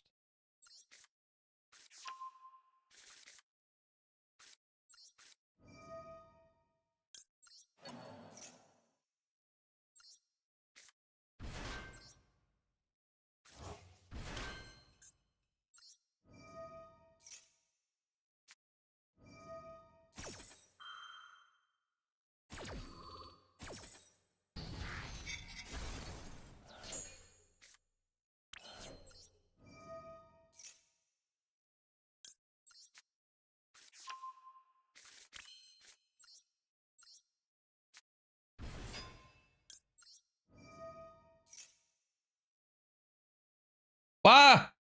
What else?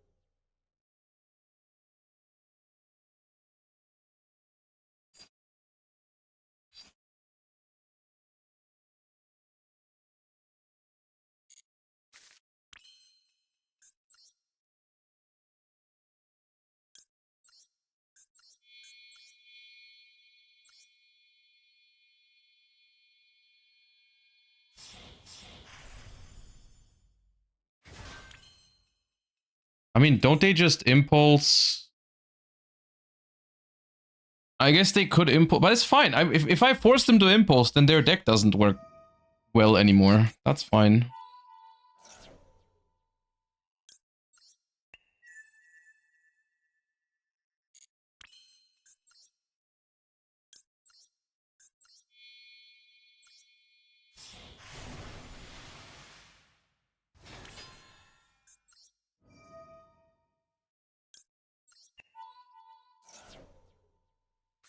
Yeah, they have to do this. Okay.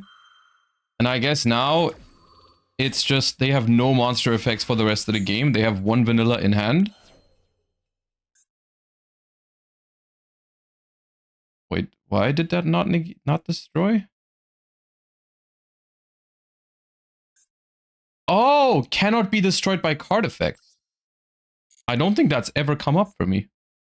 I didn't know that. I did not know it had that. Maybe it should have been in defense then. I mean, sure, okay. Well, not like I have plans with it for now, but it's good to have a body on the board, I guess. So they have Temple of the Kings and Labradorite Dragon. And a card off the top. Wait, wasn't the temple they had royal? I can't prove it. I can't prove it, but I feel like the temple they had was royal. Am I misremembering? Did they draw another temple?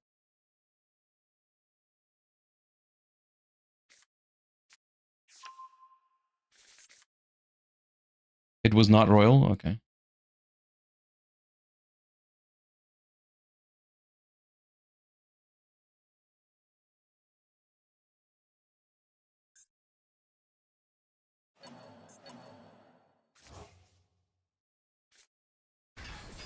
Dude, I might lose to this. Unironically, I might lose. To this one beat stick. What the hell is even that? Why did you make it weaker?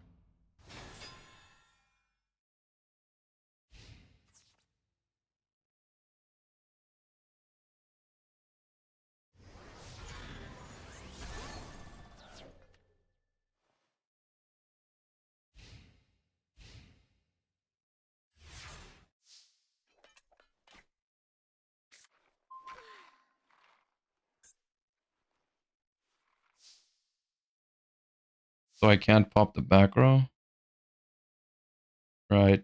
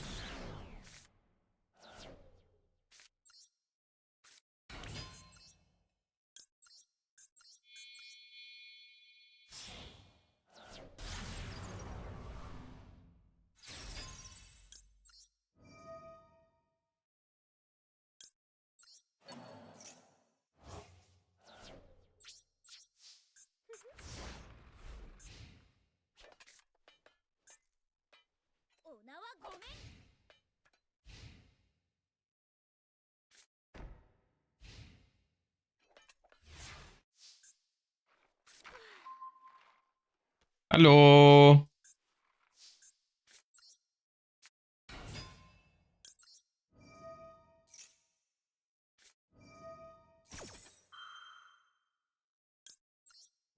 Alright, I'll save the Mad Love. I'll save the Mad Love. Because in the long run, it gives me back Polisu.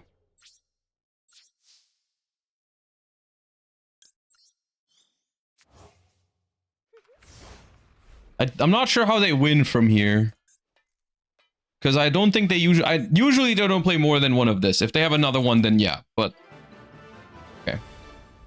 Man, that deck is miserable to play against, dude. Doesn't even feel good when you... I mean, it does feel good when you beat it, but the game isn't fun. Even when you win.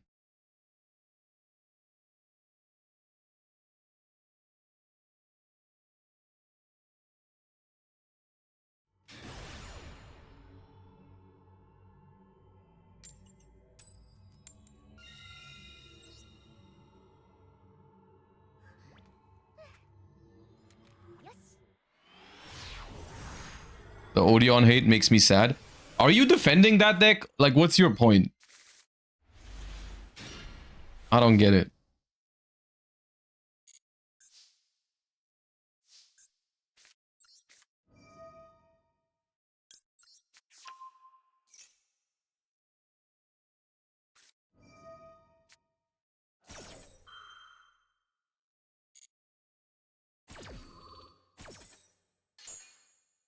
Not Primate Odeon. I like the real Odeon cards, though. Sure, fair enough, I guess.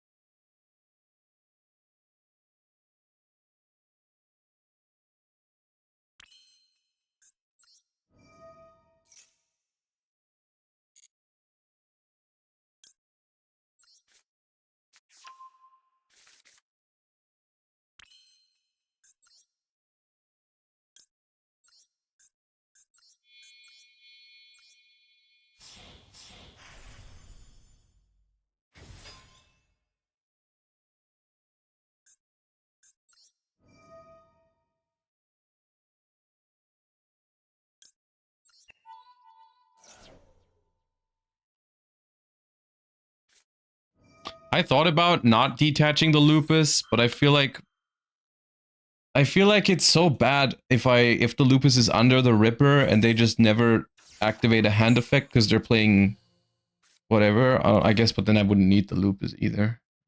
Maybe I should have kept it.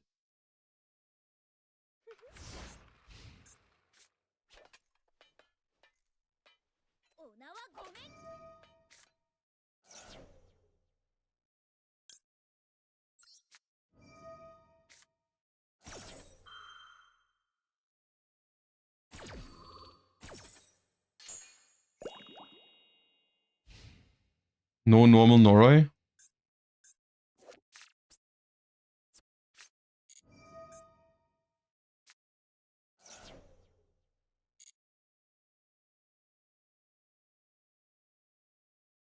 Alright, looks like it's Malice.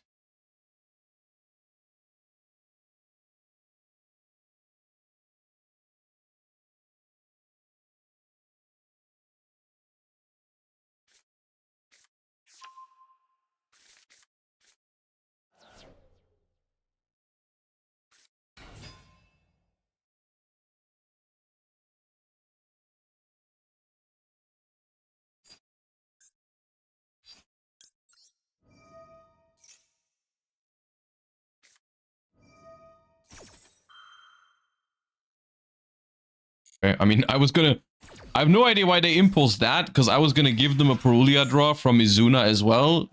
But, sure, I guess. Oh yeah, okay, of course. Yeah. Dormouse, Maxi, Imperm, Perulia, Reboot, Impulse. Yeah.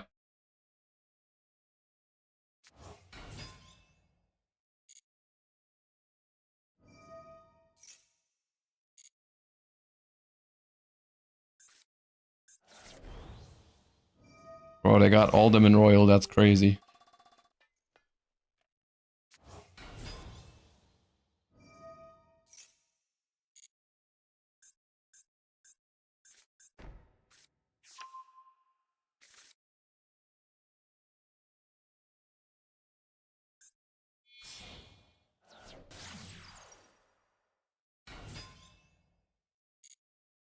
Well, I don't know. I don't know if they could go for a game against both Bystials. I mean, they'll draw cards off the Perulia.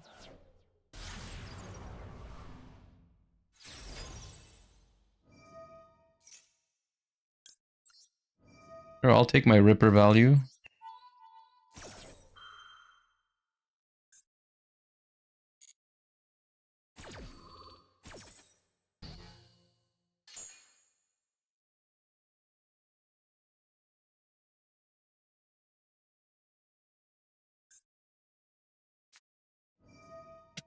Bro.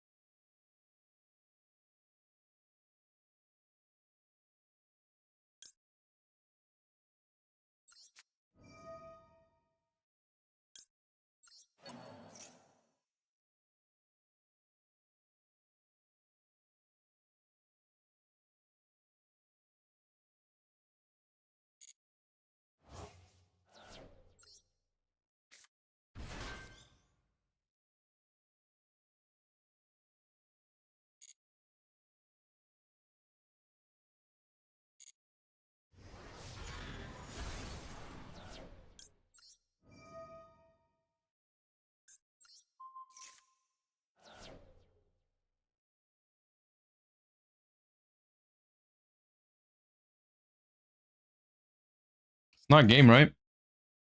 Even if they bring back the strongest one, which is White Rabbit, that's 18 plus 56. Would not be game.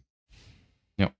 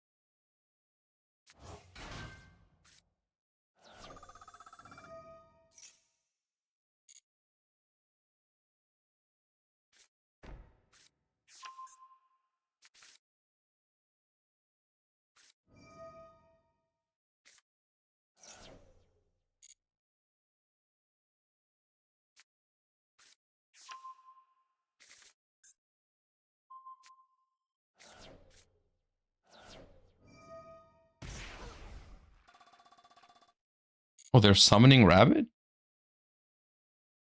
I guess they have March Share in hand. Anyways. So if I summon Madlove, that is just gonna make the Cryptor Banish way too good for them.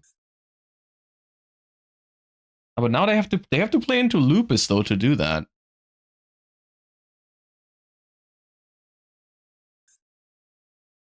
If they go March here.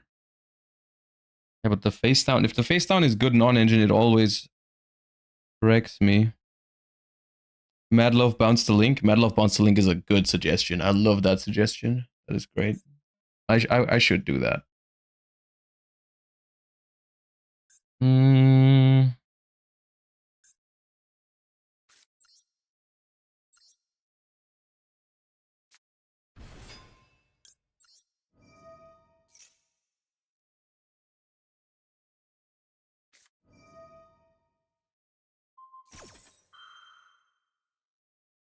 I did not expect them to play that card.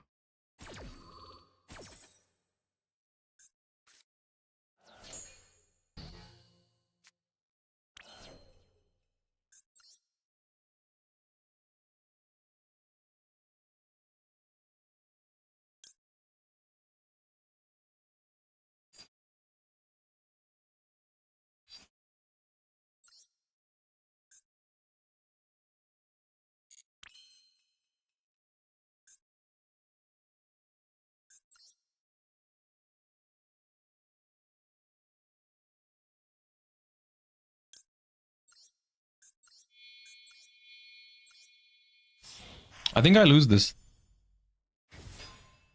I'm pretty sure I lose this.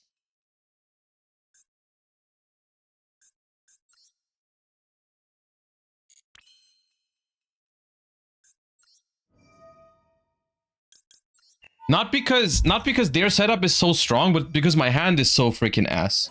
Like if I had a Holly Sue, a Holly Sue, anything, a raisin even instead of the Medlov. Well, my hand is just nothing.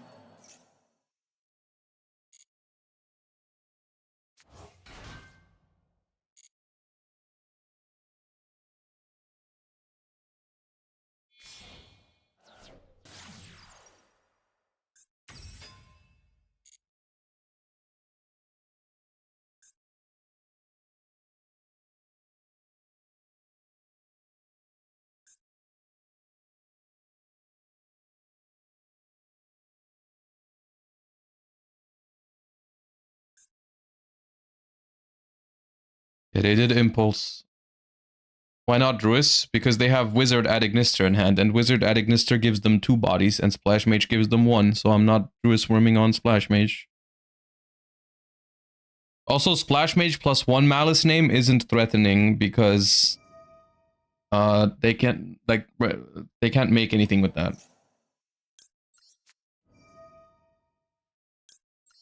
I think it's game. I think I win.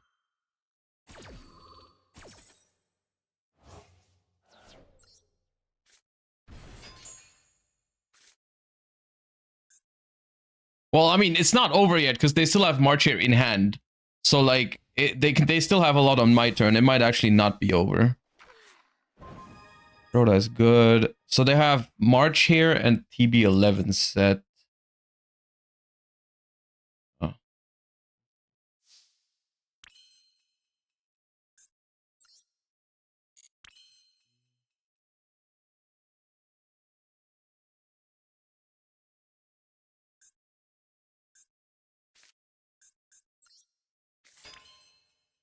$8,000. If I go battle phase, they let me go battle phase. They can use this. That doesn't do anything.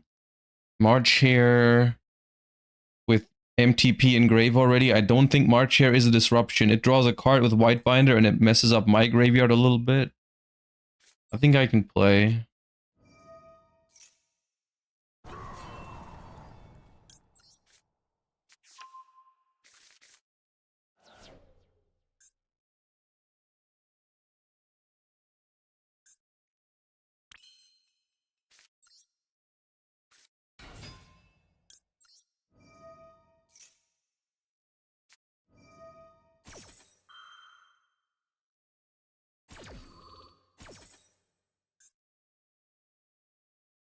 Fish Binder.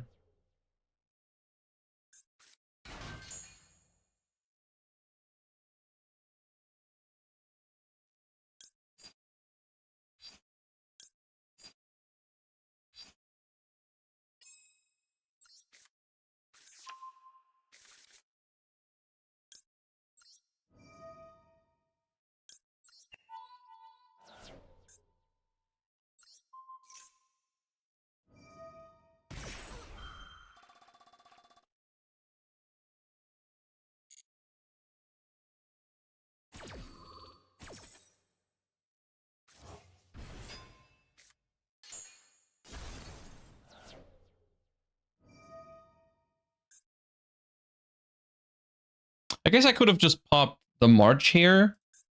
Because the Raisin could have popped the transcode for free anyways.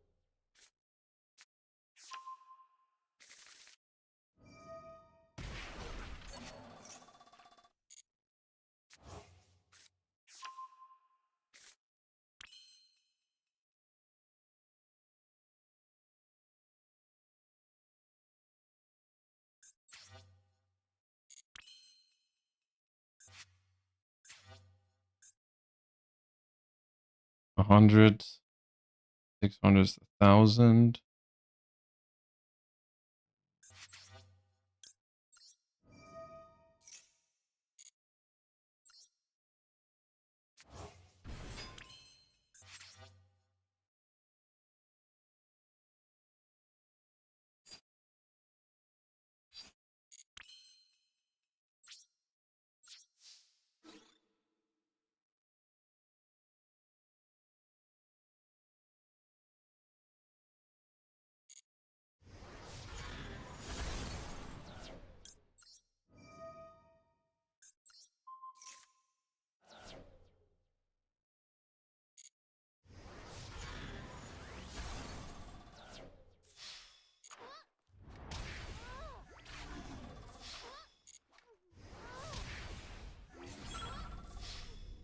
Oh,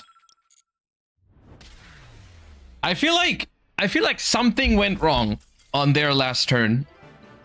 As a certified Malice gamer, of course, since I brought Malice to exactly 1 locals, I feel like last turn they had me somewhere. They had me before they made the transcode, I think.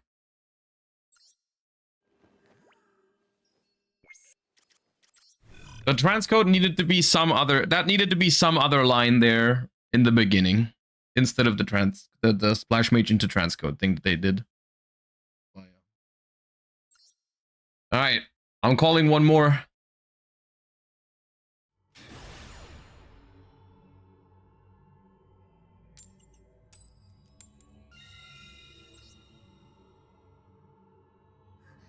Watch Malice win the Duelist Cup. I mean, if they keep drawing Chessy Cat, Dormouse, Maxi, Impulse, then they can, yeah.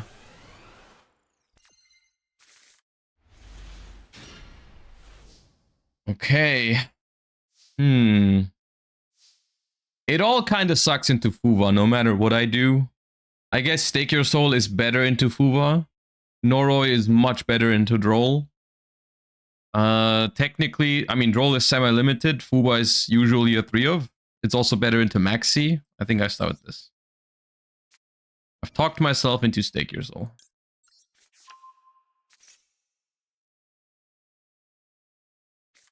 Oh. Awesome. Good stuff. 2 games in a row. Love that for me.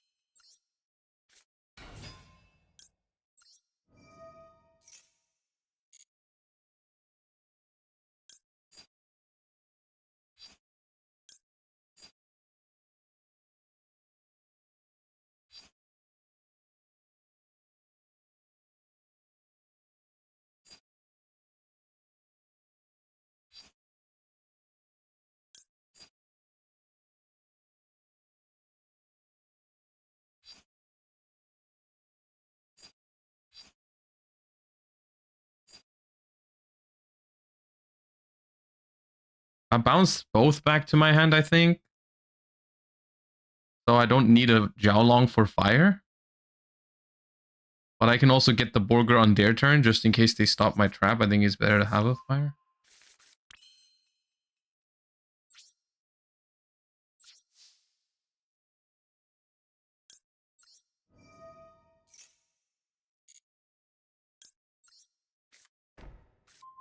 So if I use Madlov here, I will have to discard a card anyways.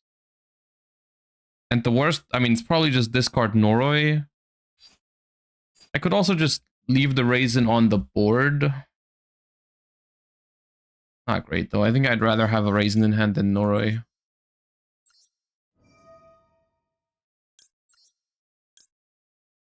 I could discard Lupus, but I don't want them to know I have it. That's gonna make their turn easier if they know.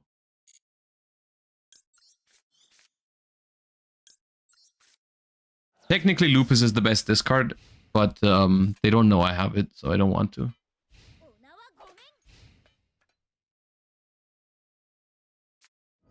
Oh, dude. What is happening now?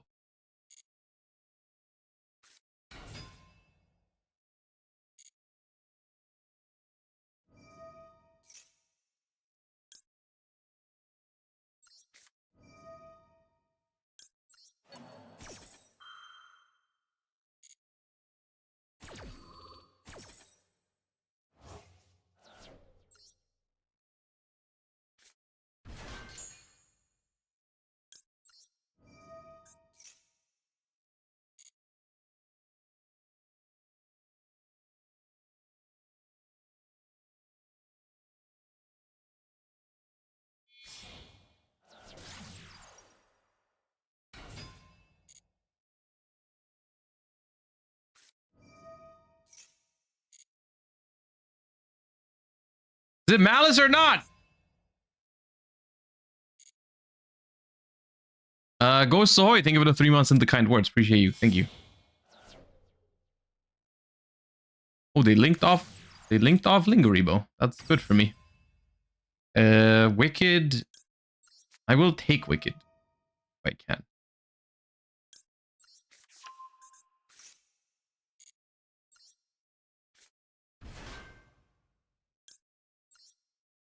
Give it.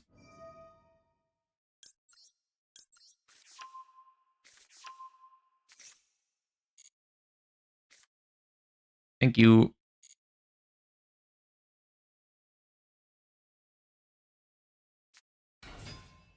Dude, what are these hands?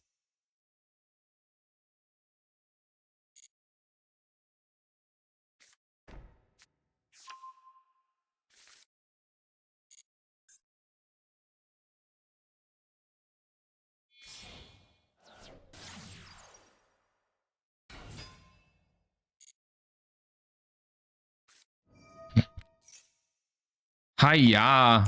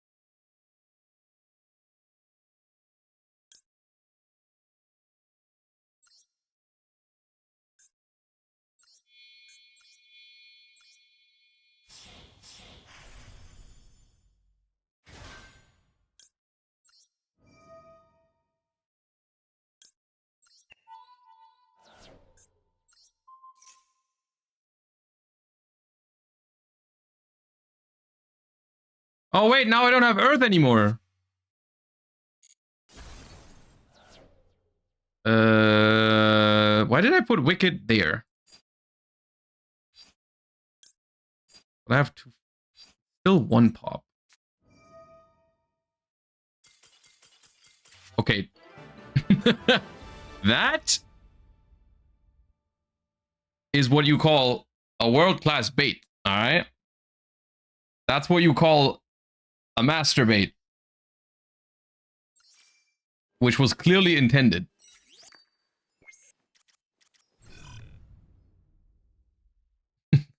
Okay. Well then.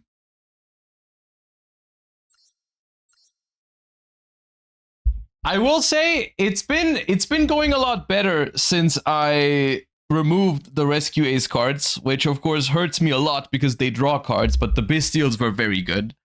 I don't know. I feel like if I play like I did today, then I'm not gonna do so well in the Duelist Cup. I didn't play super well today, but of course I'm gonna focus more on the weekend. Gonna need some more prep time, some more thinking time over what exactly I use. My first impression, or not my first impression, but my current impression is like Draco Tail is too weak. I think Vanquisol K9 and Mitsurugi are good options. I could see myself playing both of those a little bit, depending on like the format and what other people are playing. And I could also see myself queuing a little bit of Radiant Typhoon.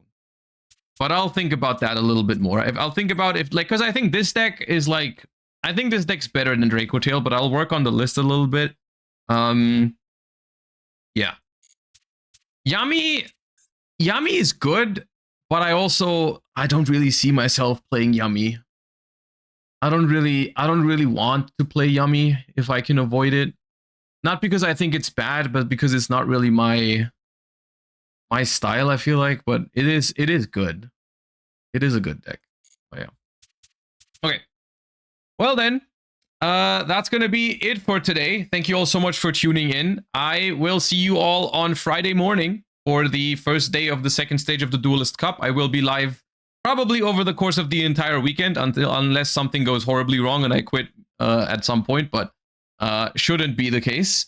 So we're gonna see each other on Friday for the Duelist Cup. Gonna just rest up the next 2 days so I can do as best as I can. Gonna find someone to raid real quick, and then I will see you all on Friday. I'll send you guys over to MBT. Thank you all so much for watching today. Thank you for all the follows, all the subs, and all that good stuff. Appreciate you all for the support. Hope you had a good time. Hope you have a wonderful rest of your week. And I hope to see you all here on the weekend for the Duelist Cup. Bye-bye, everybody. Peace.